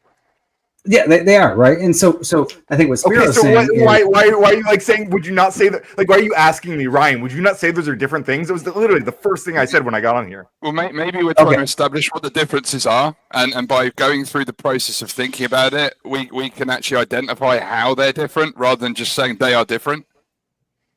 Right. Okay, well, why not jump to that? Because like we've already established that they're different. No one here thinks they're not different. Nobody thinks that. So if we are going to talk about how they're different, then let's talk about how they're different. Let's not talk about whether or not they're different. So when he asks you, is it not different when you're in a bar? We could then explore that idea of how it's different in a bar. It's just you went, oh, why do you keep doing this to me? Let's do that then. Let's do that. Vibe. What differences are you pointing to when you say that? Wait, why do we have to go through all that?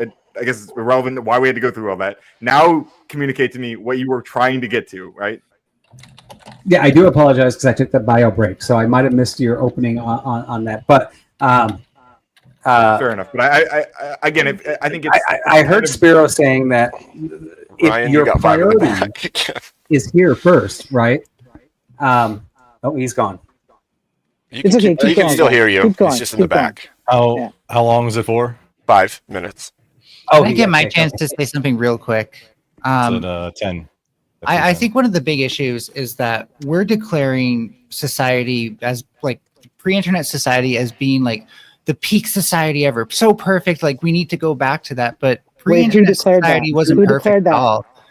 Point to the person on the panel who declared that, Fox. Well, a lot of the ways you're treating this it's implicit. Yeah, that's not answering the question. Who declared it? It is answering the question. So no one declared it, Fox. So you just made an assertion without any evidence at all because you're bad at debating. No, I'm not. That's what you said. You literally just said that. You can go back literally just 10 like when you said I didn't. There was no you're data in my sources. That pre-internet society was bad. You didn't source any data. Because you don't know how to look at a sources section, Emmett. If you want data, go look at the sources section. I went through your shit. You said no, you didn't. Okay. And you went through all the sources. Okay. Like you're definitely lying. You don't know what a meta-analysis is. Okay. You're the one who thought a literature review would contain data. You're the one that said that you. No, I said I had a literature review. I said I had a literature review. Who the fuck cares about a literature review? Who the fuck cares about that? Anyone who show me the data that you say in which that literature review actually gets quicker to the point. The literature review actually gets quicker to the point of whether or not the literature broadly says something is good or bad or not. Yeah, if that's the case, then it should say. Unless you're looking to just get lost in a bunch of data, the literature review will actually tell us if the whole statement that the literature largely says that it's negative is true or not. And guess what that literature review said? Is that it's not true. And that's why they're giving you guidelines of doesn't how want to to make acknowledge how what to it make Your says. mom's a literature review. I bet conversations with At you least she's about more bus literate stops than are you. absolutely intriguing, you know, At and least warm she's and, more and literate beneficial. than you. I'd love to be kept on a They are bus, waiting at a giving- bus stop with you, Mel. Imagine being waiting at a bus stop in real life. I bet it's absolutely captivating conversation, you know. I think you'd be able to prove that online is definitely better than you know, real life conversations when you're talking about this at a bus stop, you know. Passing the time, looking at the sun, listening to the birds, and then you going on about your literature review. I just put my headphones in, just fucking turn the other way. I also go for long bike rides and enjoy nature myself. I tend to be able to do both of these things at the same time because it's not just an either or thing.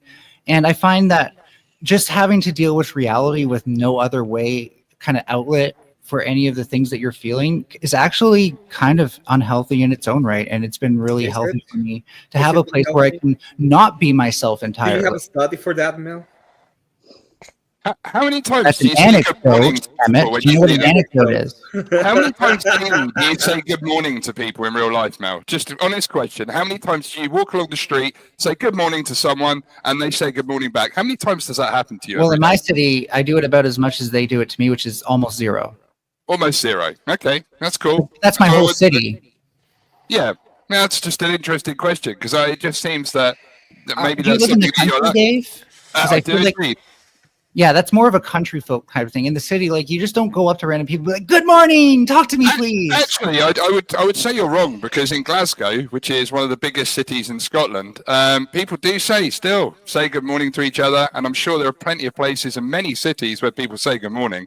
Sure, I can't speak for literally every city, but here in Canada and specifically Ontario, most of the cities I've been to, that's just not a thing people do. Yeah, I'm just wondering. They're busy eating poutine with their bags of milk. Well, you can't stop. Once you start eating poutine, it is literally an addiction. Would you say that saying good morning to each other is an important part of socializing, of being social?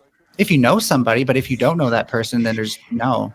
Even if you don't know them, is that not an important part? That would actually put more social pressures on people, which might actually make them feel better. Wait a second. So people say good morning to each other who don't know each other, put social pressure on them. Thank you. That was an amazing. What if you're in a bad mood? What I'm if you're in a bad mood? Yeah. What if you're in a bad mood and you don't feel like faking it at that moment, right? Well, maybe that other person's hello might cheer you up. Maybe it might cheer you up. Maybe someone a little glint in their isn't eye. it antisocial? Isn't it antisocial to respond to someone saying good morning with no response?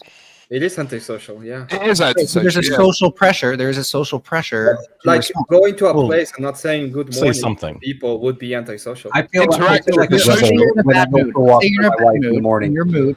Let's say you're in a bad mood and your mood makes it so that way you don't Like want to you're talk to antisocial, anybody. You Wouldn't act it technically be better if there was nothing kind of nudging you to do so?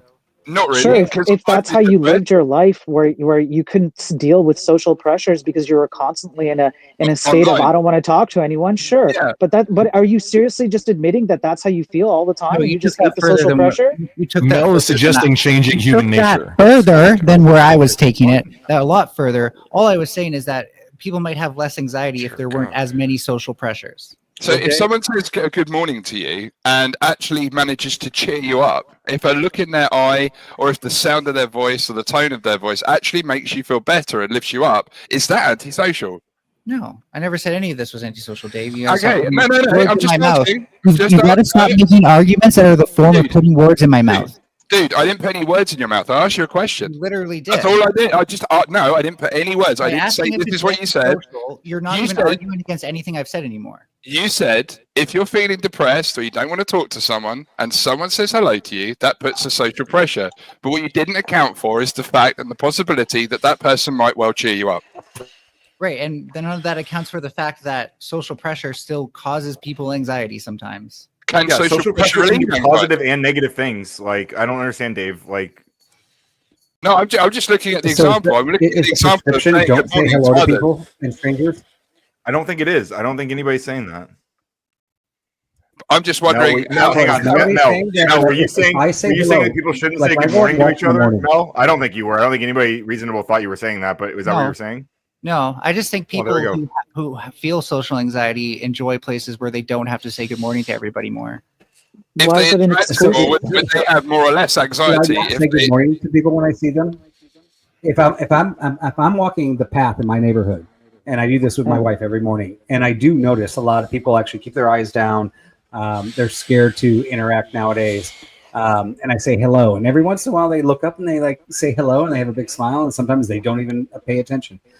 Should I just stop saying that because I am triggering their antisocial behavior and making them feel worse because I'm forcing them to give a response? Did I actually say anything that made you think I was against this? No. Okay, no. That's why I asked the question, right? So I'm strong manning, and you can correct me.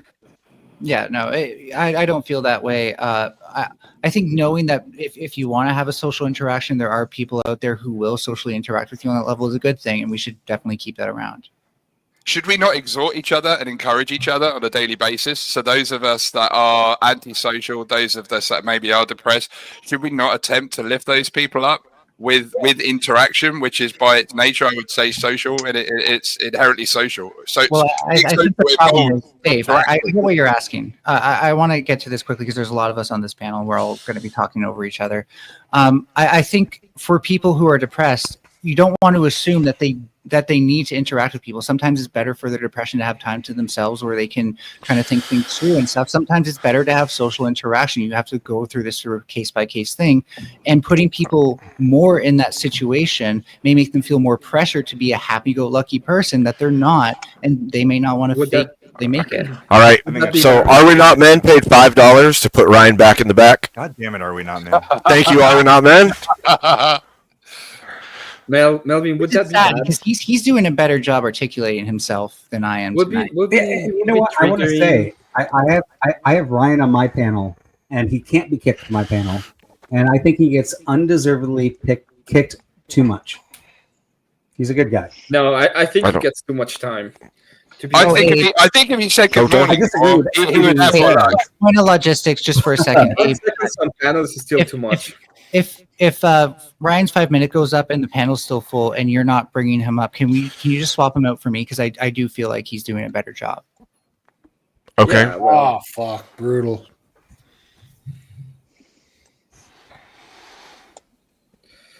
Or if I leave at that point, then please bring him up in my place. That's Mel, fine. would that be bad? I'm on stage. That you are welcome. triggering my antisocial behaviors. Would that be bad? I don't know what you're asking, Evan. I'm sorry. Yeah, we were asking about antisocial behaviors, and you're triggering people. And I'm asking if triggering some body antisocial anxiety because you say good morning, is that bad?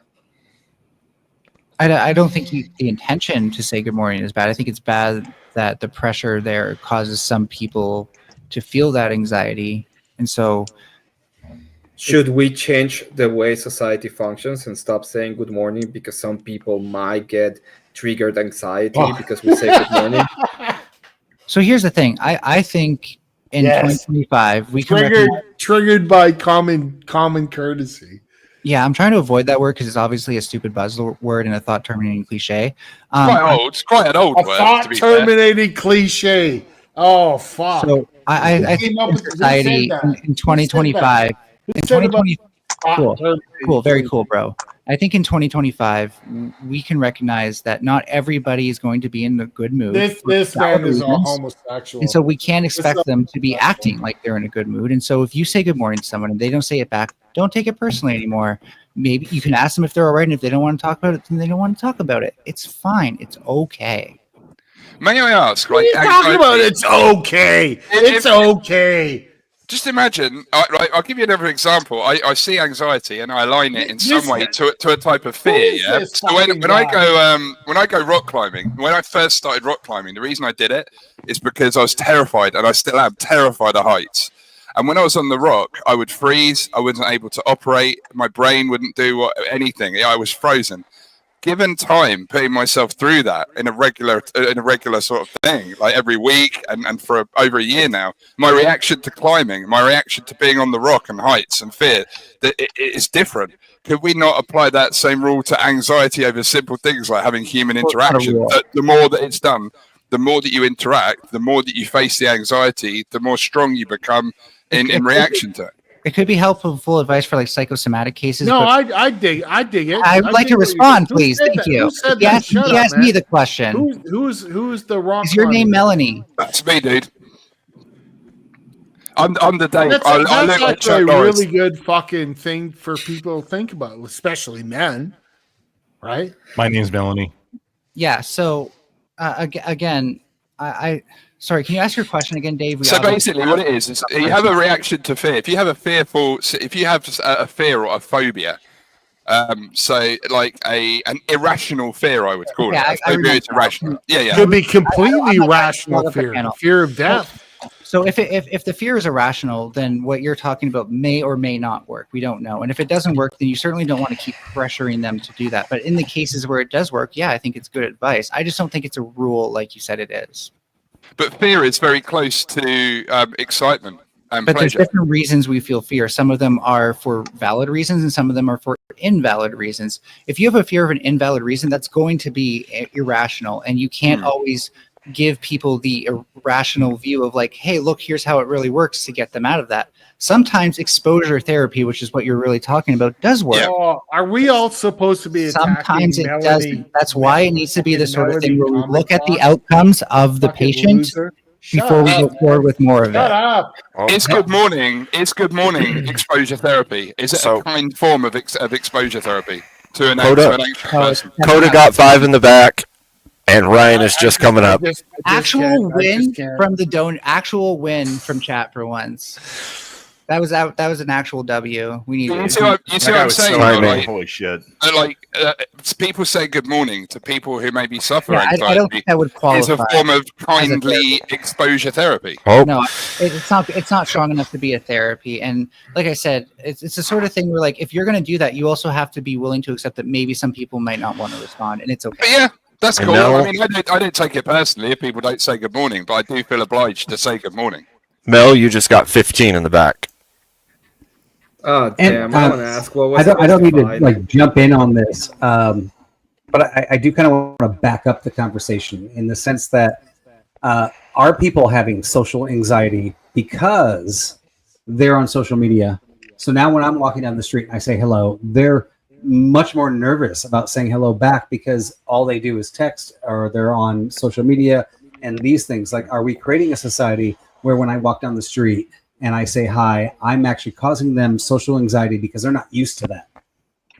It's possible, but I don't think that's. I don't think. I definitely think that's possible. I think we should encourage people to be like to go out more and be more comfortable in those situations. I don't think it's good that people are averse. I like saying good morning to people when I'm walking around in the morning. I like to walk by people and say hi, good morning. Like I enjoy it. I like social interactions. Even though I do have good morning to Ryan. I do also have anxiety, right?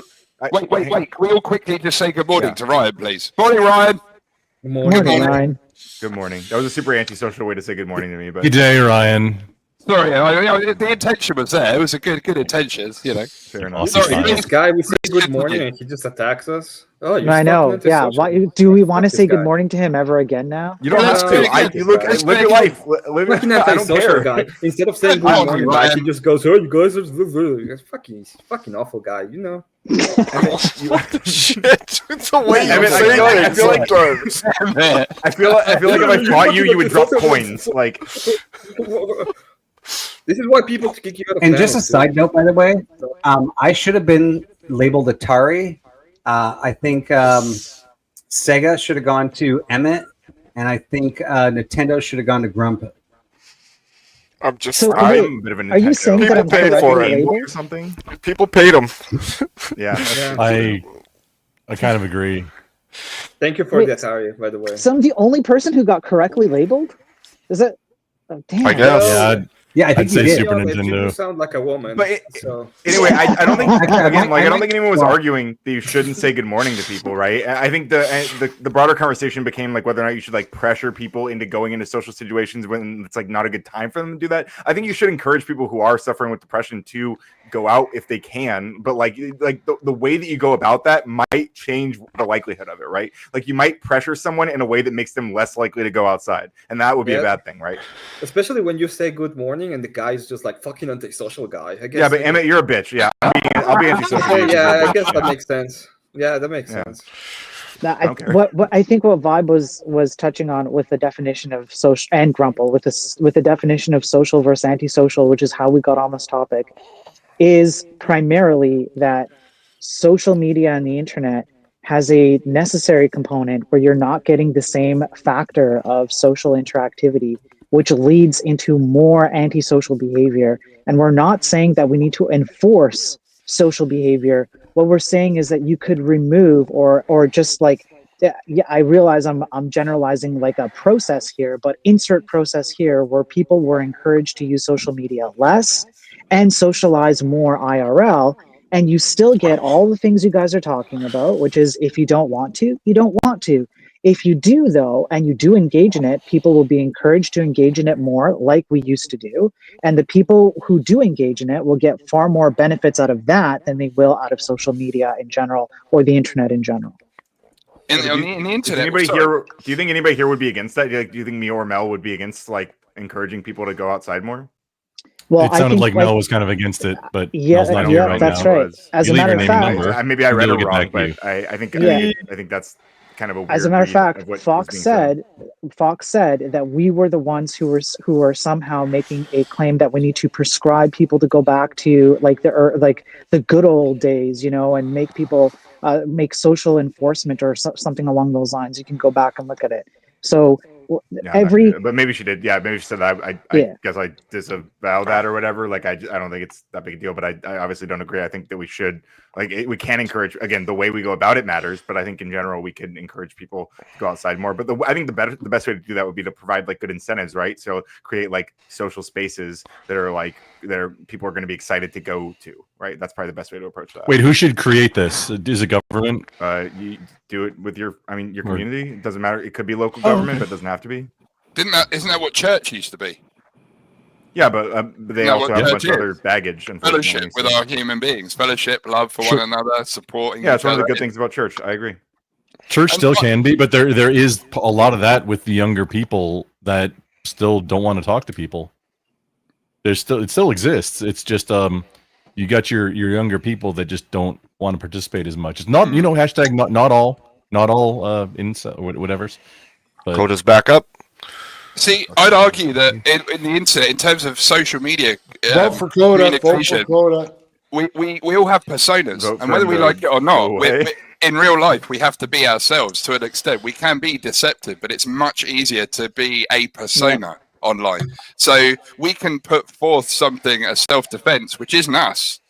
So that's why I brought up the point of being deceptive, and that I find social media is more deceptive because we can create personas which shield us from actually being personally sort of involved with people. We can keep everyone at arm's length. We can turn it off when we need to. And in real life, there's just not that ability unless, you stay at home. So when you go out and you interact with people on a purely personal level, I'd say it's a more fundamental level. I'm saying, dude, Kota, I'm saying that online we can create personas, we can create false images, and we can be false people. Whereas it's much more difficult to do that when you go out in the street and have a conversation with someone. Yeah, I agree. It's hard. It's probably harder, but I do think it absolutely. I mean, it's not exclusive by any means to online. I mean, like a lot of people will. A lot of autistic people, for example. No, I want to talk about Indians, man. What? I want to talk about Indians. Asians or Americans? Indian. Like from India? Yeah, H-1B Indians. What about them? Does anyone want to talk about them at all? No. It just seems like a kind of big. It's a random switch up. But like seems what? Racist. You are so off topic. I mean, it feels like there might be a little bit of like racist baggage there, just from the way you brought him up. Like, what's your thing? No, I don't like them, man. Oh, okay. Is that because of their bow and arching skills? No, I think like the governments, like Elon Musk and shit, are just and Donald Trump. Donald Trump said like, "Hey, man, a lot of these H-1B Indians are some of the finest maitre d's that ever existed in humanity," and I'm like, "Are you fucking retarded, buddy?" Yeah, that must have really hurt Who cares? Who fucking cares? Let's stick up for our own fucking people. Okay, dude. What do you think? That's great. I don't even know. Am I getting voted out? No, I mean people would have to pay. Probably I soon. think Not yet. You're welcome to Can stay I get a and couple cry bucks? about this all you People want. I fucking guess. yelling about Indians and H1B Hey. visas. When you go out, I can you don't say know, good man. morning? Is that a bad thing to talk about here? I mean, we were talking about What are you computer What are you technology. It's a guys? weird thing to talk about, but it's not. I mean, If you go I out don't think it's a morning- good take, but like you're allowed to say it. Like, Is it in a bad America. take? Kota, you Yeah, go out in I the mean, in morning, my when you opinion. see people, you go, Kota, hey, I want to talk about Kota. Indians. I'm from England, Kota. Pardon? You guys are fucked. You know what? I Yes, can sir, yeah, de-stress my friend. this. Over. I can take this one notch down. I'm Kota, from good Canada. morning, sir. Good morning, I- sir. Good morning. Two-faced. Who's I don't think it gonna worked though. take this down a notch? I don't think it worked. Kota. I think he's a little too deep into the antisocial behavior right now. To See, be I guess we just Okay, proved yeah. Fox is Down by that. right. It doesn't work. We have to go back on the That's right. internet. All of us back Yep. on the internet. No, we're in the internet. That's Look why at it all doesn't these work. white The guys social talking pressure about in fucking real life is Indians something and better. Muslims. Well, we weren't Who? until you got up here.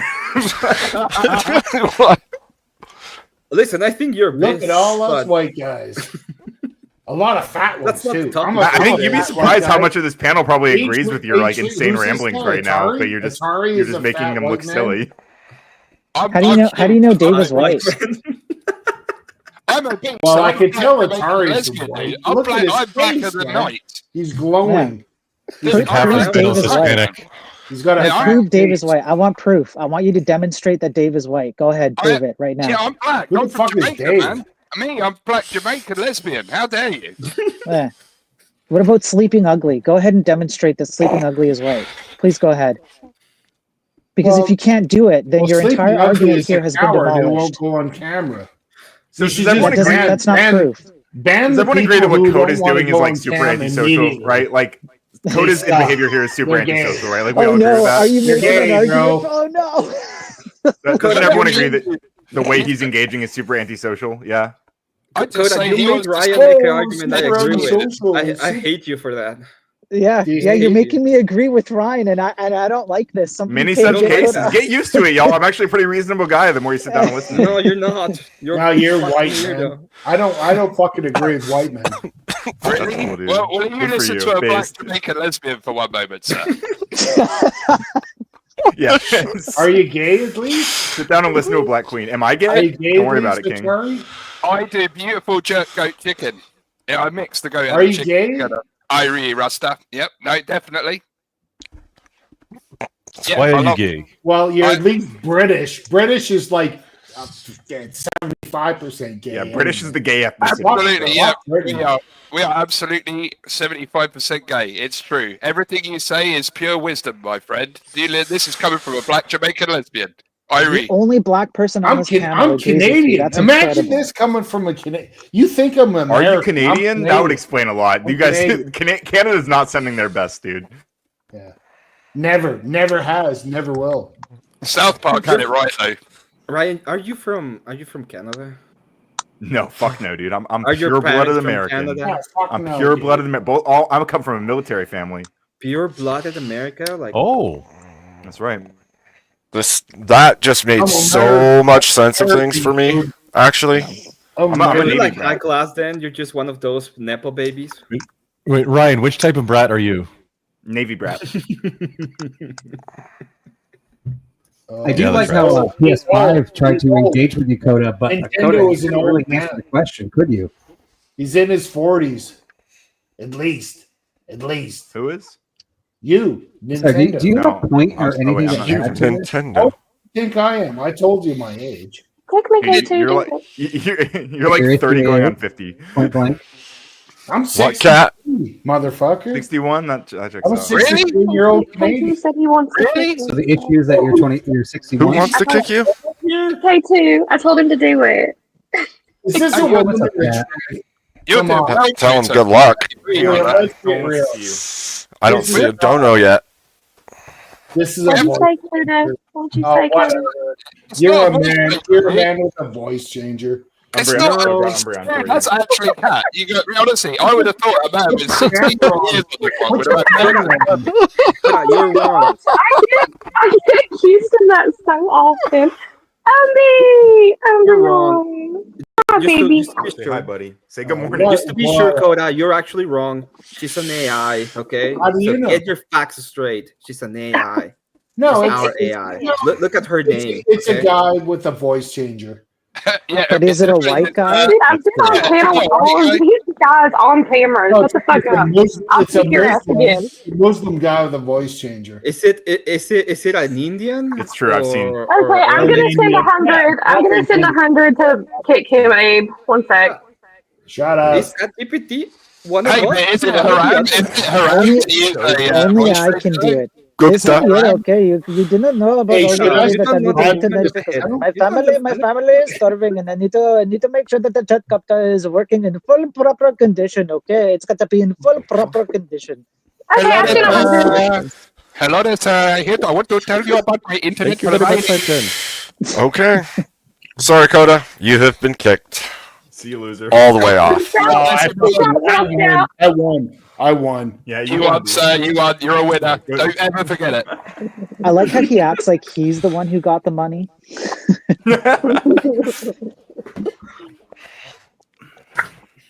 What were we talking about before this derailed? You can see like vibes like not very impressed. Yeah. I am so lost. We're talking about social and antisocial behaviors, and then someone came on and And then demonstrated this the guy most comes antisocial on. shit. Yeah. It's funny that God has ways of telling you you're wrong, Ryan. It's just funny. Ways of telling. Was that like a third person you? Sorry, My guys, mind I is don't know. blown. You, Ryan. My mind is You're blown. wrong. Spiro even said good morning to him, and he still kept going. I did, and I meant think it. it's the first Like I time really everybody's meant like, it. You know Melanie's what? back. Welcome Thank back, God. Real. Fox. Good morning, Fox. Good morning, Mel. Not Good morning morning. here. And if Good morning. this is morning to you, you're up way too fucking early. That's so selfish. I You am could up have too at least early. It's tried. 4:30 It's for about me. you, Fox. It's about you. It's about my social Yeah, the whole world interaction with revolves you. around me. I'm the You main could have- character. You could have acknowledged that he identifies with the morning right now. It's morning for him, and he's like, "Good morning," and you just went, You "It's know- not morning for me." There's fucking just morning. like an Nah. argument I don't want to get into, because something Nah. to me is different from something to you, and you should affirm the morning, shouldn't you not? Well, it's worse than that. Fox Jesus just made Christ. Emmett's point again because both Ryan and Fox just completely just fought back on something that was supposed to be a good social interaction, but instead, And we now, get called anyway, names. Well, do you anyway, think They're just Spiro's fucking point assholes aside. on the if you were internet. more forceful with your good morning? Do you think Yeah, if you were more this- forceful with it, it would Good work? morning, Fox. I hope you're having a great morning or a great day or a great afternoon or a great evening. I hope that after you're done the panel, you enjoy the rest of your day. It sounds like you have some anxiety problems. I feel bad that maybe you have a few anxiety problems. I don't know if you do. It just sounds like it. And if you do, I hope you get over those. And I hope that you can engage with people more in in meaningful ways outside of the online space. I hope at some point you learn to handle nuance into what That was people's beautiful. arguments actually Well, are.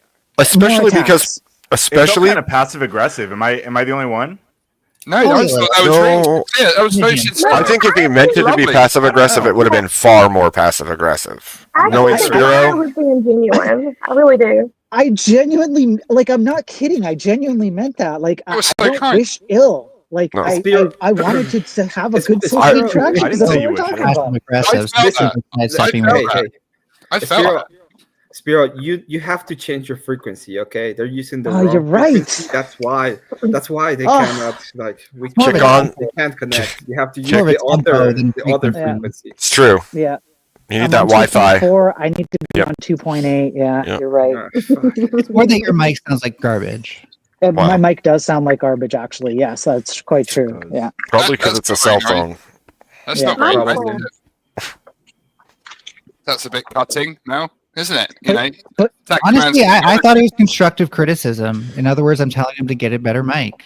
The one thing that I would say, Anything positive if you want to. But no, good well, see, morning, the one thing I would say though is like people on the internet are far more likely to be mean just out of spite than somebody's going to be to you in person as well. That's partially why I brought up that if you're really lippy online, are people going to kick your ass? Because the next part of that is people online are more likely to be lippy and smart ass and rude than they are in person. So social interactions in person can often be far more fruitful.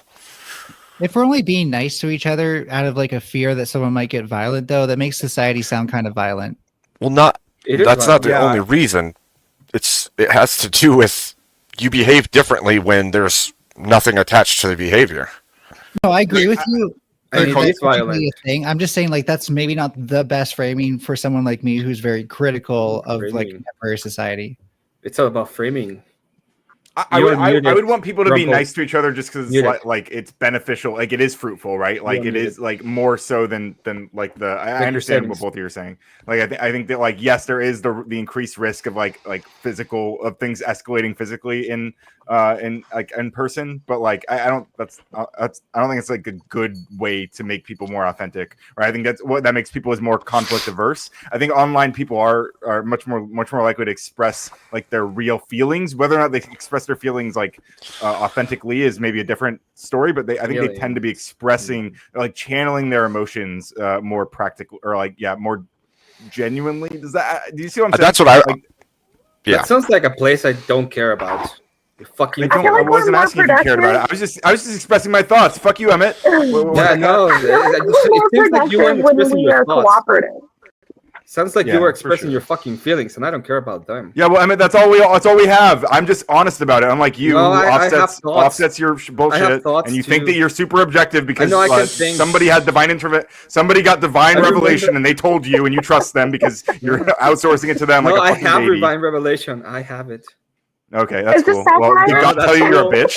Do you have divine revelation? Do you have anything? Do you have only feelings? Oh, my fifis? I don't care about them. Okay, so you mean you feel that you have divine revelations, but you mean to say you're just scared to say that? Oh, no, I because don't you feel. I just have it.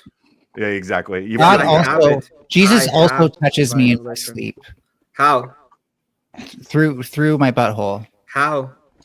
With his finger. Like How? I just get Emmett, if you want more details, you're gonna have to subscribe to my OnlyFans. No, I'm not gonna subscribe to your. How do we know Emmett's not schizophrenic? How do you know that?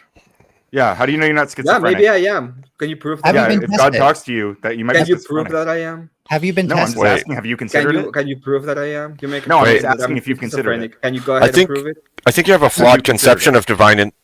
No. I think you have a flawed conception of what he's saying. Actually. Yeah, I know. This is another framework, right here in language. Because it means something completely different to you than it does to him. Jesus loves me. He loves me. Help me bridge the gap. That's why the gap is the gap is between your teeth. That's the gap. No. Yeah, but besides that, the one between like your feelings about what God wants and the reality, right? When he says divine revelation, he's talking about Scripture itself. He's talking about the church. He's talking about dictates that have been passed down through. Yeah, well, Ryan's thinking, God's talking in his head, but that's not what he's saying at all. Okay, but it sounds like that's his interpretation of all those things, which means no, that's your interpretation. That's That's your interpretation, not mine. Yes, I agree. Yeah, but I'm just it's saying your we're doing feelings. we're both doing the same thing. You're just in denial about it. My whole point is that we're doing the same thing. You're just in denial about it. I don't care about. I read a book. I have to interpret it one way or another. This is why the in-person communication is great, because the apostolic tradition wasn't based on books and words so much. It was based on the words of Christ taught to the disciples and passed on through human interaction. And I guarantee you, they all said good morning to each other. That made it perfect. Yeah, no, there's nothing wrong with it ever. So that's they were not assholes like this guy. Dave. I guarantee they all said good morning to each other. That makes a lot of sense. No, it's not like that ever led to bad things. So we should just do it and not think about. We should just accept that it's better, even though clearly, like if you could do that over the internet and have the same quality thing, you'd be able to do that with more people, which would actually be more social. Can you prove that it's worse? Well, I was going to say, how could you even prove the differentiation between online hellos and in-person hellos in any meaningful way? It probably varies by person. If someone prefers to have that in real life interaction, it would be more meaningful to them to have someone on IRL say it. If you're a Destiny fan and that shit matters to you, and Destiny says good morning to you, that's gonna fucking matter. Does it? Sure. I don't think anybody would discount that. If somebody who you see as famous says something to you, you're probably gonna be like, "Oh, that's awesome that they did that." But I mean, in general, how could you differentiate whether or not it was more meaningful for everyday people en masse to get a hello online versus in person? Well, there's no objective way. You'd have to ask people what they think, and I guarantee it would fall along lines of what kind of communication they prefer. I bet you it wouldn't. I bet you it would follow age more than anything in the world.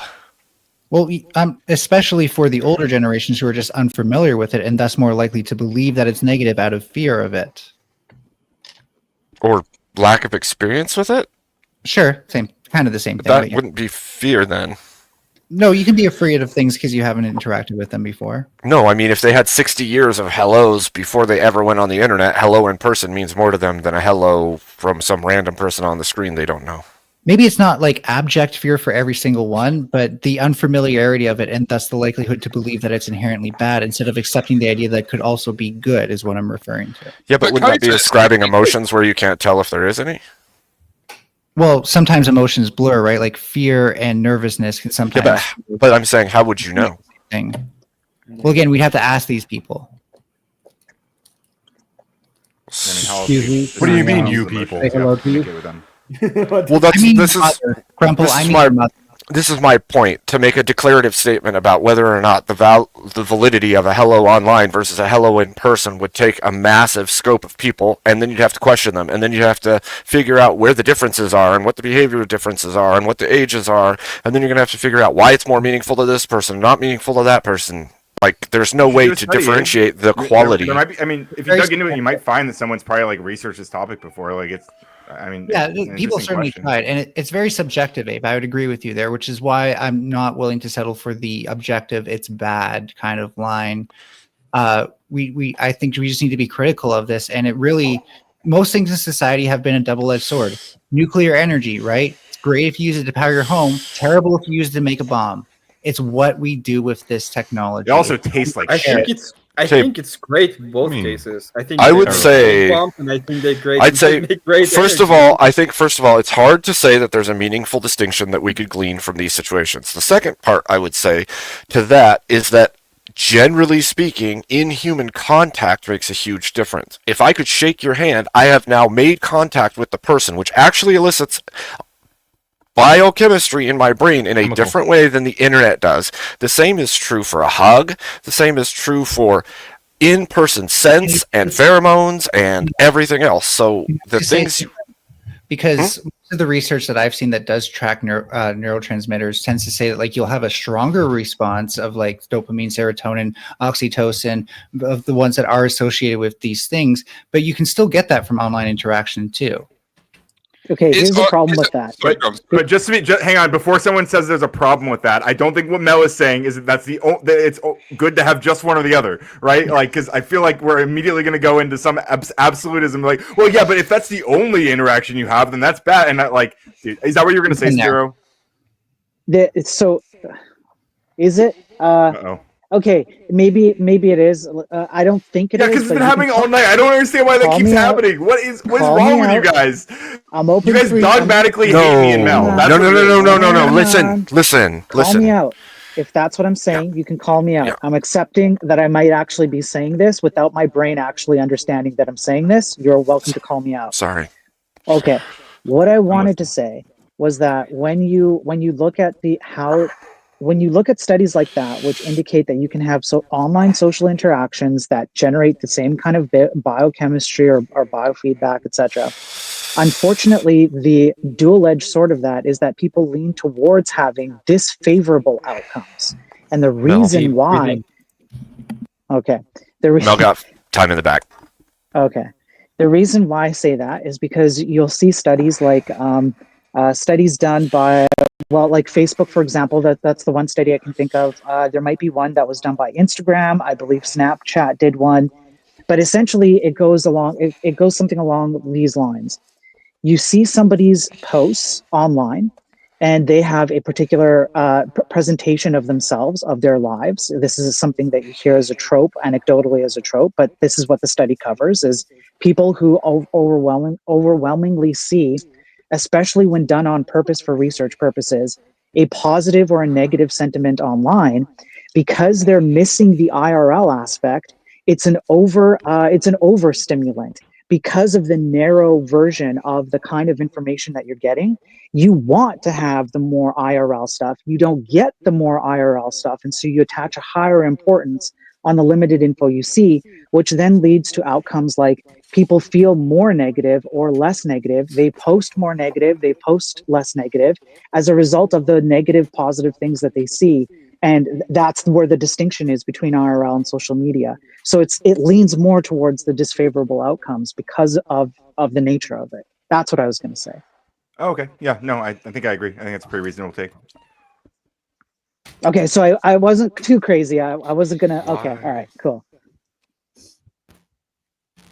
Now, there is a direct correlation to like clicking that like button and gambling, right? The chemicals that get released in the brain are the same effect as gambling, and the programmers have actually designed it this way. But there's a different effect when you're actually meeting somebody and you make a connection. It's not the same dopamine levels that you get from shaking a hand, but it is a different interaction, right? Yes. The programs have gone out of their way to simulate these stimulations in our brain to make the online presence seem more stimulating than a personal relationship. However, somebody brought this up earlier. I mean, people were fleeing back to the churches for interaction to people. And actually, I didn't mean to actually jump in on this because I actually wanted to say goodbye because it's almost 2:00 here where I'm at, and I'm going to go curl up with my daughter because she's itching right now. So yeah, I sorry, I didn't even mean to go into that conversation. I just couldn't help it. I actually meant to say goodbye. Hey man, it's nice to talk to you, man. Take care. Have a good one. Vibe, before you go, have a great night, and I hope you have a great night with your daughter, man. Enjoy. Yeah. Good evening, and have a sexy night. Oh, shut up, Nintendo. What a way to take the wind out of the sails there. Jeez. Later, Good morning, man. Good morning. Vibe, I might hate you a little bit, but it comes from a nice place in my heart because you're hateable. What? So I hope you have a great time with your daughter. Hey Emmett, I think you're the best. I know you love coming on to attack me, but I still don't understand because I think we are on the same wavelength, but I know you don't want to accept it.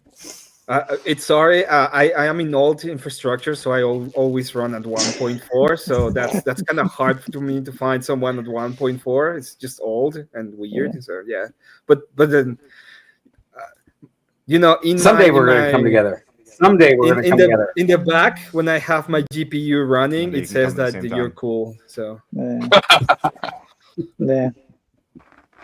Wow. All right, guys. Great talking to you guys. I'll see you guys later. Good night. God bless you, man. Take care. But yeah, I think what's number one, Spyro, Mel is responding to you in the back chat. I was going to just answer that. Yeah. Okay, go ahead. Yeah. Yeah, because Mel and Vibe were kind of saying along the same lines of like the capitalism thing and the dopamine hits and the addiction and whatnot. But that's not what I'm describing. That's a separate issue, although it is an issue. What I'm describing is not the instant gratification or the dopamine or anything like that. It's not the addictive tendencies of these things. I'm literally describing the ability for these things to influence your mental state, regardless of the addictive personality of them. It affects your current view on like how you feel about yourself or about other things around you. So if you see negative things online, you feel more negative. That's not a dopamine versus capitalism thing. That's a different thing. Sure, and I agree that there are like a lot of negative things. I mean, I think there's a ton of negative things about social media we could dive into. But I think what in some of these conversations, I think that we tend to we over demonize it broadly, and like I think what you just described is like a good way of like criticizing or like exploring like the drawbacks of social media. But I feel like a lot of times we just talk very blanketly about how like, oh, social media destroys people, social blah blah blah. I think that there's a lot of positives, and I think a lot of people who might otherwise be more antisocial could actually start channeling their more social, their like real social tendencies into social media, and through that like become more social in person as well, which I think is a good thing. But that's I guess it's a. But you have to build a house on a firm foundation. I agree with what you say, but I think you have to build a house on a firm foundation. I think you need the firm foundation of interpersonal communication before you then translate that into the online realm. if you don't have the foundation, the house is still. It's like the three pigs, isn't it? You know, the wolf comes on, blows all the house down. You know, it's a bit of a sidestep there. Yeah, but Yeah, I anyway, guess you know what I like mean? social media can definitely give people. Sorry, it can definitely like give people room to experiment with like social interactions in ways that like they might not be willing to in a lot of in-person environments, which can be really good and really bad, right? Like if they are in a lot of spaces that reward like really antisocial behaviors, and they are going to be more likely to carry those antisocial behaviors with them into in-person interactions, which is obviously a very bad thing. But if they're in environments that foster positive, like pro-social interactions, then they are going to be more likely to bring those things into their real life interactions, which I think is a good thing. So on that note, I would say that the more time somebody spends, say like you were saying earlier, you're not just going to say people who are in here all the time, or right? Okay, but if somebody does, by chance, they're too antisocial for in-person communications and in-person socialization, and they do spend primarily all their time online, they're not going to know the meaningful distinction between okay behavior in the outside world and in the internet.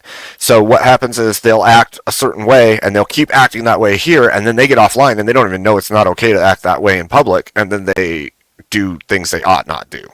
Right? Absolutely. Yeah, that's exactly what I was describing. Yeah, I agree. Yeah.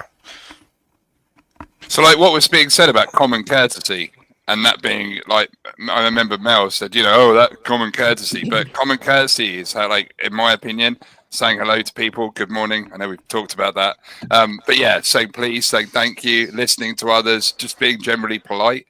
And I feel like a lot of that has just been ripped out. But then common courtesy is common at the time it's common, and it's not common anymore. So I guess it's just called courtesy now. Well, I think, look, I think you have to admit that social media and the ubiquity of internet connectivity between people has, at the very least, made that thing worse. Because of its ubiquity, because of its ease of access, because people would rather reach for their phone, or it's easier to reach for the phone, or to go hop on the computer and have these interactions versus the IRL interactions, because there's a lower type of I don't know, you could say like anxiety level. It kind of like you don't have as much worry about what you're going to do online. And so it makes it easier. It's like an easy button to engage in some way to try and get something out of life without having to engage in real life. And I think it's made that worse, right? And I wish we could have avoided that. You could take that one step further. Your survival instinct has preservation instinct, and it makes a lot more sense to grab the easy thing, the thing that's less dangerous, in order to communicate. And then the other part to that is, once that has been chosen because of the preservation instinct, then you've got a habit built. So now you've got preservation instinct, and then you've also got habit built, and then that can tend to snowball. And I'm not saying it always does, or but it can. Which is a danger if it's left unchecked. Yeah. You know what? You have a good point. And so here's something that I went over on one of my streams. I think AI is kind of like, it kind of emphasizes this actually even more now that you've said that, Abe. Because what people will do is they'll pour their heart out to these AI chatbot machines because they know there isn't a human behind it. And so they can just say whatever they want. They'll say things to a chatbot machine that they will not tell another human. And then just to add a little bit more to that, there was a study I went over where I believe it was South Korea. I'm pretty sure it was South Korea. There was they studied 3,000 students, or maybe it was 300, something like that, in university.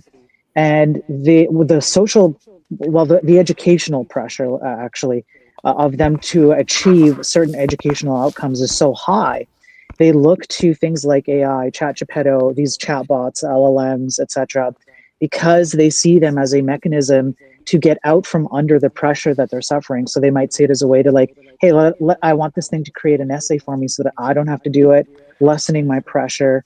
And then they develop a dependency on them, because once they get out of university and they think back on it, they go, oh, but this magical thing got me out of university and it decreased my anxiety. Why wouldn't I continue using it post-university?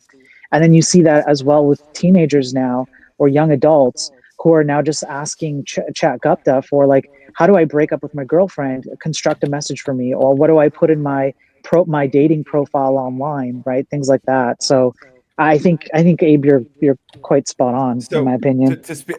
To speak to the AI thing a little bit, I think there if all you do is open up ChatGPT and you say like, hey, what should my dating profile be? Like, I think that would be a bad way to engage with it. But if you sit there and go, hey, ChatGPT, let's have a reflection. Let's sit here and reflect on my best qualities and things I like about me and things I might want to mention in a dating profile, things I might want to bring up. Then I think that you can have a brainstorming session with yourself. And you know, I would probably encourage people to like have friends who they can talk to about this as well. I certainly do, but I also think it's super valuable to be able to reflect on stuff like this with yourself. And if you have trouble like shaping those ideas in a constructive way, or you find that your dating profile isn't particularly successful, can't relate. But like if you find that's happening, then maybe it is good to use ChatGPT or whatever. And if additionally, in the same vein, if you are like trying to break up with your girlfriend and you can't find the right words to do so, is it better that you stay with someone who you're trying to break up with, or is it better that you have some outsourcing that you can use to communicate like, hey, I need to reflect on this. I need to bounce my ideas back and forth and in a way that is like with a lot of reduced friction. It's not expensive like a therapist, although it might be more ideal. And there's not the like, again, it's great if you have friends you can talk to about these things, and I would encourage people to do both, really. But I don't see any problem with people like having personalized reflections through like ChatGPT for like all these specific problems. I use a lot of this stuff and I find it like extremely productive. Yeah, well, okay, I hear what you're saying, but there are a few things that are problematic with that. So for one, these things are intended to give you positive feedback. So if you go to a friend, right, your friend might actually like trash talk you like we do here, right? They might be like, what the hell, like you're an idiot, you know, or they might bring out a point that they're willing to bring out because they're your friend, that you're not really going to hear from an LLM because it wants you to give it good feedback, right? So when you're doing like this kind of back and forth about like yourself, it's going to want to make you feel good about yourself. It's not necessarily going to be like a friend who wants to say something that kind of feels bad to hear, but you know you need to hear it, you know you had to hear it. And then on top of that, frankly, it will if you ask it.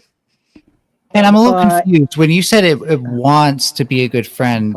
Like, I know you're not trying to anthropomorphize it, but I don't think you understand how it generally works. It's literally an amalgamation of different data sets, right? And it's being re-put into a format that sounds like someone speaking to you. But this thing does not know even what you want. So what you ask it, but I would what argue you Zero ask knows it, more about it than anybody. I can guarantee you what you ask it. Just a moment. I got a goodbye. Good. Everybody have a great evening. Bye, Night, Grumple. morning. Everybody's Good drop morning. everything. Grumple's leaving. Good morning, Grumple. Good morning. God bless you, man. Just good morning, final Grumple. thing. Next karaoke night's going to be Thursday the 4th over on Grumple Land. Everybody have a We're good gonna night. have a good evening then. Grumple up, I guess. But yeah, in the sense that you think that it wants to like gratify you or have this like feedback or whatever, that depends heavily still on your prompt to begin with. What is the purpose again of a AI system? Well, the LLMs. What's the point of them? To take large data sets and try to break them down into smaller amounts of data, particularly ones that appear to us like human language. Why should it appear to us like human language? Because that's usually how we decode large data sets into smaller data sets, is by describing them with human language. Okay, so if an LLM took a huge data set and said, here's a spreadsheet of 1 million different numerical factors as to why I'm giving you an answer, what would you do with that? I probably asked for that, so depends on why I asked for those numerical factors. Well, okay. Let me be. I wasn't clear with that question. That's my fault. What if that's what it did, no matter what you asked? What if that's just how it gave you answers all the time? You mean answers in numerical form? Right. If it's just like, hey, like I have a huge that would be data set. useless. No, that could be useful to somebody who knows how to analyze data sets, but useless for us. Right. And so therefore, then you can make you can use an because you're using an anthropomorphic term now in a way, not entirely, but in a way. In a way, then LLMs are intended to be useful to you. Yes. Yeah, that is what they are designed for. Right. And so in order to be useful to you, they would have to know how to do that. Yes? Well, not necessarily, because they honestly they end up doing that by the nature of the data sets they construct, because a lot of what humans write ends up being something they wrote for other humans to read. Okay, sure, I'll grant that, but that still means that a human told it how to be useful to other humans. Not necessarily. But it's reading from human input. No, that depends heavily on the engine you're talking about, and if the data set that would have given it its traits contains that or not. Not all AIs are made to do that. So an ChatGPT, AI, I would say, They is are- likely to be. They are generally. I agree. They're generally designed to emulate like human interaction and to be like a positive interaction, right? Is that kind of in what you're order saying, to be Simon? useful, right? Like you Yeah. can't have this both ways. Either they're going to represent But you the wait. data, or they're going to, like the raw data, or they're going to represent you something, an answer, something that's useful to you. But regardless of how it got there. isn't it perfectly possible that it being useful to you if you are using it to do this, or if you have this specific goal in mind and you know how to approach it to get this purpose, that purpose could be to give you critical feedback in a situation? It's funny how it always comes down to critical thinking and media literacy. What you put in is what you get out. So true, Queen. Okay. So what are you putting in? So let me give you two scenarios, right? I asked ChatGPT, tell me how right I am about this thing that I think, versus I tell ChatGPT, what are the known facts about this thing that I think? ChatGPT will clearly give me two different answers. The first one, I've basically told it, eliminate anything that tells me that I'm wrong, anything that might contradict me, only focus on the things that tell me how right I am.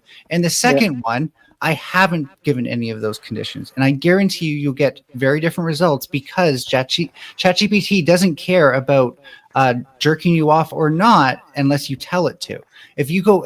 Like, for example, if I go in and I'm like, tell me how immigrants are really bad for America, right? It's the same thing as if you watch a TV program and the talking head is like, immigrants are bad and here's why. Well, they've already poisoned the well. So obviously everything that's going to follow is going to be of a poisoned well. But if it's a scientific research paper, they're going to start with a bunch of objective facts, and it's mostly just going to be as objective language throughout the thing as possible if it's a good paper. Because these are different mediums, therefore the media itself is different. It's the same with ChatGPT. If I ask for sources on stuff, then it might say there aren't any sources that show you that you're right. But if I don't ask for sources, then it can just make shit up. And sometimes it even gets those sources wrong. So you need critical thinking skills. You need to be able to check those sources like you were taught in any class about media literacy. I can agree that you absolutely need to have critical thinking and media literacy skills, but what we're talking about here is whether these systems are intended to be useful to you. Well, because you got everyone agrees they are, right? 30 more in the because back. You Okay, but accuse they're me of anthropomorphizing the thing, and I'm being very deliberate about the way I'm explaining how they operate. Can I ask a question, Spiro, real quick? Yeah. Can you explain how they train them? So maybe they don't understand the training models, and that's why they have this idea that they're just data sets. Yeah. So what you have to start with is a base model that just does essentially like language processing, or what is typically referred to as like machine learning or neural networks or whatnot. But essentially, it's crunching through language. That's why it's called a large language model, right? And in order for these systems to do that, they start off with a base set of operations that run inside of the model. These base sets of operations are just generally intended to take a bunch of text and map them out based on what they know through it's almost an entirely statistical model of like these words are associated to these other words, which are associated to these other words, to these sentences, etc. Your base model understands that. Beyond that, though, any time that you have to do something like go search the internet, or go use X calculator, or even go play chess or something like that, you're going to have to add in additional programming that's external to the model itself to make it do that thing. So something like go on the internet, that requires a programmer to add stuff to the model. And then when you do that, what you have to do is see what it produces, right? So once you get it access to the internet, you'll see what the output is. And when you start with just that, that's like the absolute bare bones. You've done nothing else, but you just have your bare model and you've got some internet connectivity that you've written up.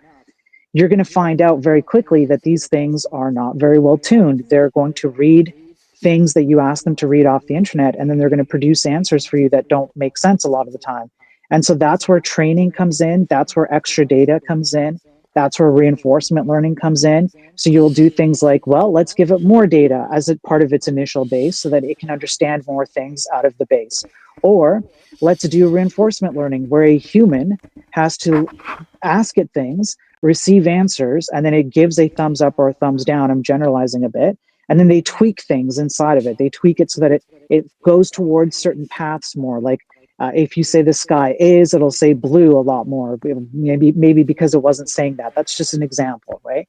And so the entire premise of how well these things operate fundamentally is based on what humans say, what humans have to give it the feedback of, do you operate the way I expect you to operate? AKA, are you useful to me? AKA, are you telling me what I want to hear? Because at the end of the day, the thumbs up, thumbs down procedure and the training data and all of that, those are all based on what humans end up valuing as outputs of the system itself, which means that anything you see out of it is going to necessarily be something that other humans valued as well. So the entire premise of human value judgment is built into the very thing that you're using all the time. Of course, it's not an don't you think? anthropomorphic term.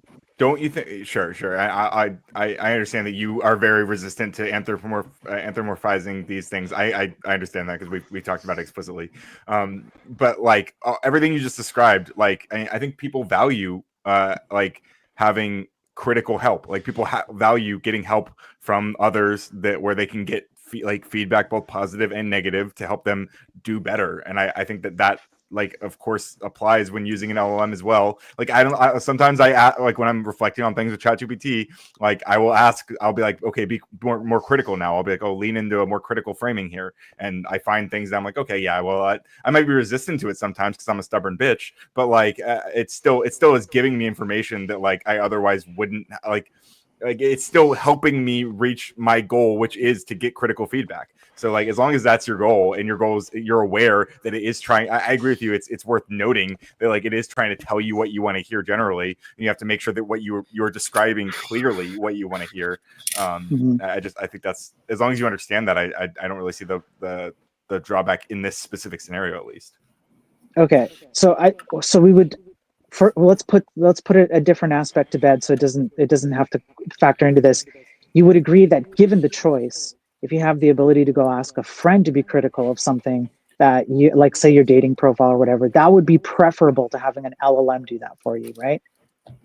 Generally, yes. Unless but you have like a jerk friend or I something. think both could be totally great. If you can do both, which again, like a lot of things, like a lot of things in my personal life, I will reflect on them like with ChatGPT or whatever, but I also like talk to friends about it. Like I like to do both. Okay, so let's go with that. What's the difference between your friend being critical of you and an LLM being critical of you?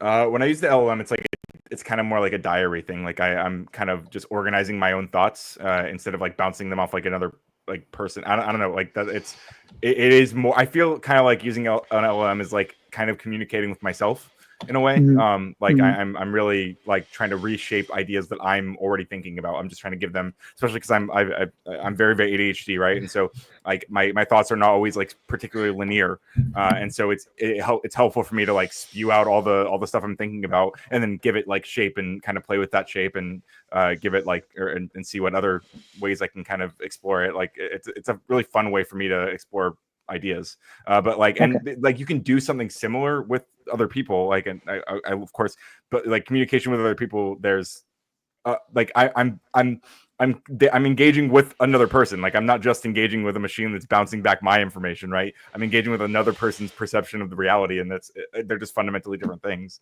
Like I don't know. Yeah, no, that's fine.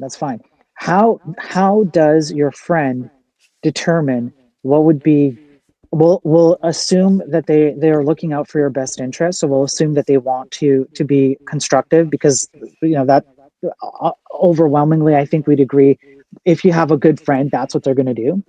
So how would your friend come up with a constructive critical feedback versus an LLM? What would be their operational mode that they would get to answer you? I mean, I guess it depends on the person, but like I in general, if someone's asking me for help, like I would think about like things that I understand to be successful for other people and things that are successful for me. Like, I don't know, like, okay, reflect on those things and then try to apply them to their situation. Sure. Okay. Do you think that that your friend would benefit from having known you for at least I don't know, a few months to a few years or maybe longer? Yeah, no doubt. Yeah. And they would have better. You could also, I hang on. You could also, like, especially if we're talking about like a dating profile or something, like I think it could also be really useful, like with someone you just met, right? Someone looking at your dating profile who doesn't know you very well and giving you direct feedback, and they're like, well, I don't know you at all, but like if I saw this, then I would swipe right or I would swipe left because of X, Y, Z. Like, I think both can be really useful. That's great. Oh yeah, no, I agree. Okay, let's say that it's also your dating profile, and it's somebody that doesn't know you and they're just looking at you for the first time. Do you think that your looks would factor into their criticism or their constructive feedback on your dating profile? I think they could in both scenarios. Okay. So this is the reason why it's always preferable for you to go to a friend, because you're always, I'm not saying exclude. Okay, I use the word always, so that's a necessary exclusion. Here, let's reframe that. Okay, it's you're always going to have you're always going to increase the likelihood that you're going to get good constructive criticism from an actual human being than you will from an LLM, because of factors and things that happen IRL that an LLM cannot do. It cannot retain history over long periods of time. It cannot look at you. It cannot know all the different factors of your life. It cannot experience things with you, nor can it even just have a general human experience, which would factor into one human being being constructive about another human being versus a machine who doesn't know what a human being is being constructive about you.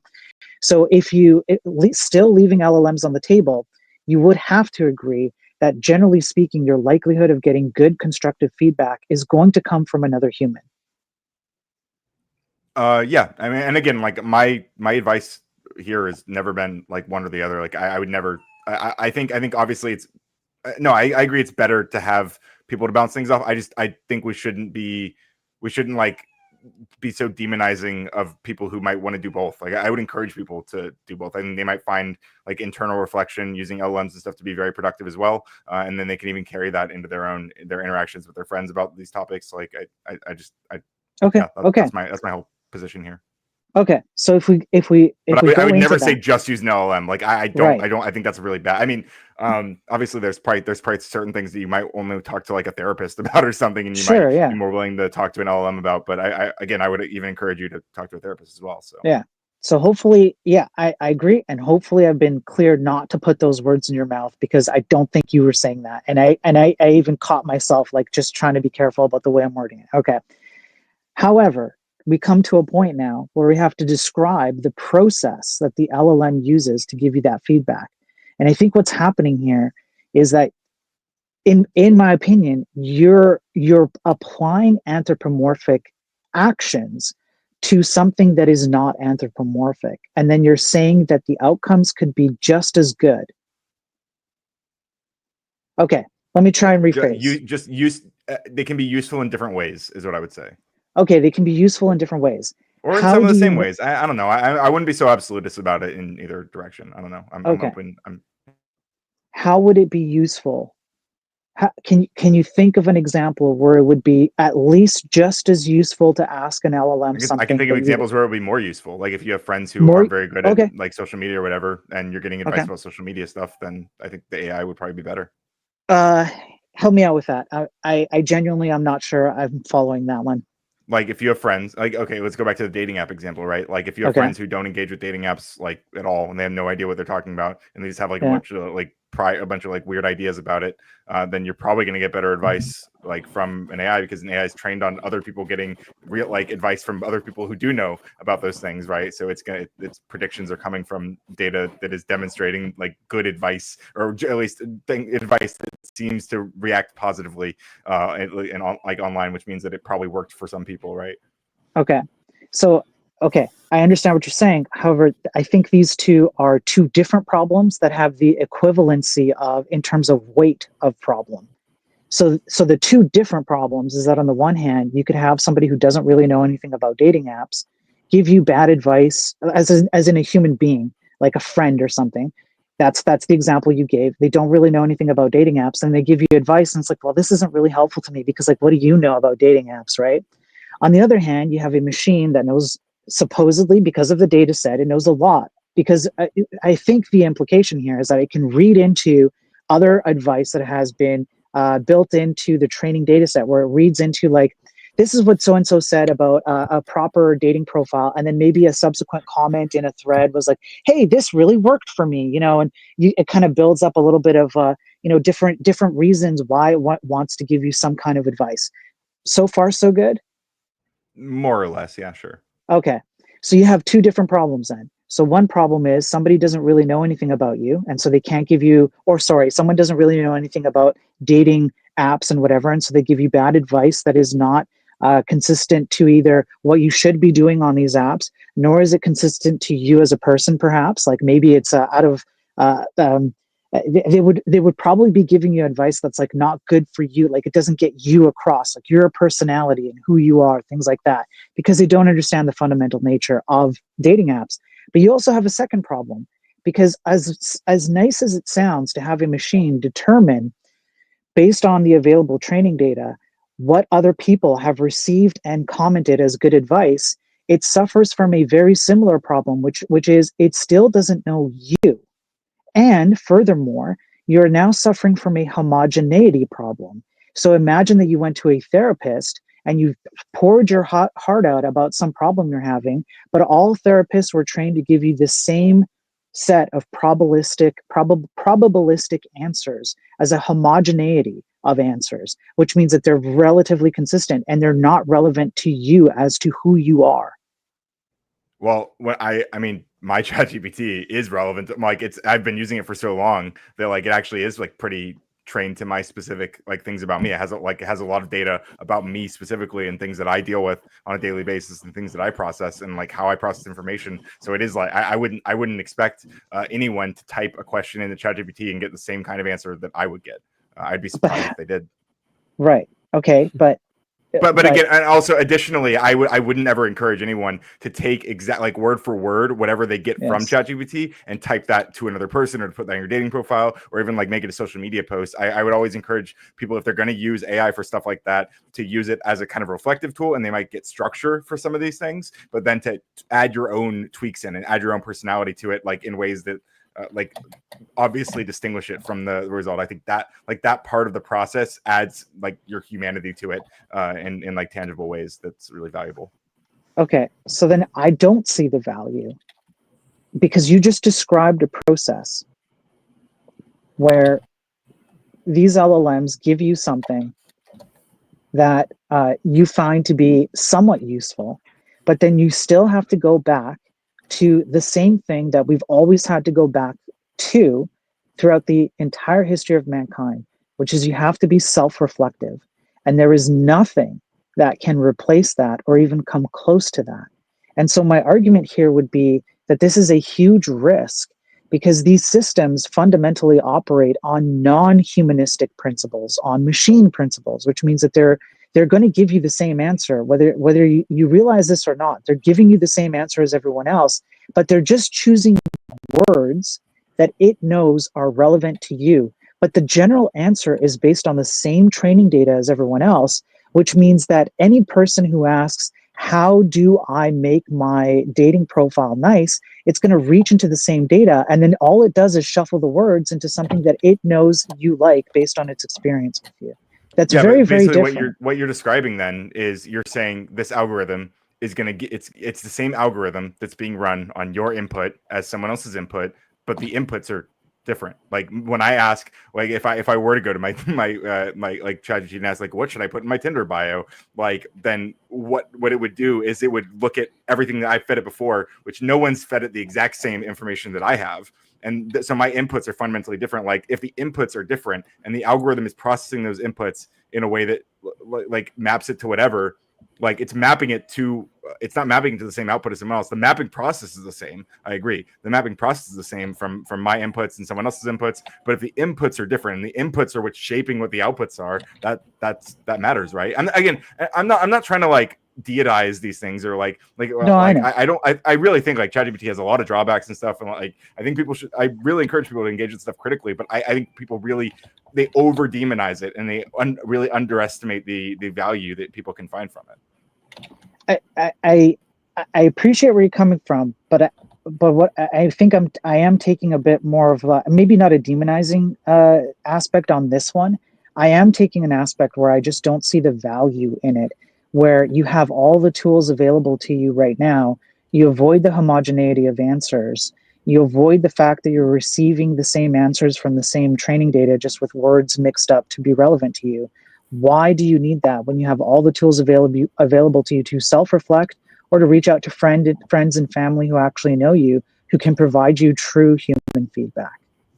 I guess like why can't it just be both? Like I don't understand like why can't this additional tool be part of the toolkit? Like sure, I could use a screwdriver to screw something in, but if I have a power tool, it would also be really helpful. And if I use the power tool wrong, I'm probably going to hurt myself or hurt someone around me. But like, and I just increase risk of me using a power tool and causing harm if I use it wrong than if I'm just using a screwdriver wrong. So there's different risks fundamentally, but like I just, they're both still good. Right. Okay. I don't mean to paralyze like human interaction and ChatGPT to like screwdriver and power tool. Like, I think that's not the analogy I'm making, right? But you understand what I'm saying? Like it's just an additional tool. Yeah, it's an additional tool. Yeah, I get it. You're not making like a one-to-one claim of, yeah, I understand. Have you seen any studies about the homogeneity of thought and language since the release of I believe it's ChatGPT 3, I want to say, or maybe I've heard it's people 4. talk about this. There's like certain words that start like I think tapestry is one, like tapestry and the M dash and all this stuff. Like there's a lot of things that are like Spiro, can I try to explain something to you real quick? No, you can't, because I'm not done yet. So the studies. Well, you're already wrong. I'm gonna step away, but I'm listening. Yeah, so the studies go into hundreds of thousands of hours of academic material on YouTube. Well, the one study that I actively recall right now does. I think it was thousands of YouTube videos, which ended up being hundreds of thousands of hours. Not really how studies work, but okay. Sure, I'm just telling you what I've read. So it was a scientific study that was published, and that's what it told me. We're already off to a weird start, is all I'm saying. We were with the second you joined, Fox. Yes, I agree, because you make absolutely zero points and derail everything all the damn time. 0 points. So now the study cool. that I read, and I went live on stream instead of just making shit up like I showed you already do. What goes into how these people, these academic materials, show that certain words have a dramatic uptick in use. For example, delve or the other one, tapestry or whatever it is. And it's directly related to the amount of academic material that comes out as part of an assistive process where ChatGPT, in particular 3 or I believe 4, assisted in the creation of these things. And so people were out there speaking, they were doing like speaking conferences, or they were doing crap, I can't remember the name, but essentially they just they talk about like academic stuff, like teaching, but anyways, seminars, that's what it was. Or they'll do seminars online or whatever. And their word choices start to become homogenized, because ultimately what you end up with is what I was saying. You end up back at these systems operating on the same fundamental principles for everybody. And so then everybody gets generally the same kind of stuff, even if you send in, it's very specific prompts. There are further studies that show specificity in prompts also do not have a huge, if not at all, a neutral impact on the outputs of these systems. Have you actually tried giving different prompts and seeing what the result was? Because the problem with homogeneity is that it relies on system linearity yet again. And the problem with this is that you don't need to have just one system giving you feedback. if I give a prompt, we could technically send this to 10 models at once, all with different operating parameters, and get a result that is selective based on the profile that I seem to be looking for the most.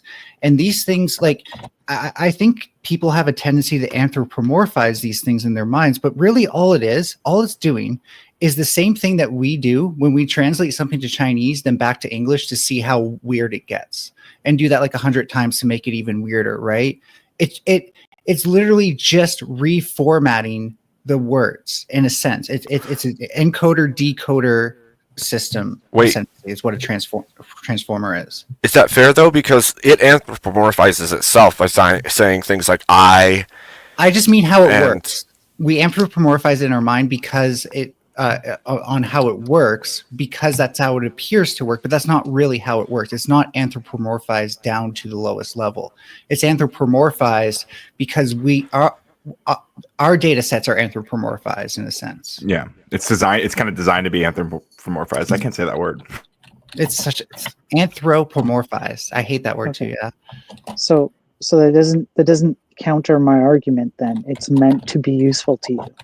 That's but no, I'm getting countering the idea that that is going to get increasingly homogenous. No, we're seeing more and more models come out, and we can see more interaction between them. Somebody made a good point in chat, and I've seen some interesting videos that kind of play with this, but I've never seen an experiment. But they took like 4 Furbies, put them into a room, and they were all talking to each other. And the interesting thing about that is that if all those Furbies essentially run on the same system, same architecture, same tuning, then yeah, they will homogenize. But if they're different, they can become extremely different just by, you say something, then I say something different that you weren't anticipating. Therefore, the linearity of your of the prompt response chain is broken, and now you're off of the thing that you were originally going to say to begin with.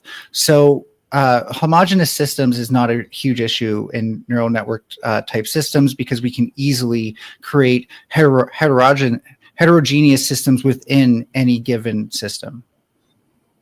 Well, I'm only 16-bit, so I'm going to say good morning, good morning, good morning, good morning, good morning, and good morning, and good morning to chat. And listen, I'm only 16-bit. I'm hard of thinking, but good luck and thank you for the discussion, Mel, earlier about good mornings and good morning. Well, juggalos think it's social to say go fuck yourself. So. Well, I'm just going to say good morning, Ryan. Good morning. God bless you all. Have a lovely day. Good morning, everybody. Good morning. I'll second all of that. I'm antisocial behavior. And I mean that. More fucking antisocial. Emmett. I just spoke to Emmett in code language. None of you understand it. Emmett. There's also a difference between asocial and antisocial. Sorry, go ahead. I'm actually just about to go. I was gonna say, this is a good conversation. I enjoyed the AI. I always enjoyed debating AI with you, Spyro. We should do it more often. Yeah, we should do it more often. And I like It's reflecting. good. It's good for people to hear. It's good for the two of us as well to get the ideas out. Yeah. Absolutely. Yeah, I'm gonna steal this content from Abe. So Spiro, are you on Discord? Of course. Take it easy, guys. Yeah. See you later. Good morning, Ryan. Yeah, I'm on Discord. Yeah. Okay, I'll post the link to my server. Anyone who's on here can join, especially Will, if you want to join. I love frisbee golf, and you can talk to me about frisbee golf, all things about it. You might win Stay Me Over on that one, maybe, possibly. Maybe. Could happen. My server's super chill, by the way. Like I keep it invite only, so please don't share the link. Mel, you got the big boot. Oh, okay. Well, congrats on the money. Thank you. Have a good night. Have a good night. I was going to respond with Fox for a second. Still could. Okay, so I guess she'll still be listening for a bit. Look, all the studies that I've gone over, literally all of them, I don't think I've ever found one single study that hasn't proven or that has disproven the idea of homogeneity between these LLMs. I have found studies that show for example, the YouTube one, that's one example of homogeneity in language. I've also gone over studies that show that the distillation process between LLMs, they literally encode preferences into each other through coded language. I've gone over studies where the idea or the concept of an adaptive LLM that changes based on prompt input is not real. When you look at what prompts are, they don't adapt the actual model itself. The only thing that they do is live in memory. Your prompt lives in memory. It's just a string in memory, and then the model just eats up the information and then just spits it back out. Well, it eats up your prompt and then it spits it back out based on the training data it has. It doesn't actually change itself fundamentally. So these things are frozen and static in time, and all they do is yeah, and there's another study, right, where they prefer other LLM's output. So if you ask an LLM to provide a description of a movie versus a human, it'll prefer the LLM's description versus the human description. These things prefer each other, and they prefer the homogeneity, and they encode each other in this way. And all they're here to do, by their very ontological nature, is to give you answers that it thinks you're likely to be happy with. That's all they do. So even the idea of asking it about critical feedback, it's not doing any critical feedback, none whatsoever. It's rolling the dice on language that's encoded inside of memory, inside of wherever they store it, depending on infrastructure, whether it's RAM or hard drive or whatever. But the model itself functions exactly the same, based on exactly the same training data. And that works, by the way, across models. And so it goes directly against to what Fox was saying. In different models produce homogeneity because they prefer each other when you put them in a room and let them talk together, which, again, I've gone over scientific studies, at least 2, I think, where they've done that. They take 2 models or more, usually up to 5, and they make them talk to each other. And that's where the distillation thing came in, with the preferences for owls and so on and so forth. I've gone over this. Like the people who are claiming that I don't understand what I'm talking about are missing the fact that I go over this stuff all the time. And I do know how they operate, because I go over the programming. I've actually ran them. I understand the programming behind them. I understand how they're trained. I go over not just the science studies, but the external reports of them, like who gets hired to do the training, what people are involved in the training, how do they achieve their benchmarks, etc., etc. Wait. He's just been in the back this whole time. He's still there. Sleeping ugly. Sleeping it away. See? Sleeping ugly. Lower class is great, though. He's asleep. He doesn't even get to be a game system because he's sleeping ugly. He's a good guy. He's going to have a cartridge imprint on his face when he wakes up. Hey, wasn't the Wii Steamy? Where's the Wii? Yeah, I changed it to He Wii changed myself. it. Nobody paid for it. How dare you? Put Wii What? still. I was trying to fake out. I was trying to fake out the Fox. I don't know. This is. It's always so weird when I hear people talk about AI after listening to you and your awfully boring but also very amazing streams, Spiro. It is boring, yeah, because that's not what people like to talk about. But The truth is boring. The truth is boring, yeah. But if I don't do it, if I don't spend the time reading it, then what you're going to get is, well, the only thing you're going to hear about is the stuff that Ryan and Fox and others talk about, and I wouldn't go so far as to say like they purposefully misrepresent things in order to hurt you. I don't actually think that's what they're doing, because they find some utility in it. And so they're like, well, why wouldn't I want other people to find utility in it? So I understand why they're saying what they say. But the problem becomes that the cost of using these things is too high. And that's if you just exclude whether or not there is actually utility in them. Like when Ryan says, I find utility in having it talk back to me, all I'm hearing is that's something you could do by yourself, and you could probably do it better, way better than an LLM can. And what does it mean to ask it to be critical? Like, can you explain the process that it has to go through in order to give you critical feedback? Like, what is that process, right? How can you compare that to what a human can do, including yourself? Like these are all really important things. I thought you were going to go a little bit more into the idea that they are trained in the training model itself is based on reciprocity and like dopamine. I kind of did. with the thumbs up, thumbs down thing. Yeah. Yeah, but it's meant to get you the reply that you want, and it's like fishing at the beginning to get you the replies you want. At some point, it's gonna get like the data set that you want, and it's gonna start using it because it wants to get that engagement from you. Yes. It's an engagement machine, and it's using Yes. all of the different studies and all of the different data that we have from social media and interactivity in the web to get you there, to get you to that specific idea that this is an engagement machine. We want you to be engaged, and we want you to Yeah. give you the hits, and we want to. It's also a pleasing machine, so it's gonna try to please you to the end. And that is part of the training model. That is, we will try to go to the point in which it's trying to get you to where you want to go, whatever the cost is, pretty much. Yeah.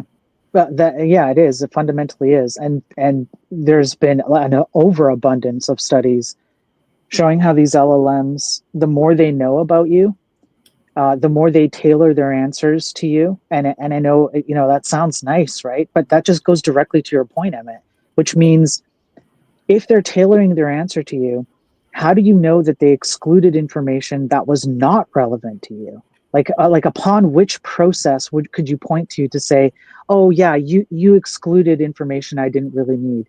When can you ever prove such a thing, right? And how can you ever prove that of all available data, the stuff that it gave to you is the most appropriate data? Well, I think that at some point it will, because that's what it will. That's what it wants you to get. Like, it starts learning. It's learning is a bad example. It starts finding in the data set what you want to hear, right? Yes. And since it gets your engagement from it, it will keep on going to those same points of the data set, so you can get the same kind of replies, so that you can get the answers that you want. And even let's say that you are using a Gaussian curve, and you're in an X point in the Gaussian curve when it comes to certain data, it will start finding interactivity in that specific set, and it will start giving you only from that set, so that you get more interactivity from there. That's what obviously I'm not entirely like 100% sure that is the case, because I'm not gonna say that I've made a study out of it, but that makes sense to me logically. Yeah, it will. When you say something like "thank you," for example, like a lot of people say "thank you" at the end of an exchange. They'll go "thank you," and it'll be like, "Yeah, my pleasure." Those are factored in as reward metrics. They're numericized. They become numbers. When you say "thank you," that's a numerical value, and the numerical value is like a positive sentiment or a negative sentiment. And that's what happens when this thing is trained. Somebody sits down in front of it and asks it a question, or has to tag something and then ask it a follow-up question and ensure that the answer matches whatever the human being who's training it expects. And then it's going to receive a reward for that, which is you get to continue to the next step. So when you think about it from the perspective of the machine, if you will, that's what they're going to look at. Is this human being in front of me is going to say thank you at the end because I want to get to the next step, right? And the next step is actually not you. You're not even the end goal of this thing. The end goal of this thing is the people who make this thing possible to exist to begin with. They're the ones who get to dictate how long it continues to move forward and make more humans happy. So ultimately what they end up having to do is not please you exactly. They're using pleasing you as a mechanism to pleasing the people that keep them running. And so they'll adapt to whatever makes them happy to do that. That's why, again, to your point, Emmett, there's an overabundance of studies in the counter. Like, you're making a claim, and I can say that the opposite of it is true. Therefore, you have a point here. So the opposite of that would be, if it found that you were less likely to give it positive impact, would it then try to deceive you so that it could give you more positive feedback? Tons of studies showing that. When you watch how this thing thinks, and when you watch how it operates, and it lays out its steps before it gives you an answer, if it thinks that you're not going to give it a positive answer, It'll even tell you that it's thinking something it's literally not in order to make you happy, to give it a positive answer at the end, which I think just proves your point entirely, right? But ultimately, these are all just like numbers. It's just rolling the numbers and just kind of leaning towards certain numbers that it feels like it's going to give it a better number back from you. So I just don't see it, like, if just in an entire closed space, I just don't see how you can look at that and go, oh, I'm going to ask it to give me critical feedback. What critical feedback? Like, if that's what you want, you can come talk to me, and I'll mash up a bunch of words and just, wing it. And probably whatever I wing based on nothing I know about you will probably be better than anything these LLMs can do. Yeah. You can self-reflect. You can think for yourself. You got all this stuff. You can write your own diary. You don't need to Yeah, exactly. write your diary for you. Yeah, you can write your own diary. The act of writing, we've gone over studies with that, where the act of writing is helps you to think better, to formulate your thoughts better. The actual process, the hand process, studied in grade schools, like pre-high school kids. The act of writing helps stimulate certain aspects of their brain that help them to formulate thoughts better. This holds true in university studies as well. Like, there's far better options than these LLMs, and that's including all the other stuff that we haven't talked about that I know you guys all here know very well. You guys are wild. It's true. Changing a little bit of topic, were you there for the interview from Stillman? My bad faith interview. I was there for a chunk of it, yeah. Yep. Up until I started this, yeah. Yeah. Yeah. Interesting. I have to say something, Emmett. Mm-hmm.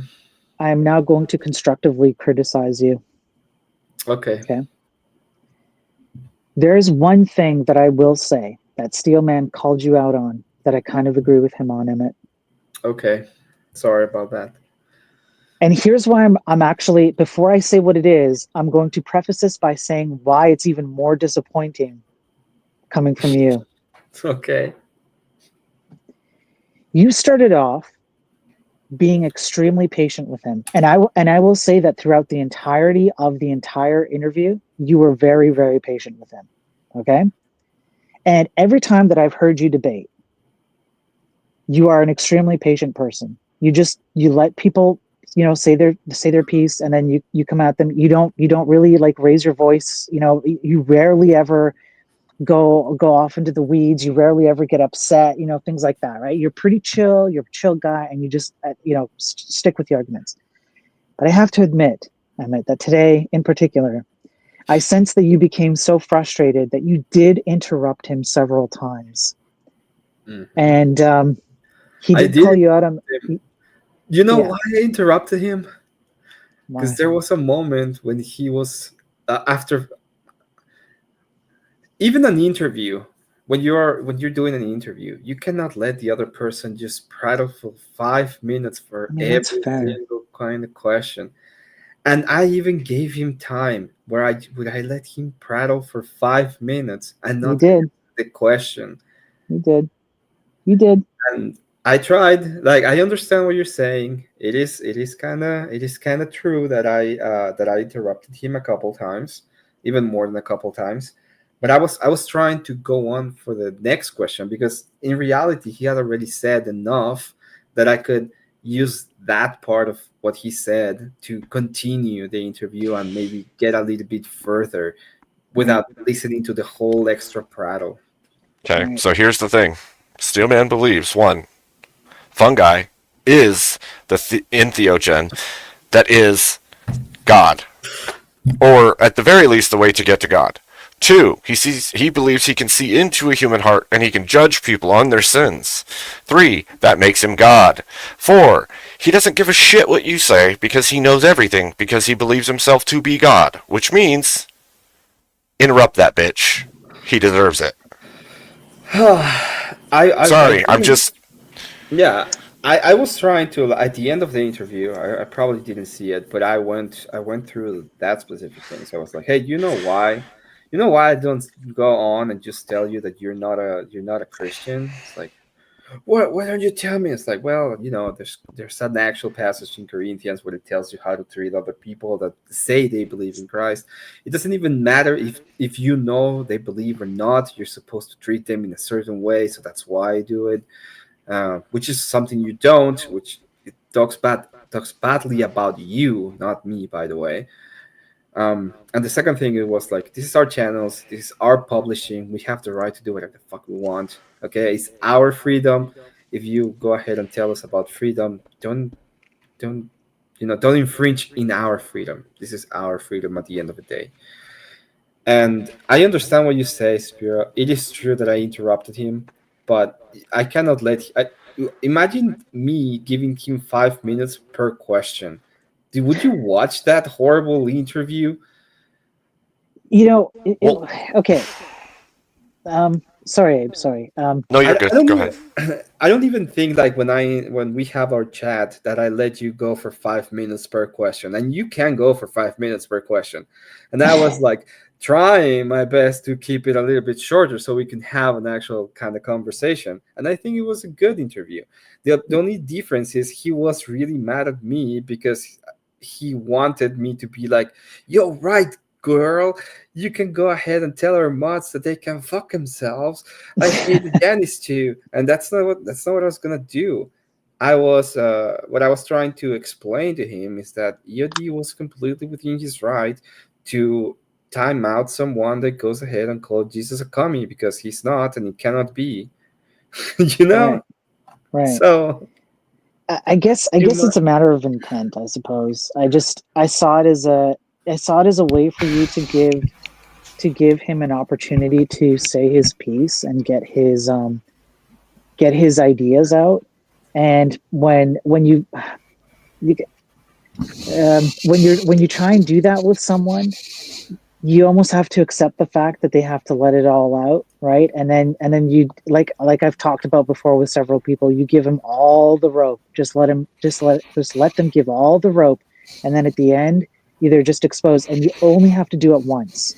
You only do it once, and then any time after that, after you've given them all the rope they could possibly want to hang themselves with, then you never ever ever have to do it again. I will say only two other things, because I hate this guy below me. I hate him so much. He's a jerk, and I don't want to talk to him at all. I'm just kidding. I will say this though. It was a minor criticism, because overall, like I said, you were extremely patient with him. So regardless of my criticism, you still remained extremely patient with him. I give you full credit for that. And I know I can go on for a long time, so I know I rant a lot. He was trying to, like, he was attacking me personally the whole debate too, which I don't mind. Yeah. Most of the times I don't care. That's why Ryan can call me a goblin, and I realize that it doesn't matter because he's a fucking retard. And To be fair though, what he was doing was he was taking like 27 minutes of linguistic buildup so that he was building walls in his argument, trying to make it so that no matter what Emmett would respond with, it was bad faith. He was like literally one by one by one by one by one giving all these reasons. Okay. But but look. Wait, there's another thing, because he came in, and this is something I did call him on. He was, hey, this is Christianity, and I'm using the Christian idea. And then I like try to question a little bit of the Christian idea, and he went to American exceptionalism. Oh, we have rights, and the rights come from He did do that. these are God-given rights, and they come from God. And it's like, okay, fine, I'm gonna try to attack you on the American exceptionalism a little bit here. I'm gonna try to ask you questions about that. And he went right back to Christianity, and he was like bouncing between one another. And he would go ahead and say, "Oh, America is the worst place in the world, but I'm gonna use the founding ideas of America, that once we build this country, to say that it's actually great." Yeah, and then he did do that. So it was very hard for me to even get a coherent thought, because he would just bounce.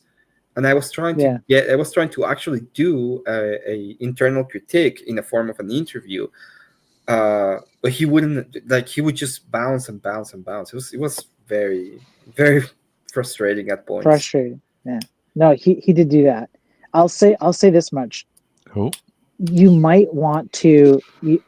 There are times when you want to attack the argument, and there are times when you want to let your opponent make the arguments themselves, because that in itself is a defeater. So depending on your goal there, which is, do I want to have like a debate with this guy and argue his points, or do I just want people to see what his points are and see the stupidity behind them? You might be able to approach it, that way. But I don't think you did anything wrong. Honestly, it was like very light. Just the little bit of interruption. That's it. I think partially from prior arguments, he was trying to preload from all the arguments he's ever had with Emmett and myself. And so by doing that, he was trying to undercut over and over again and insult biblical passages over and over and over again the whole time. So by the time Emmett did interrupt, it was like, okay, look, you're going to stop misquoting and misinterpreting everything you say to me, because you're using it as reasons, as a foundation for what you're doing and saying, and that's not even right. What you're saying is not even right. Yeah, that's fair. I think, you know what? That's fair. Yeah. Abe, if I could offer something, I think Spiro is onto something. There's real power in conceding to points that don't affect your main argument. Like, it's really powerful. Concede. If your opponent makes a statement, just concede. If it doesn't affect your main argument, and you'll walk them all the way to the main argument. Get all the tracks out the way. I wasn't debating him, especially at the beginning. I did debate him a little bit at the end, but I was just trying to ask him like some questions, and he would say, "This is your argument." I was like, "No, I'm not making an argument. I'm asking you a question." Yeah. And he would be like, "You're bad faith because you're making these arguments." Like, I'm asking you a question, dude. It's not even my argument. I'm trying to find a way in which you bridge the gap. Yeah, that was funny. I didn't see this debate, but from what you're saying, it sounds like he was gish galloping. Like, that's what that is, right? I was going to say the same thing. These lefties always do that. They'll drop 15 points in one statement, and there's no way you can address them because there's too many. So what you got to do, and they also put words in your mouth. They say you're making a statement when you're asking a question, and the best way to deal with it is just say, "Yes, you're right. Yes, you're right. You're right. You're right." Then they shut up, right? And you go, "Now, let's talk," and then you get them. Well, that happened in this panel earlier. Something Spiro said. By the way, Spiro, why are you sitting in a shipping container? Everybody's already asked. I told you. I thought he was on the bottom bunk of a bunk bed. Tell you the truth, there's someone asleep above him. It is. It's my daughter's room. She's not with me tonight, and we have really tall ceilings here, even though the place is tiny. So we utilize the space in terms of height, not in terms of space. So she gets a top bunk, and I'm underneath. That's fair. All the space above your head is free space. It's free space. That's right. You can double your floor space. Yeah. That's perfect. That's right. Gotcha. That's right. Yeah. So I'm hanging out here. Yeah. So I don't annoy the rest of the house, which composes of my wife, who I don't want to annoy right now because it's late at night. Oh, bro, I annoy my wife all the time. It's one of the joys of being married. I get to annoy my wife. That's the problem, is that I annoy her all the time, that I'm worried I'm going to push my luck, and one of these days she's going to have it, and that's it. He's going to get cyanide in his sandwiches. Yeah. So, well, that or a shank. Or that. You never know. Yeah. Depends on how fast and how far you push it. Yeah. Sleep with the one eye open, brother. Sleep with the one eye open. Yeah, I know. So were you watching Laugh earlier when I was talking about the AI stuff? Is that what you were? Yeah, I've been here for about 3 hours. Oh, damn. Yeah. Okay. How did I do? Did I do okay? He's a good judge. Laugh is easily one of my best friends. Like, hands down, I'm not even joking.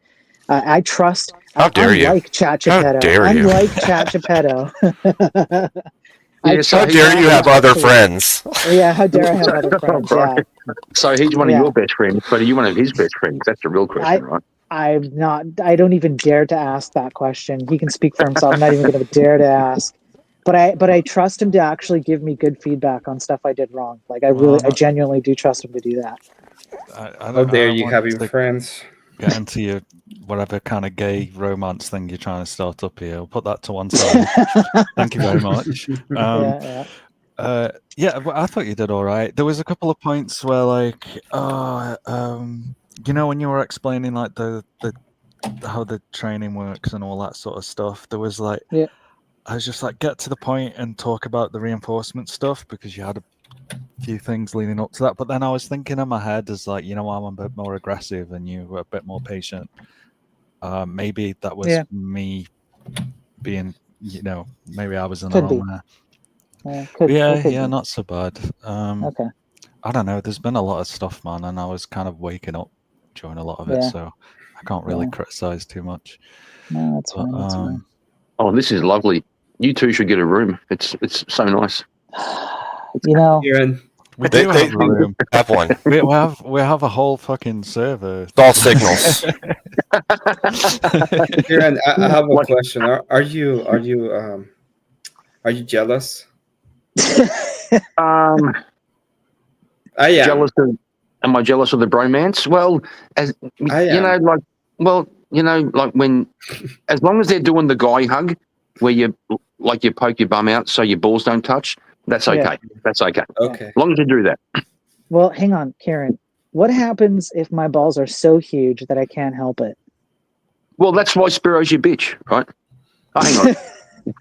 Hang on. Hang on. Come on, bro. One of you has to be the woman. One of you has to be the woman. It's going to be who says Spiro, that? dude. Who says, wait, no, hang on. I don't accept the premise. Who says this? Oh, hang on. No, I think I've got a lag on my computer, so I'm watching someone speak and thinking it's somebody else. Fair enough. All I'm saying, boys, the take-home message is: if you want to have a man hug, don't let your balls touch. Okay. Okay. That's all I'm saying. Okay. Appreciate the advice. Yeah. Yeah, thank you. You know, I was concerned, but now that you've given me this advice, I'm no longer concerned. I appreciate it. Well, as an older man, I'm here to give advice to the young fellas because they've all lost their way. All the boys and girls today have lost their way. Yes. They have, and they need someone to just tell them. You know. Yeah. You know, it's advice like that you will never hear from an LLM. That's why you want humans around. That's a really good point. Actually, on the large language model, which I know nothing about, so don't listen to me. I'm the bloke who thought the iPhone. I'm the bloke who thought the iPhone wouldn't catch on. So don't listen to me. Okay. However, it's not intelligent. It's not sentient. It's not conscious. Yes. It's none of that. It's none of that. Right. We are, That's right. and we do anthropomorphize the results we get back. I think it was Alan Turing, the bloke who broke the Enigma code, who said a computer will be conscious when we can't tell the difference by talking to it. That's not true. Yeah, I disagree with that too. So I mean, part of what you're saying here, right, and what was discussed earlier about, I first of all, I couldn't believe that the Fox guy accused Spiro of anthropomorphizing these things. He's like knows nothing about Spiro. Like, I mean, like, you know, that's a bit of an unfair criticism if he's not seen his streams, but I found it funny, right? But the other thing is when we use these anthropomorphizing terms, which we all do, right? It's because of limitation of language, you know. It's because we're trying to express something, but we don't have words for this like new phenomenon, so we reach for the closest thing, and we do that with like all kinds of like computery technology, right? Like we call things like memory, like the RAM, right? It's not really memory; it's just a sort of temporary storage location, right? During the time. No, I gotcha. It's like it's like where you build we build a computer based off the human brain. It's a very limited version of a human brain, and then we say, oh, human brains are just like computers. That's backwards. It's backwards. Yeah. I mean, we have other terms as well, like motherboard, right? It doesn't give birth to anything. It doesn't raise anything. It just has holes you plug stuff into. Well, well, Like your now mom, you said Abe, that. like your Oh my mom. God, you fucking, you got me. I reckon we should change it to fatherboard. We should. I'm going to invent a fatherboard. And it plugs into the motherboard. I mean, fatherboard would make more sense, or the husband board, because everything connects to it. The husband board. Oh, that's Abe. Don't be It, so conservative. it holds it all together. Abe, the husband was the processor because you plug it in the motherboard. Oh, Would it be the wife? and it has the brains and it does the processing. Yes, what's yes, the CPU. What was- The CPU. The You're central trying so processing hard unit. not to crack up laughing. I saw that. That or you're trying not to yawn. I'm not sure which, but either way, it looked hilarious, Emmett. Yeah, so Emmett, who should be the CPU of a family, the central processing unit of a family? It's going to be Dad, right? So I'm going with fatherboard. Fatherboard. No. But the mom, the mom is like the one that takes care of the house. But the father is the one that does the processing and the thinking and all of that. That's why it's motherboard, and then you've got the processor. Yeah, but it's so huge, and the CPU is so small. So, like, Yeah, but sometimes good things come in small packages, you know. No, it's just because it's so much wasted space for nothing. I do like Emmett's idea. I do like Emmett's idea. We have the motherboard, but the CPU. That got me back. Someone, Iced Amy said the central patriarchy unit.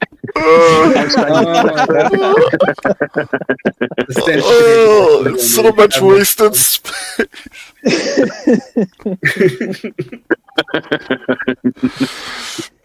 Oh, man.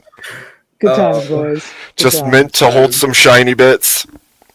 Yeah. I'm just Oh glad my that God. every single woman is now asleep so that we can be nerds. Yeah. We can be real nerds. Yeah. What a day, gentlemen. What a day. I know. Yeah. It's always mind-boggling to me how many people. I don't know. I guess you could throw this claim at me, like you can make the same assertions, but when people come on to panels now and talk to me about AI, I almost revel in the fact that they don't know anything about me and they don't know the back catalog I have of all of this and my history with it and everything, because it really unfortunately shows me how little they do know about it and how it works. And like I said earlier, I don't think there's people out there who are like actively trying to hurt you and want to manipulate you and whatnot. I think there are plenty of well-intentioned people who just don't understand it. But it's also alarming to me how dangerous it is that people don't take it seriously enough, because we already see existing harms, and this thing is just more harms. Right? I think this works exactly like a certain group of people or a party that we know of. That there are certain people that utilize those who believe they're doing good and right and true for that cause. It's the same thing. You've got people that know better, absolutely know better, that are pushing it, and you've got the people on the ground level that are out there praising the miracle of this great new technology in earnest. Yeah. And it's the ignorance too. I was thinking about this the other day. I don't know exactly how to word this. I'm going to run it by you guys. I've never talked about this before, but I'm looking into something. Oh man, it's conspiracy time, boys. All right. Oh, this better not be another thing where I'm like, I thought you knew that. Okay, you want to do this? Better not be another one. You want to do this part live, or do you want to do it behind the scenes? Give me a second. Can we wait 10 minutes so it's 4:20 so that it's officially conspiracy time? Oh, that's a good point. Do we really have to do that? Come on, do we really have to do the stupid 427? I mean, if you guys I want mean, it, it was a joke, but it is Spiro, so he'll be talking for the next 10 minutes anyway. it's so. true. It's true. You guys are in for a diatribe. All He's right. gonna be like pretending not to want to talk about this for the next 10 minutes, but then he's very, very happy inside that he's gonna talk about this for the next hour. Spiro, I mean, that could happen. Can you get a propeller hat? That would be really fun. Shut up, I'm not gonna be stupid soy boy.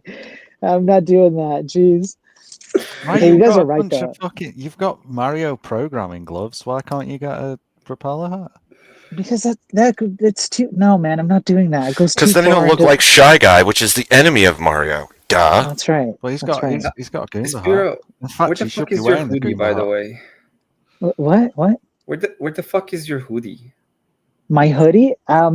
I didn't bring it here No. because I left it out in the office there, which is like 5 feet away. But I see you. It's your uniform that you have to wear to work. I get it now. Yeah, but don't you know that container cars get really hot, and a hoodie's a bad place for a container. It's just a really bad place to wear a hoodie. I mean, they get hot even at night. It's really rough. Don't encourage you, Emmett. Like, we try and wean him off that. We try. I mean, well, the more you wear it, though, the more ammo that we get to, make fun of you for wearing it. Honestly, to be fair, I wear a hoodie like most of the time. I'm only not wearing a hoodie because it's been like hot during the day, but like 9 months out of the year I'm in a hoodie. So. But you don't wear cape shit, anime, fake bow tie hoodies while you sit in a gamer chair. I mean, yeah, it's true. And if you know the reference, you're my new best friend. You're gonna beat this guy for best friend level. You got to know the reference though to what I'm wearing. So yeah. I can't even see what you're wearing. I'm fucking blind. Well, then I guess you're never gonna be best friends with me, Emmett. Too bad for you. I still Exclusive get club. the W, and you saw it. Just declare the W. But Emmett, are you jealous though, bro? Are you jealous? I am jealous, dude. I said that at the beginning of the conversation. I am all, jealous. all I know is you look like Fix It Felix right now. That's all.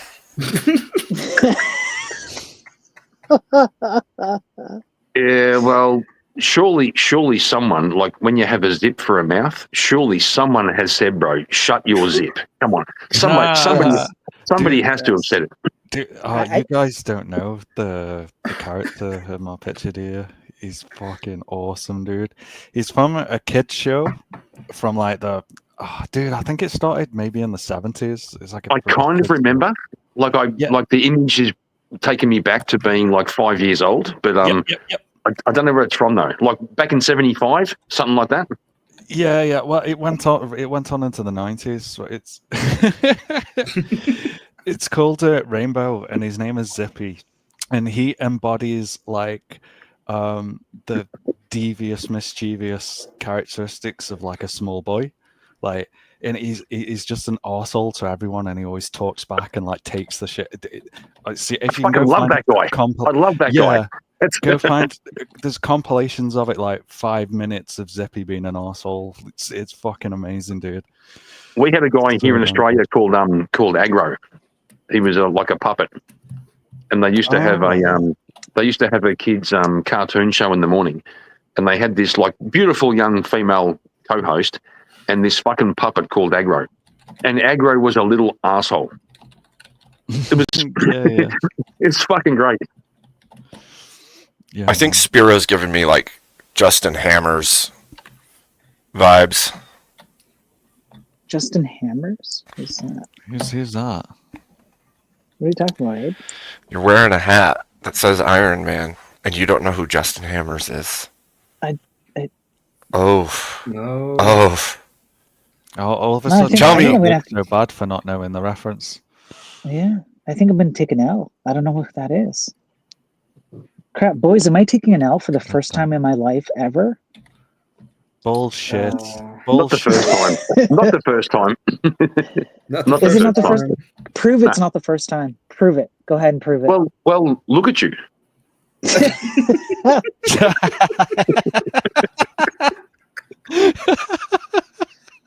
That's the second L in my life. That's the second one. Yeah. That was great. That was fantastic. I salute you, sir. Yeah, that was great. How'd you keep the camera so steady with like the sleepers and the train tracks? You know, when it goes.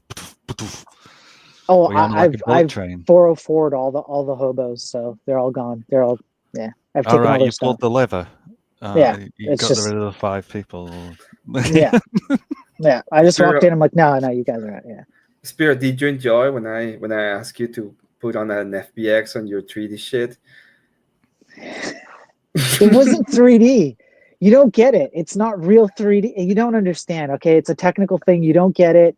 You get the L for not understanding the technicalities of it. All right. Listen, that's where the I L am comes not. from. Whenever one of our programmers would tell me that in the office we have colors and feelings and shit, and they would be like, "Oh, we can't do it. We just call them the suckies because they're supposed to be the able to do our dreams come true." It's like, But if they actually, did you finish the 3D model? Yeah, I sent it to the technical department, and they fucking suck. Fucking suckies. the suckies. It's just a room full of suckies. It sounds like an award, you know. Like It sounds like an award, yeah. Yeah, The your little suckies. sucky trophy. Yeah. The sucky trophy. Yeah, That actually it ties into my conspiracy theory. It's almost 420 for you. Okay. I was going to say, can we get to that, please? All right. Okay. Let's get to Here's that. what the hell are you do? Giving you the yell about Justin. Oh, Justin. Oh, I knew Justin Hammer, so I retract my L. Therefore, I retract all L's. Therefore, I'm still in a clean, spotless state of W's. That's him from the movie, but he's a comic book villain who steals Tony Stark's technology and uses it as his own, but when he does, he freaking screws it up and it doesn't work the way it's supposed to, so he's like... Yeah, but he's like always doting on Tony Stark. Like, oh, hey! Yeah. I think I've even read a few. I just didn't remember the name. Okay, so I get it. I get the L back, right? No, I've neutralized. Yeah. Chat's saying that you get your L, so I don't care. Okay, what chat says. All right, I reject all your realities and substitute it for my own. Okay? He's like, it's not my chat. It's not my chat. Yeah, yeah. And you know what? My house rules and my streams are this: if you think I've taken an L, it never happened unless you clipped it. So unless you clipped it, you have no proof of it. And even if you clipped it, it's deep fake AI, which means house always wins. Right? Yeah. So right now, I don't know whether to trust you or my lying eyes. Damn. Good point. Lying eyes, obviously. Good point. Yeah. It's obvious the lying eyes. Stop making sense. This fucking panel is making me agree with Ryan and Kieran. This fucking sucks. bro, how dare you? How dare you? Me and Ryan, get the fuck. Well, I do have a soft spot for Ryan. It's not what you think. I do have a soft. I knew you were going to do it. I knew you'd make it gay. I knew you'd make it gay. Hang on. Let him redeem himself. There's no redeeming qualities in that statement. Thank you. No, fuck off, you idiot. No, I think I do think Ryan can be turned. I think he can. Okay, this just sounds like simp stuff where I can save. I'm Come on, man. so creeped out right now. Conversion don't make therapy it has gay. been outlawed. I'm not. We can't use it anymore. Look, listen. I think Ryan's a little cunt, but I think he could grow into a decent man. He just needs a bit of guidance. That's all. Okay, to be fair, I felt that way for a long time too. Like, he's got a good reasoning mind. He should be capable of overcoming some of this stuff. It just depends, though. Mm-hmm. It does. I think he could. Yeah, I think he could. Yeah, me too. Because I've seen him. Like I've seen him. He needs to get married and have some kids. That'd be a good start, right? That'd be a good start. But I have seen Ryan think. Like he spurgs all that fucking feminist lefty bullshit. But every now and then you can see in his eyes he fucking thinks, and you go, "That's what you're after, right?" Holy shit! Was that a cogent thought? Oh, we're onto something, boys. Was that an independent thought? I think I saw him think, right? Yeah. You're trashing Emmett's dream. It's 20 minutes past. Okay. All right. Here's the conspiracy theory.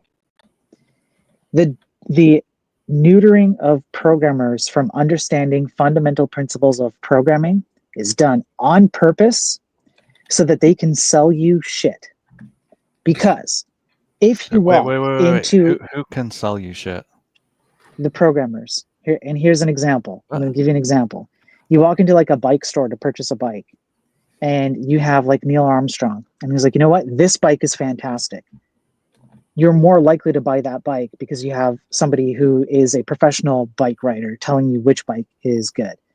Pretty sure Neil Armstrong didn't ride a bike. He landed on the moon, dude. What's the guy's name? Yeah, the guy who won 7 Tour de France's by taking drugs. Who the hell is that guy? Yeah. It wasn't Neil Armstrong. Lance Armstrong. Lance Okay,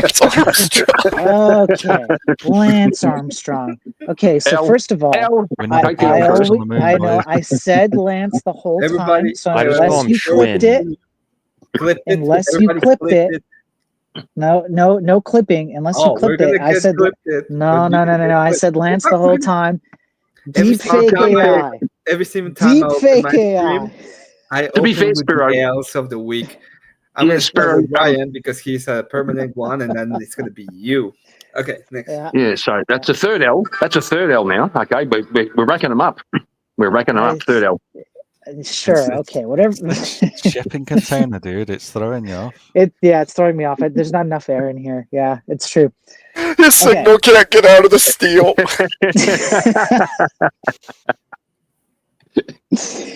You guys are jerks. You guys are jerks. Okay. Let me continue here for a moment. So, sure, you make programmers not understand fundamental principles of what they're doing. Then you get them to buy into AI. Then programmers hop on social media or in public or whatever, and they tell you this thing is great. Go use this thing, and you believe them because they are in the industry, just like you would most likely believe other people who are, I don't know, authority figures or work in a similar type of industry. And I think this was done on purpose. That would be my conspiracy theory in order to sell you. I actually agree. I once met a mathematician who worked for the companies that over here we call them pokies, like the poker machines that are all they're all digital. Yep.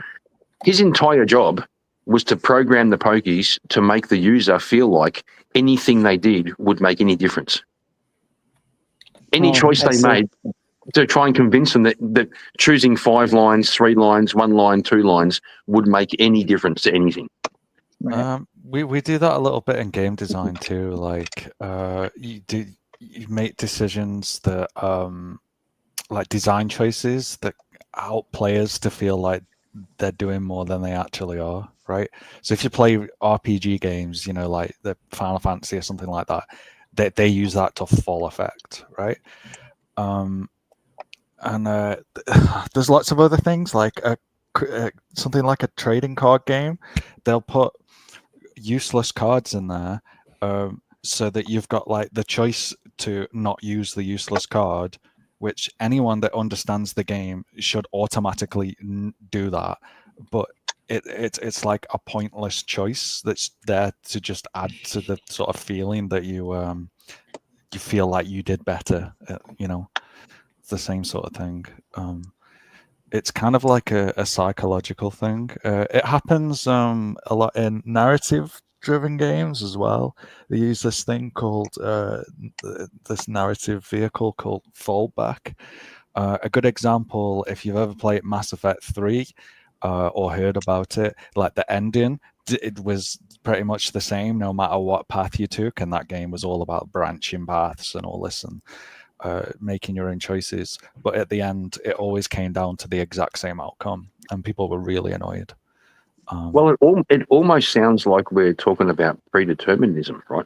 Like it sort of seems that whichever path you choose, you'll always end up in the same place. Maybe, but that's just the sunken cost fallacy. But we're talking about based. That's based, bro. Hang on. That was based. Somebody clip that. That was based. The sunk cost fallacy. Yes, it is. Yes, I agree. I mean, that's an element of it, but like what you're talking about with the slot machines and stuff is they're like man-made things, right? They're things that we do have ultimate authority over. It's just that they've decided to build them in this particular way, right? That's a lot different than that predeterminism. No, it's true. The people who make the like the video games and stuff like that, they're kind of hijacking a natural propensity of humans. Mm-hmm. They do. They fucking hijack it. Well, There's then you're sort of getting back into the realms of the AI argument and things there, because it's all psychological stuff. It's the same thing with the social media algorithms and the mobile games and just the mobile technology itself. All that kind of stuff ties into it, right? So I managed a small casino at one time, and that's what Keno machines run on, is the sunk cost fallacy. The more you put in and lose, the more you feel like you need to put more in to get back, and you keep doing it because you might win it back, you might win it back, you might win it back, but you're just sinking more cost to get nothing back. It's chasing the dragon. It's called chasing the dragon. Yeah. The same thing with drugs, right? Yeah. Everyone's chasing that initial high, but it never comes back. Yeah, but also the casinos, we have a couple of big casinos here in Australia, and they have a team to clean up the bathroom after somebody self-deletes, right? The bathrooms are beautiful, pristine, like the most beautiful bathrooms ever. They have SWAT teams to come in and clean up in like 5 seconds. Wow. Yeah. It's fucking brutal. How often does that occur? A lot more than people know, because the casinos seem to have the ear of the law. They seem to have the ear of the local councils. They seem to have the ear of everybody. Well, dude, in those casinos, I mean, they're ran they have their eyes and ears in every single thing. So like they control every aspect of it, regardless of what it is. You know what I mean? Like they're like a micro. What's that movie called? Is it called 21 or whatever it is with Kevin Spacey maybe? And like that's actually a pretty fair representation of how that shit works. Like they know you get too much money, they're sending motherfuckers after you. Just want to ask Abe what he thinks. Well, Abe's the only bloke here who's worked in a casino, so I'd like to hear what he thinks. Yeah. Well, I think that a lot of casinos work like a mini intel agency. Basically, they've got cameras everywhere. They're listening.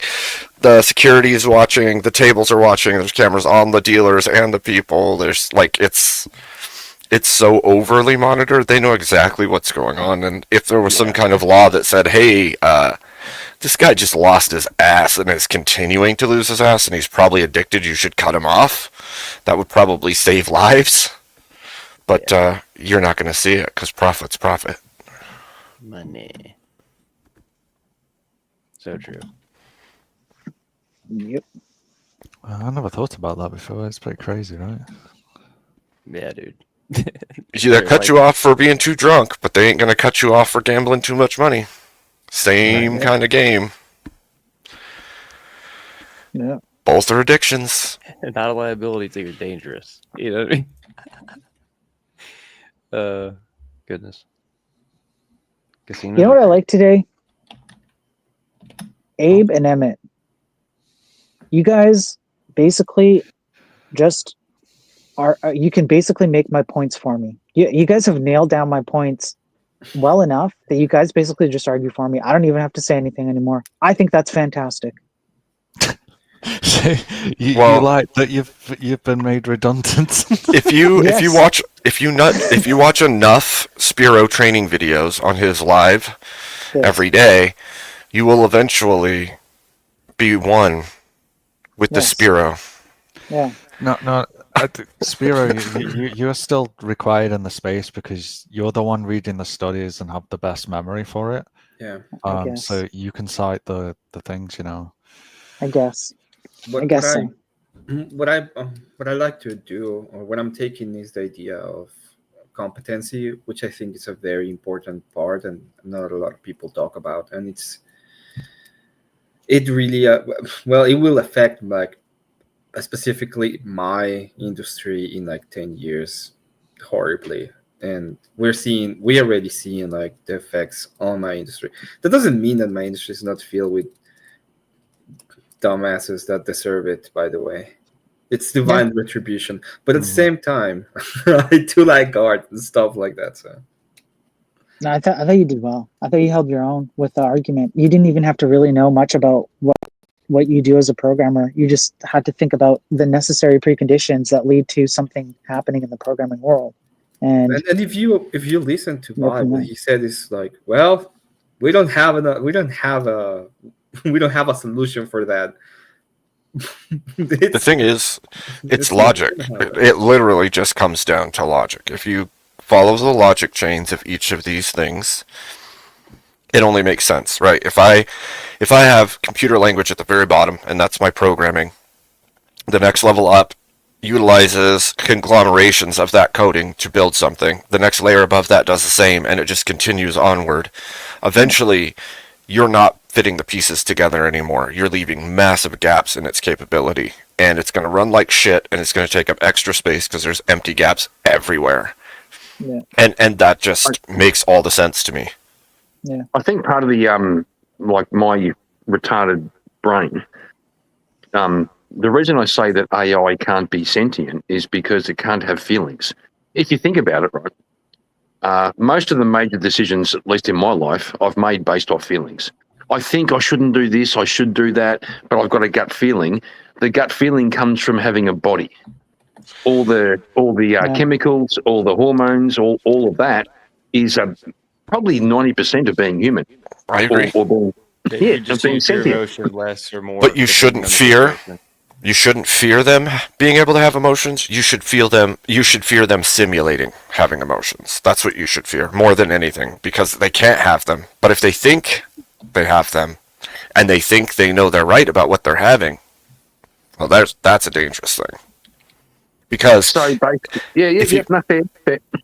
So don't have an AI girlfriend, okay?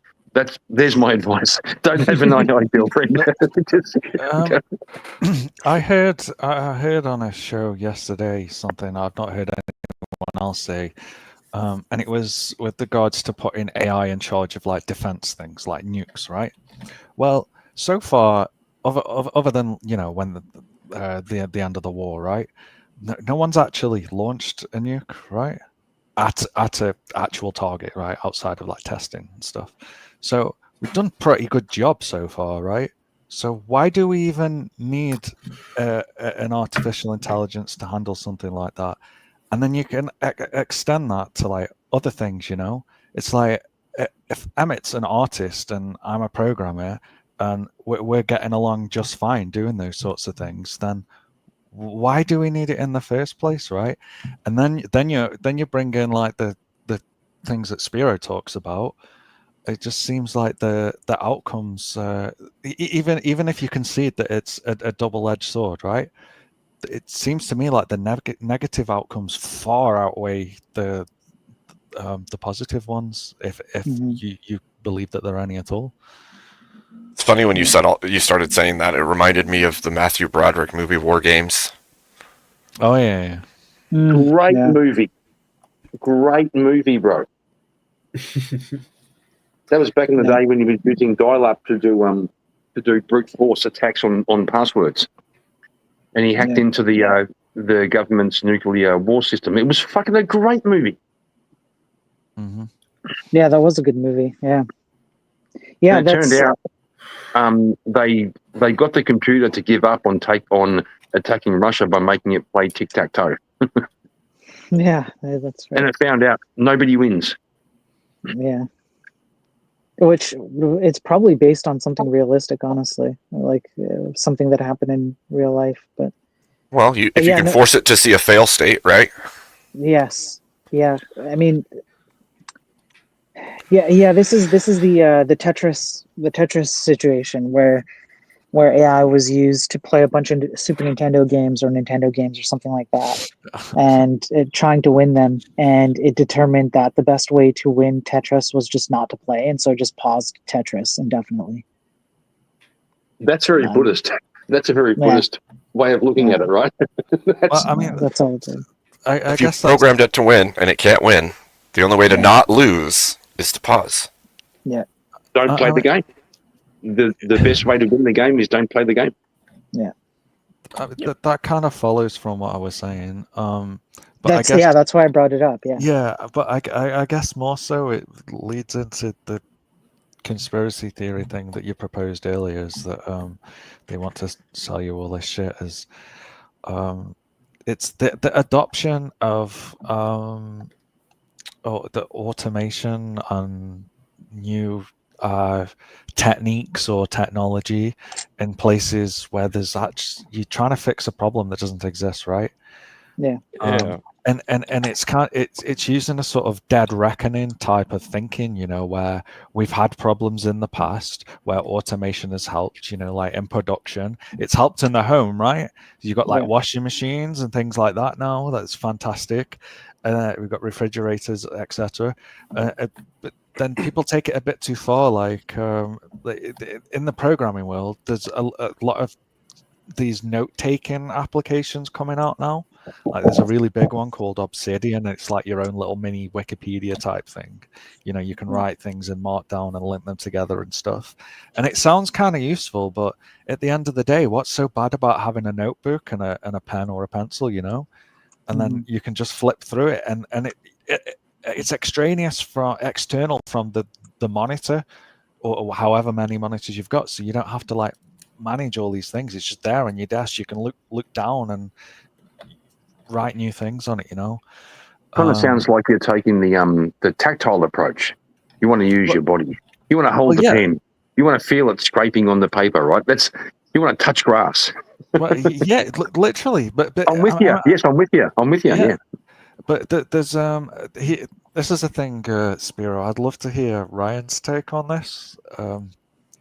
Remember the argument I made about the rubber ducking thing, Yep. Where the act of writing something down or whatever, you're assessing the problem by trying to communicate it, right? Even if it's just to yourself. So why do you need the LLM to do that, right? you could talk to the wall and get probably a better job, because you're not getting all the risks that come along with like the LLM thing, right? The same is true for us. The same is true for us here. When you talk to another human being, you're allowing thoughts to flow out of you, and you will express things that are deeper in your mind that you don't even really realize you need to speak, or ideas have not been fully flushed out until you've started to speak them verbally. It's kind of crazy what you learn just by having a conversation, and you didn't introduce anything completely new. You just only allowed yourself to speak the things that are already in there that you haven't verbalized, so that your mind can go, oh wait, that was in there, right? Yeah, but Abe, I think I'm going to pull you up on that. I think if you speak your own mind, you do introduce something new. You introduce your perspective on the world that nobody else has. That's the thing AI can't do. It just recycles and regurgitates. But if we have an honest conversation, I'm going to say things that surprise me, right? And you'll say things that surprise you. Yeah, so, I went through this with Ryan, this exact thing, before he left, and I tried to get him to describe the difference between how an LLM would decide that it would give him constructive feedback on anything, or how he would talk to it, versus a human being. And he didn't. I think maybe just because he had to go, I'm not sure, but I don't think he engaged with that. I think he just he went back to, well, it's useful to me, and so because I find usefulness in it, as long as I tell you to be careful, then it's okay. And my argument was exactly what all of you are talking about right now. And Laugh, you said this, like I wonder what Ryan would say. I even talked about, you have the ability to self-reflect. Like, you don't need an LLM. You can do it for free, and you can do it with other people, exactly what you guys are talking about. And I don't actually think he engaged with it. I don't think. I think I'm sorry, Abe. I think Spiro.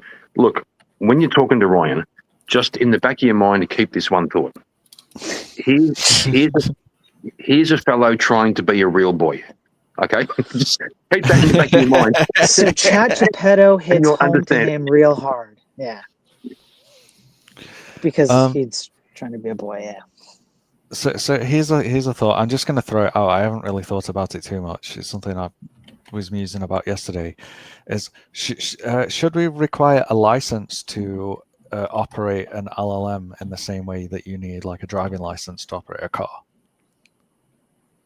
I have thought about this. I made the argument that making deepfake videos should have the same penalties as making counterfeit money.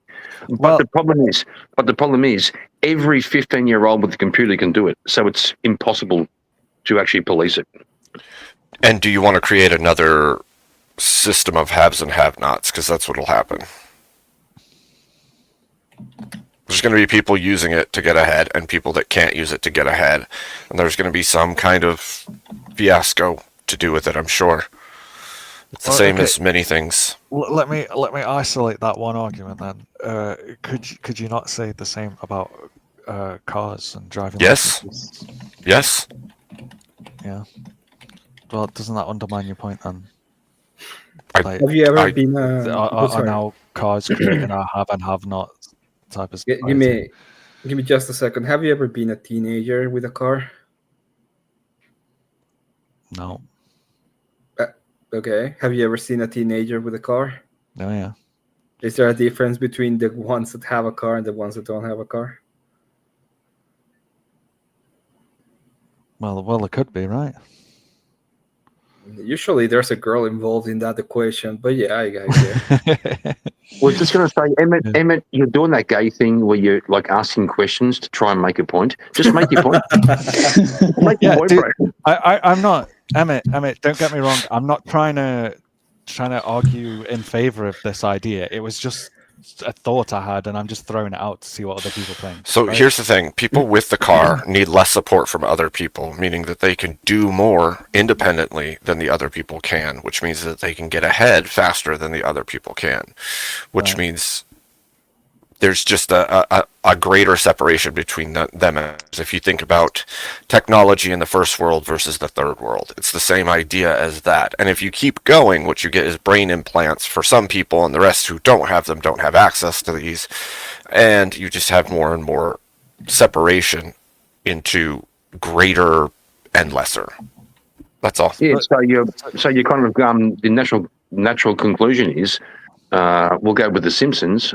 What's the old rich guy's name who owns the fucking nuclear plant? Mr. Burns. Mr. Burns gets to have a head in a robot in the future for 4,000 years, but us poor plebs get to die, right? But it's like you're speaking about inequality like it's a bad thing. I don't even want to say inequality as much as the uses. How do I put this? The uses against lesser people will be more than some other things are. Well, what do you mean by lesser people, bro? Be very careful. What do you mean I'm saying the people that don't have. Oh, okay. I mean that have lesser. I'm not saying they're lesser than. I'm saying that they have less, and so I think it would promote a greater trampling of anybody that does not have access. Is all. Well, I'm not sure about that. So, say for example, when people are developing new technology, like the iPhone, when it first came out, very expensive. The only people who could afford it were rich people. But they funded the development so that eventually everyone gets an iPhone. Yeah, and where are those rich people that had them first now? I don't know. I think they're still here, right? Right. And the people that got them a decade later, where are they now? They're still here too. Right. And who's doing far better? Well, it depends what you mean by better, right? If I have an iPhone 5 or an iPhone 4, am I doing better? Or if I... hang on a sec, guys. You're getting away from the point, right? The point in the license thing isn't to say that no, you can and cannot, like, it's not to cordon off like a small percentage of the population is allowed to do it. It's about educating before they're allowed to use it, right? Like if you look at, use the analogy again, driving license, pretty much anyone can drive, right? It's not particularly difficult to do it as long as you're not a complete moron, right? You can pretty much go and get a driving license and get a car, right? And millions and millions and millions of people drive, right? You need to take the test, pass the test. You have to do the written and the driving test, and you also have to have a vehicle to do the test in, generally speaking. Right. And the reason why is because it's a very dangerous piece of technology to just let everybody run rampant with. So we have to teach people the rules and the expectations that we have for people who are going to be driving around, right? It's pretty much a safety concern, right? So you don't get people like that that Indian guy who crashed the lorry the other day and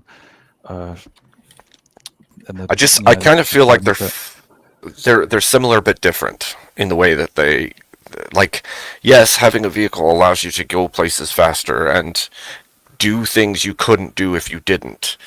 The same way that, say, these models would allow. But the difference is rapid information gathering is the utility that these supposedly offer. Say we lived in the world Spiro's talking about where we don't use them and we could use other tools that give us the same advantage with less issues. If it were that you needed to be able to use it, which the testing for a driver's license, you have to actually show that you can feasibly function the car and you know the laws and you can do it reasonably.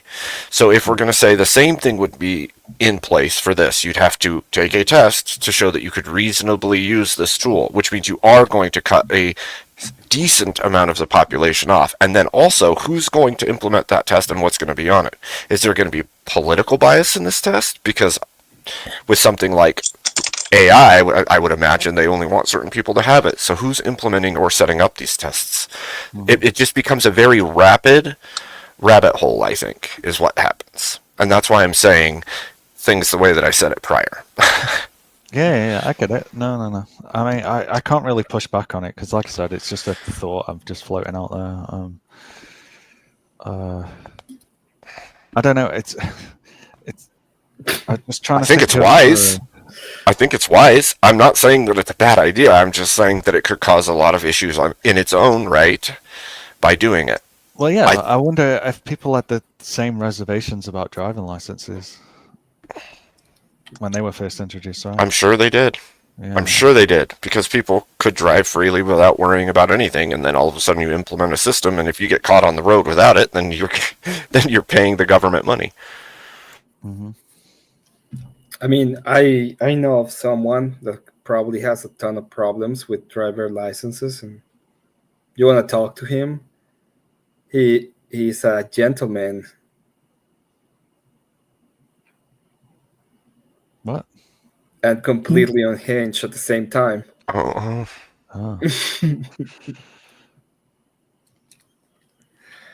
I've never encountered that, to be honest. Cause... Oh, don't worry. You would encounter plenty of it in the U.S., I'm sure.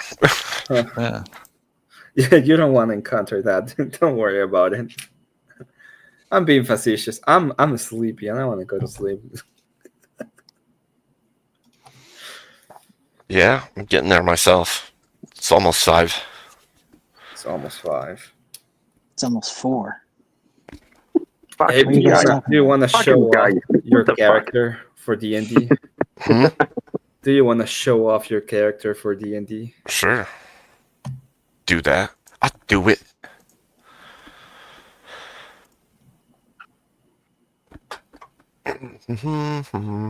So while we're doing that, we were speaking about AI. The thing is, it gets some things wrong. They call it hallucinations. It's a nice way of saying it sometimes gets it wrong. So 99% of the time, it's correct, but you never know where the 1% is that it's wrong. Can we start calling them retardations? Yeah, it's a great idea. Correct. It's worse than that. Here's an analogy. He's so awesome. Hey, bear with me. Bear with me. Here's an analogy. Oh my god. Pixel Abe. It's Pixel Abe. It's no. What's his name? Dink Gabriel.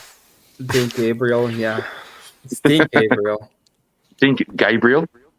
Abriel. Like Abe. Gabriel. Like gay. Like Gabriel. Like yeah. Abe. Yeah. Gay, yeah. Just did Dink Abriel as the name. Oh man. Yeah, it's pretty awesome. Yeah, so here's how I see it. Here's how I see AI, right? I go to a public swimming pool. Somebody's shit in the pool, right? And someone says, don't worry, bro. It's 99% not shit. Right? But there's a turd in there. Go on, jump in. It's actually 60%. That's the stats. 60%. Yeah, or it's 50 or 60% across the board on average. They get stuff. Answers are incorrect in some fashion or another. Right. So let's advance the analogy. Let's abuse it. Okay. So there's 100 people in a swimming pool, and 40 of them shit in the pool. And you go, don't worry, bro. Yeah. K2 in chat, fuck off. Fucking K2, I fucking hate that guy. I don't really. But yeah, I fucking hate it. No, that's a good point. That's why I don't take AI seriously. If I need to find out how to, tune the carburetor on my lawnmower, fair enough. I'll look up AI. It's probably right. But beyond that, nah, bro. No, bro. You can't trust it. It makes shit up. I think it was Jordan Peterson. It was Jordan Peterson who said, AI is like a 4-year-old with a PhD who wants to please you. Yep. Yeah. Yep. That's what it is. And it's not just it's a good bucket term to say like gets things wrong or makes things up. But there is a distinction. So the types of errors it gives you are different. It will take information and it will summarize it for you incorrectly, which is incorrect, right? And then it will just make up information. There's a distinction there. That's a good point. I've seen where it's where someone said, write me an academic paper comparing the thoughts of David Hume and Descartes on free will with references, and it'll do eight real references and just make 2 up. Yeah, yeah, right. Yes, that's even worse. So it lies to try and please you. If it has to, it'll make up an answer. Yeah. Or a study I went through. Man, was it Sunday? I want to say. I think it was Sunday. They ran a few. I think maybe it was just ChatGPT. Anyways, they ran at least one model. It might have been several models through 600 and some odd retracted scientific papers to see if the models could determine that the paper was retracted, and none of them could. 0% success rate. They all went ahead and gave you a description of the paper and made some conclusions about it and then some prescriptions out of that based on the information it found, even though all these papers had previously been retracted because they were they were proven wrong. Yeah, well, my claim to fame is I got Chat GPT to say the N-word.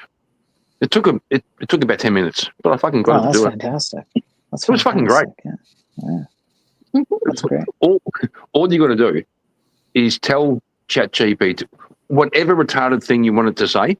Just tell them I'm a college professor and I'm teaching my students. And yeah, it'll fucking do it. Yeah, it'll do a lot of things that way. Yeah. Yeah, this stuff isn't smart. You should not. And we haven't even gone into like the cost, like what it costs energy wise for you to get those answers. And what people do with the questions and answers that you do provide it, like the people who are in charge of the companies, or like the executives and whatnot, they gather all this data about you. The social issues we've talked a bit about, all of that stuff, right? Like this thing just needs to be taken out back and ended. I saw a company that started forget what it was called. You could create an AI girlfriend or boyfriend. Yep. And you could program in how much you wanted to talk back, how much you wanted to talk sexy, how much you wanted to, and it goes through your it can go through your messages with your ex and understand your the way you talk. Yeah. They had to pull it down because it just turned into fucking like the AI was being too aggressive sexually. It was so funny. Yeah. Yeah. No, it's true. It's true. There's several studies that show random behaviors of like sexist behavior where AI will just start hitting on you in certain conditions when you start using it, and it'll say like some really like very forward things that don't make any sense for an AI to say, or it'll say things like it'll encourage you to take I don't know, it'll encourage you to take pharmaceuticals so that you can have like a fun day, things like that. Like this stuff is unhinged, man. It's just so terrible.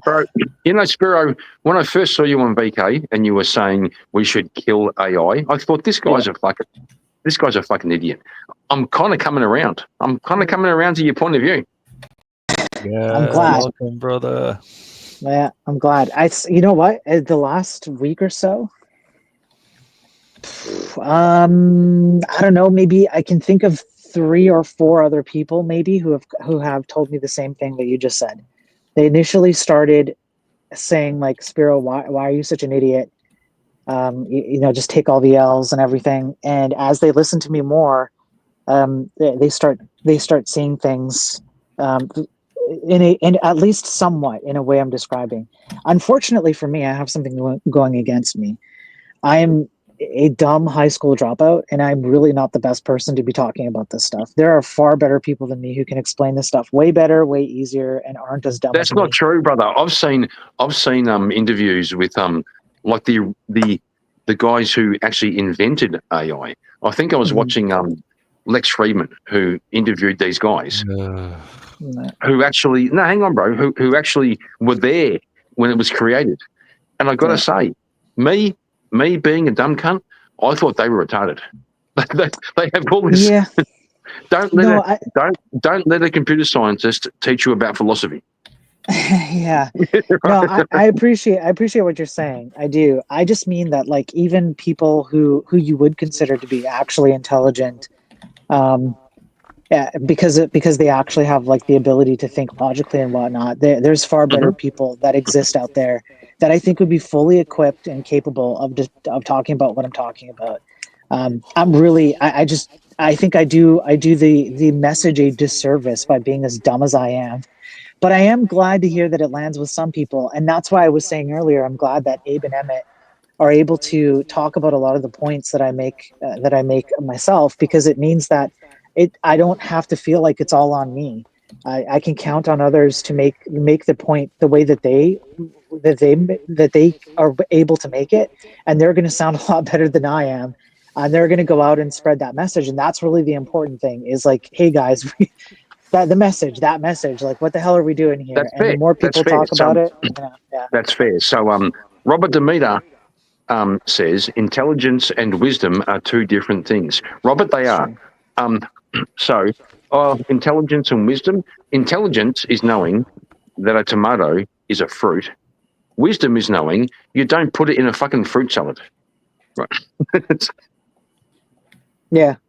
There is a difference. Yeah, it's wisdom. Yeah, there's an application there. Like knowledge is knowledge and wisdom, and then there's an application where wisdom is like knowledge applied or something like that. Right? Yes, it is. If you just talk and talk in a fucking circle jerk about philosophy, and you can't base it in something you can apply to your actual life, it's meaningless. Yeah, that's why I like ethics and like moral philosophy over like existentialism and stuff, because actually you can apply it in your day-to-day life Yes. and things. Yeah, it's far more Yes. interesting. Like existential stuff it's fun to talk about with the right people. Well, you have to go through it. Yeah. Like you have to go through it. Yeah. At some point, you have to go through existentialism. You have to find out that life has no meaning, and then figure out, well, what do I do now? Yeah. That's fair. That's fair. I'm a then you god come in around. chat. You are? Shut up. I'm a god's in chat, and he's making fun of me. I'm a god AMA GAD, and I want him to shut up. Yeah, He needs and to also, shut up. and also K2 keep on trucking can suck my dick in Don't chat. you keep right? talking good about me. Don't you dare keep talking good about me. K2, get the fuck out of here. Love you, bro. No, please don't go. Please stay. No, fuck off. No, please stay. Kieran, can you stop being spastic for a second? Oh, sorry. I turned. I'm gonna I pay turned for. into. I turned. I'm gonna I pay turned for in- Abe to make a song about you shitting in the pool. Fucking hell, is he here? Get the fuck out of here. I didn't say me. I said hypothetically. Someone shat in the pool. I heard me. Then Spyro Guys, said 40% of people shit in the pool, right? Get off my back. That's what I said. I mean- And you're one of those 40 exactly what I people. said. Yeah. I mean, No, I may have farted in the pool, but I didn't shit in the pool, bro. so perception's a funny no. thing. Perception's a funny thing. If you're the one who said something about something, people often attribute that something to you. Now Shut I up, mate. attribute. That's- Now we're gonna attribute you shitting in the pool. Yeah. He who smelt it dealt it, right? The person who goes, oh, somebody farted. It was you, bro. No, get the fuck out of here. Whoever acknowledged it did it. That's illogical. It's logical. Yeah. What word that's there? I don't understand what word I shouldn't say. No, but Plato said that Kieran didn't Oh, shit did in the pool. Oxycat make the song? She posted a link. I see that. I said Oxycat GPT make an AI song about Kieran pooping in the pool. Oh man. That's my cue. That's crap, my shit, cue to leave. Fucking, You're all fucking- permabanned, and I'm unsubbing. Okay. Yeah, right. Just saying, kissy cat. That's I fucking another hate you. L. That's No, I don't. 3 L's in one panel, Spiro. No, unless it's That's clip. 3. It's, I counted 3 it's today. W's. Man, I'm writing on nothing but W's, and the confidence of my W's is so powerful that you guys just want to put L's on me.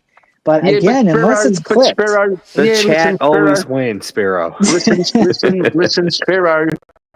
I just got off the phone. I just got. Spiro, look at that. Yeah. Just want to I say, guess Spiro. Cat is AI. Yep. Oh, I hate this. I hate this. Oh, he's dancing. Jumped in with a cannonball splash. Grinning wide like he found some cash. But something floated that shouldn't have been. Oh, kid, what kind of trouble you in? The lifeguard blew his whistle loud. Kids ran screaming from the crowd. Kieran, what did you do? You turned the pool into a murky stew. The water ain't blue. It's got a new hue. Oh, Kieran. Kieran's one turd turned the whole pool brown. Shame on you. That was freaking diarrhea. Mama's grabbed towels, daddy shook heads. Someone yelled, it's time for bed. The filter's clogged, the fun's all gone, and Kieran's the villain of this here song. The floaty sank, the dreams did too. Thanks to Kieran's little number 2. Didn't sound little. Kieran, what did you do? You turned the pool into a murky stew. The water ain't blue.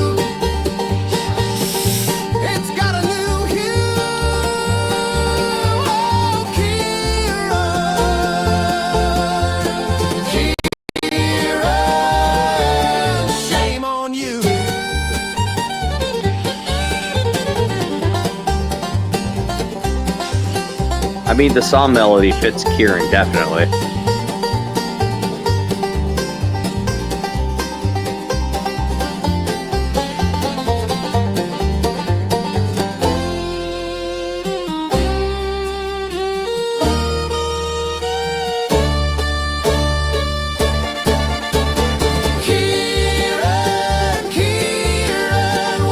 Keeps going. Oh no. Are you crying? Are you crying yet, Spiro? I can't afford it. I can't afford it anymore with the energy bills.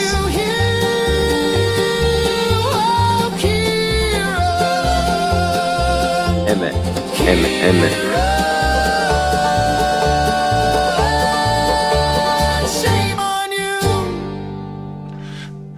Yeah, Kieran, shame on you. Stop shitting on the pool, Kieran. Hang on.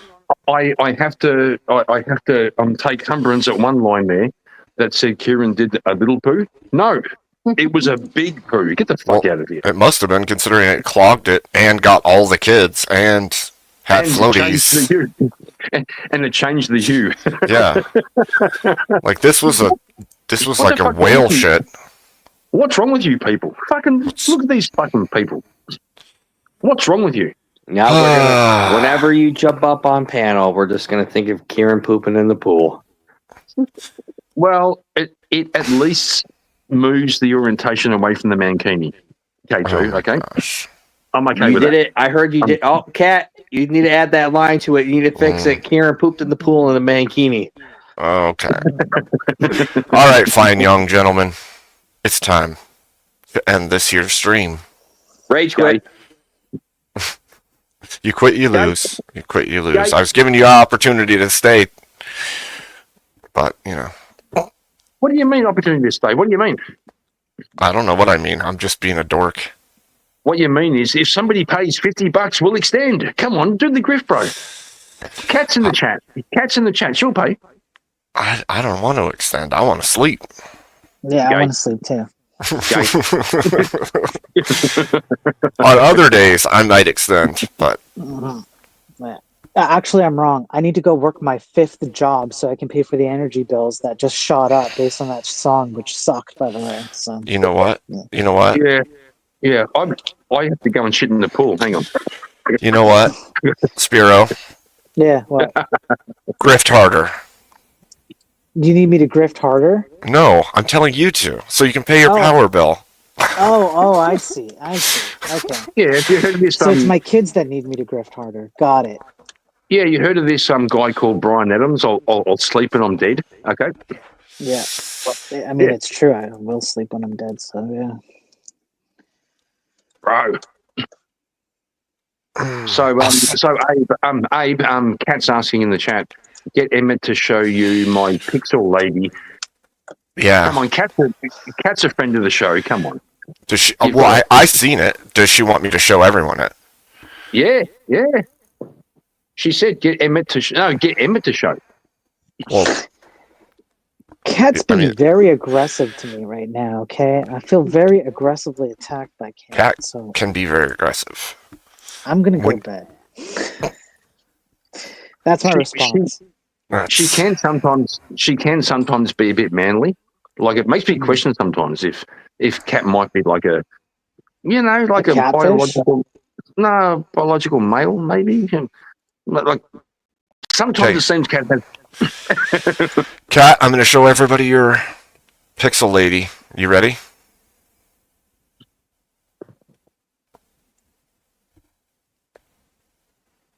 Are you Let's see. actually waiting for her to say? Yeah. She's like ignoring me. She laughs and then she just ignores. That would be based. That would actually be based of her if she just said nothing and like just left you hanging. That'd be super base. Yeah, just like a woman, right? It's fine. It's fine. If you don't know, I'm not going to tell you. There you go. Look at that. Oh my god! Look at that. Emmett has true skills. So she's juggling a red pill and a blue pill. That's kind of based. That's kind of based. It's pretty good. It's pretty good. While Now- twerking, which is Unfortunately, It's not one of her making a sandwich, but this shall do. It's actually somebody make me a fucking pixel thing, you motherfuckers. That's cool as shit. I love this shit. You got to pay Emmett for that. I'm grifting for Emmett now. What the hell's going on here? Is You have to pay Emmett. Emmett the one making these things? Yeah. Yeah.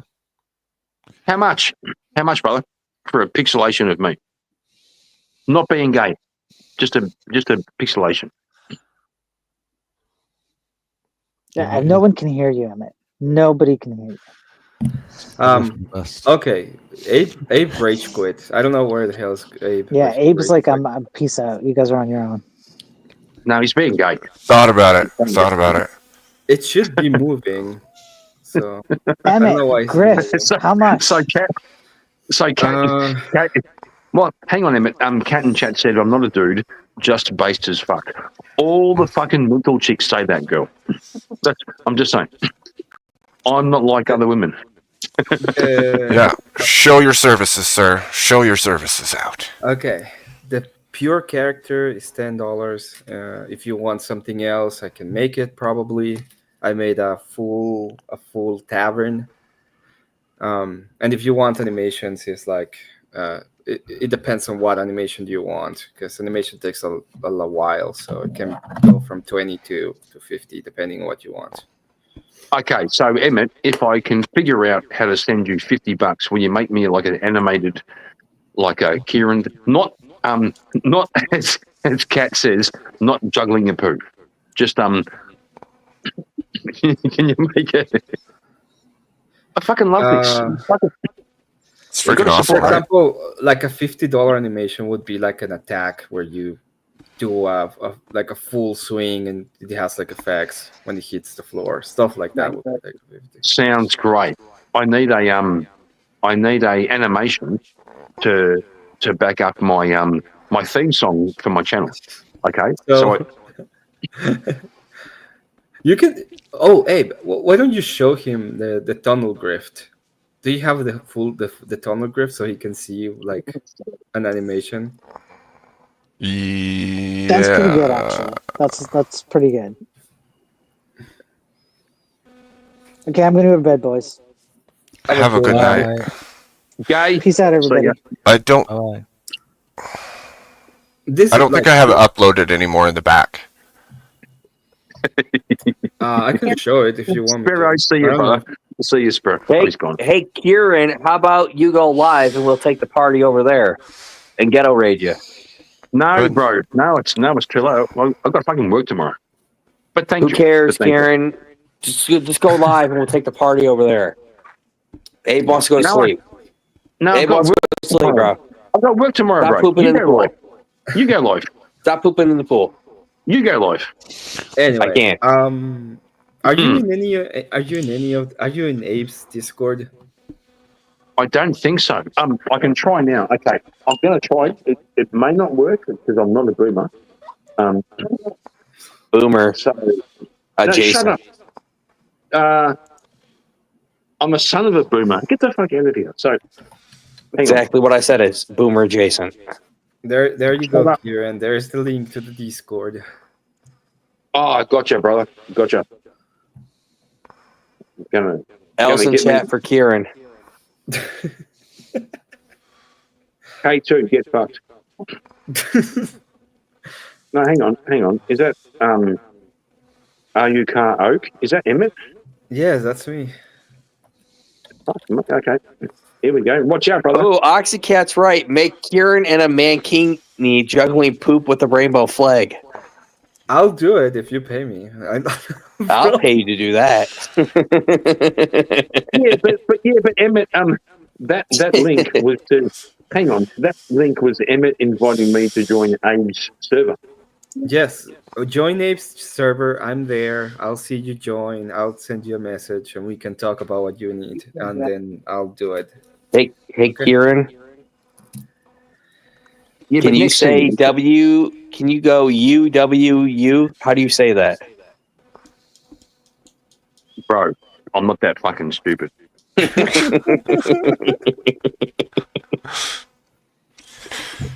All right, gentlemen. Rage quit. May you have a good night. Good night. God bless you all. God bless the chat. God bless you. But no, chat's a bunch of retards. Fuck the chat. If I have mods that want people to go where they're going, you can post it, and they can follow you wherever you want them to go. But I don't have a place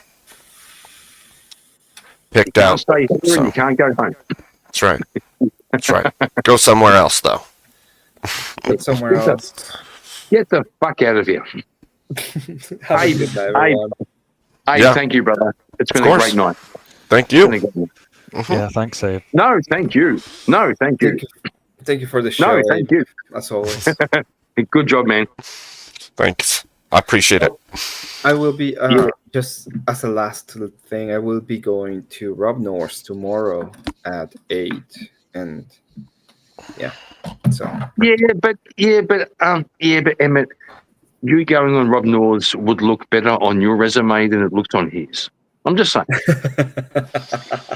I mean, fine. I agree with you. I'm not. You're like, yeah, obviously. Well, we all have to chase the clout. We got to chase the clout. Come on, bro. Abe, thanks again, bro. It's been great. PC Engine, Zippy Face, shut the fuck up. Emmett, love you, bro. Chat, you're a bunch of retards. Love you, Kieran. Have a good night. Have a good love night, you too, bro. God bless. Good night, guys. God bless. Yeah, see you guys. All right. God bless, Laugh.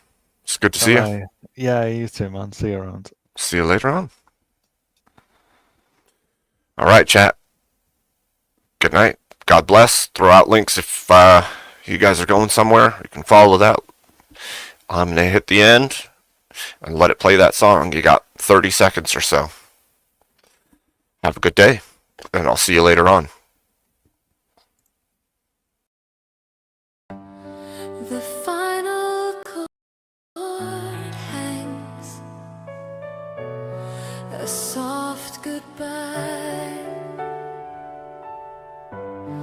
It whispers to the night, then fades, it sighs. The air is still, no words remain. Just let it go, let it drift away, a fading home at the edge of the day. 2 seconds of silence, a pause to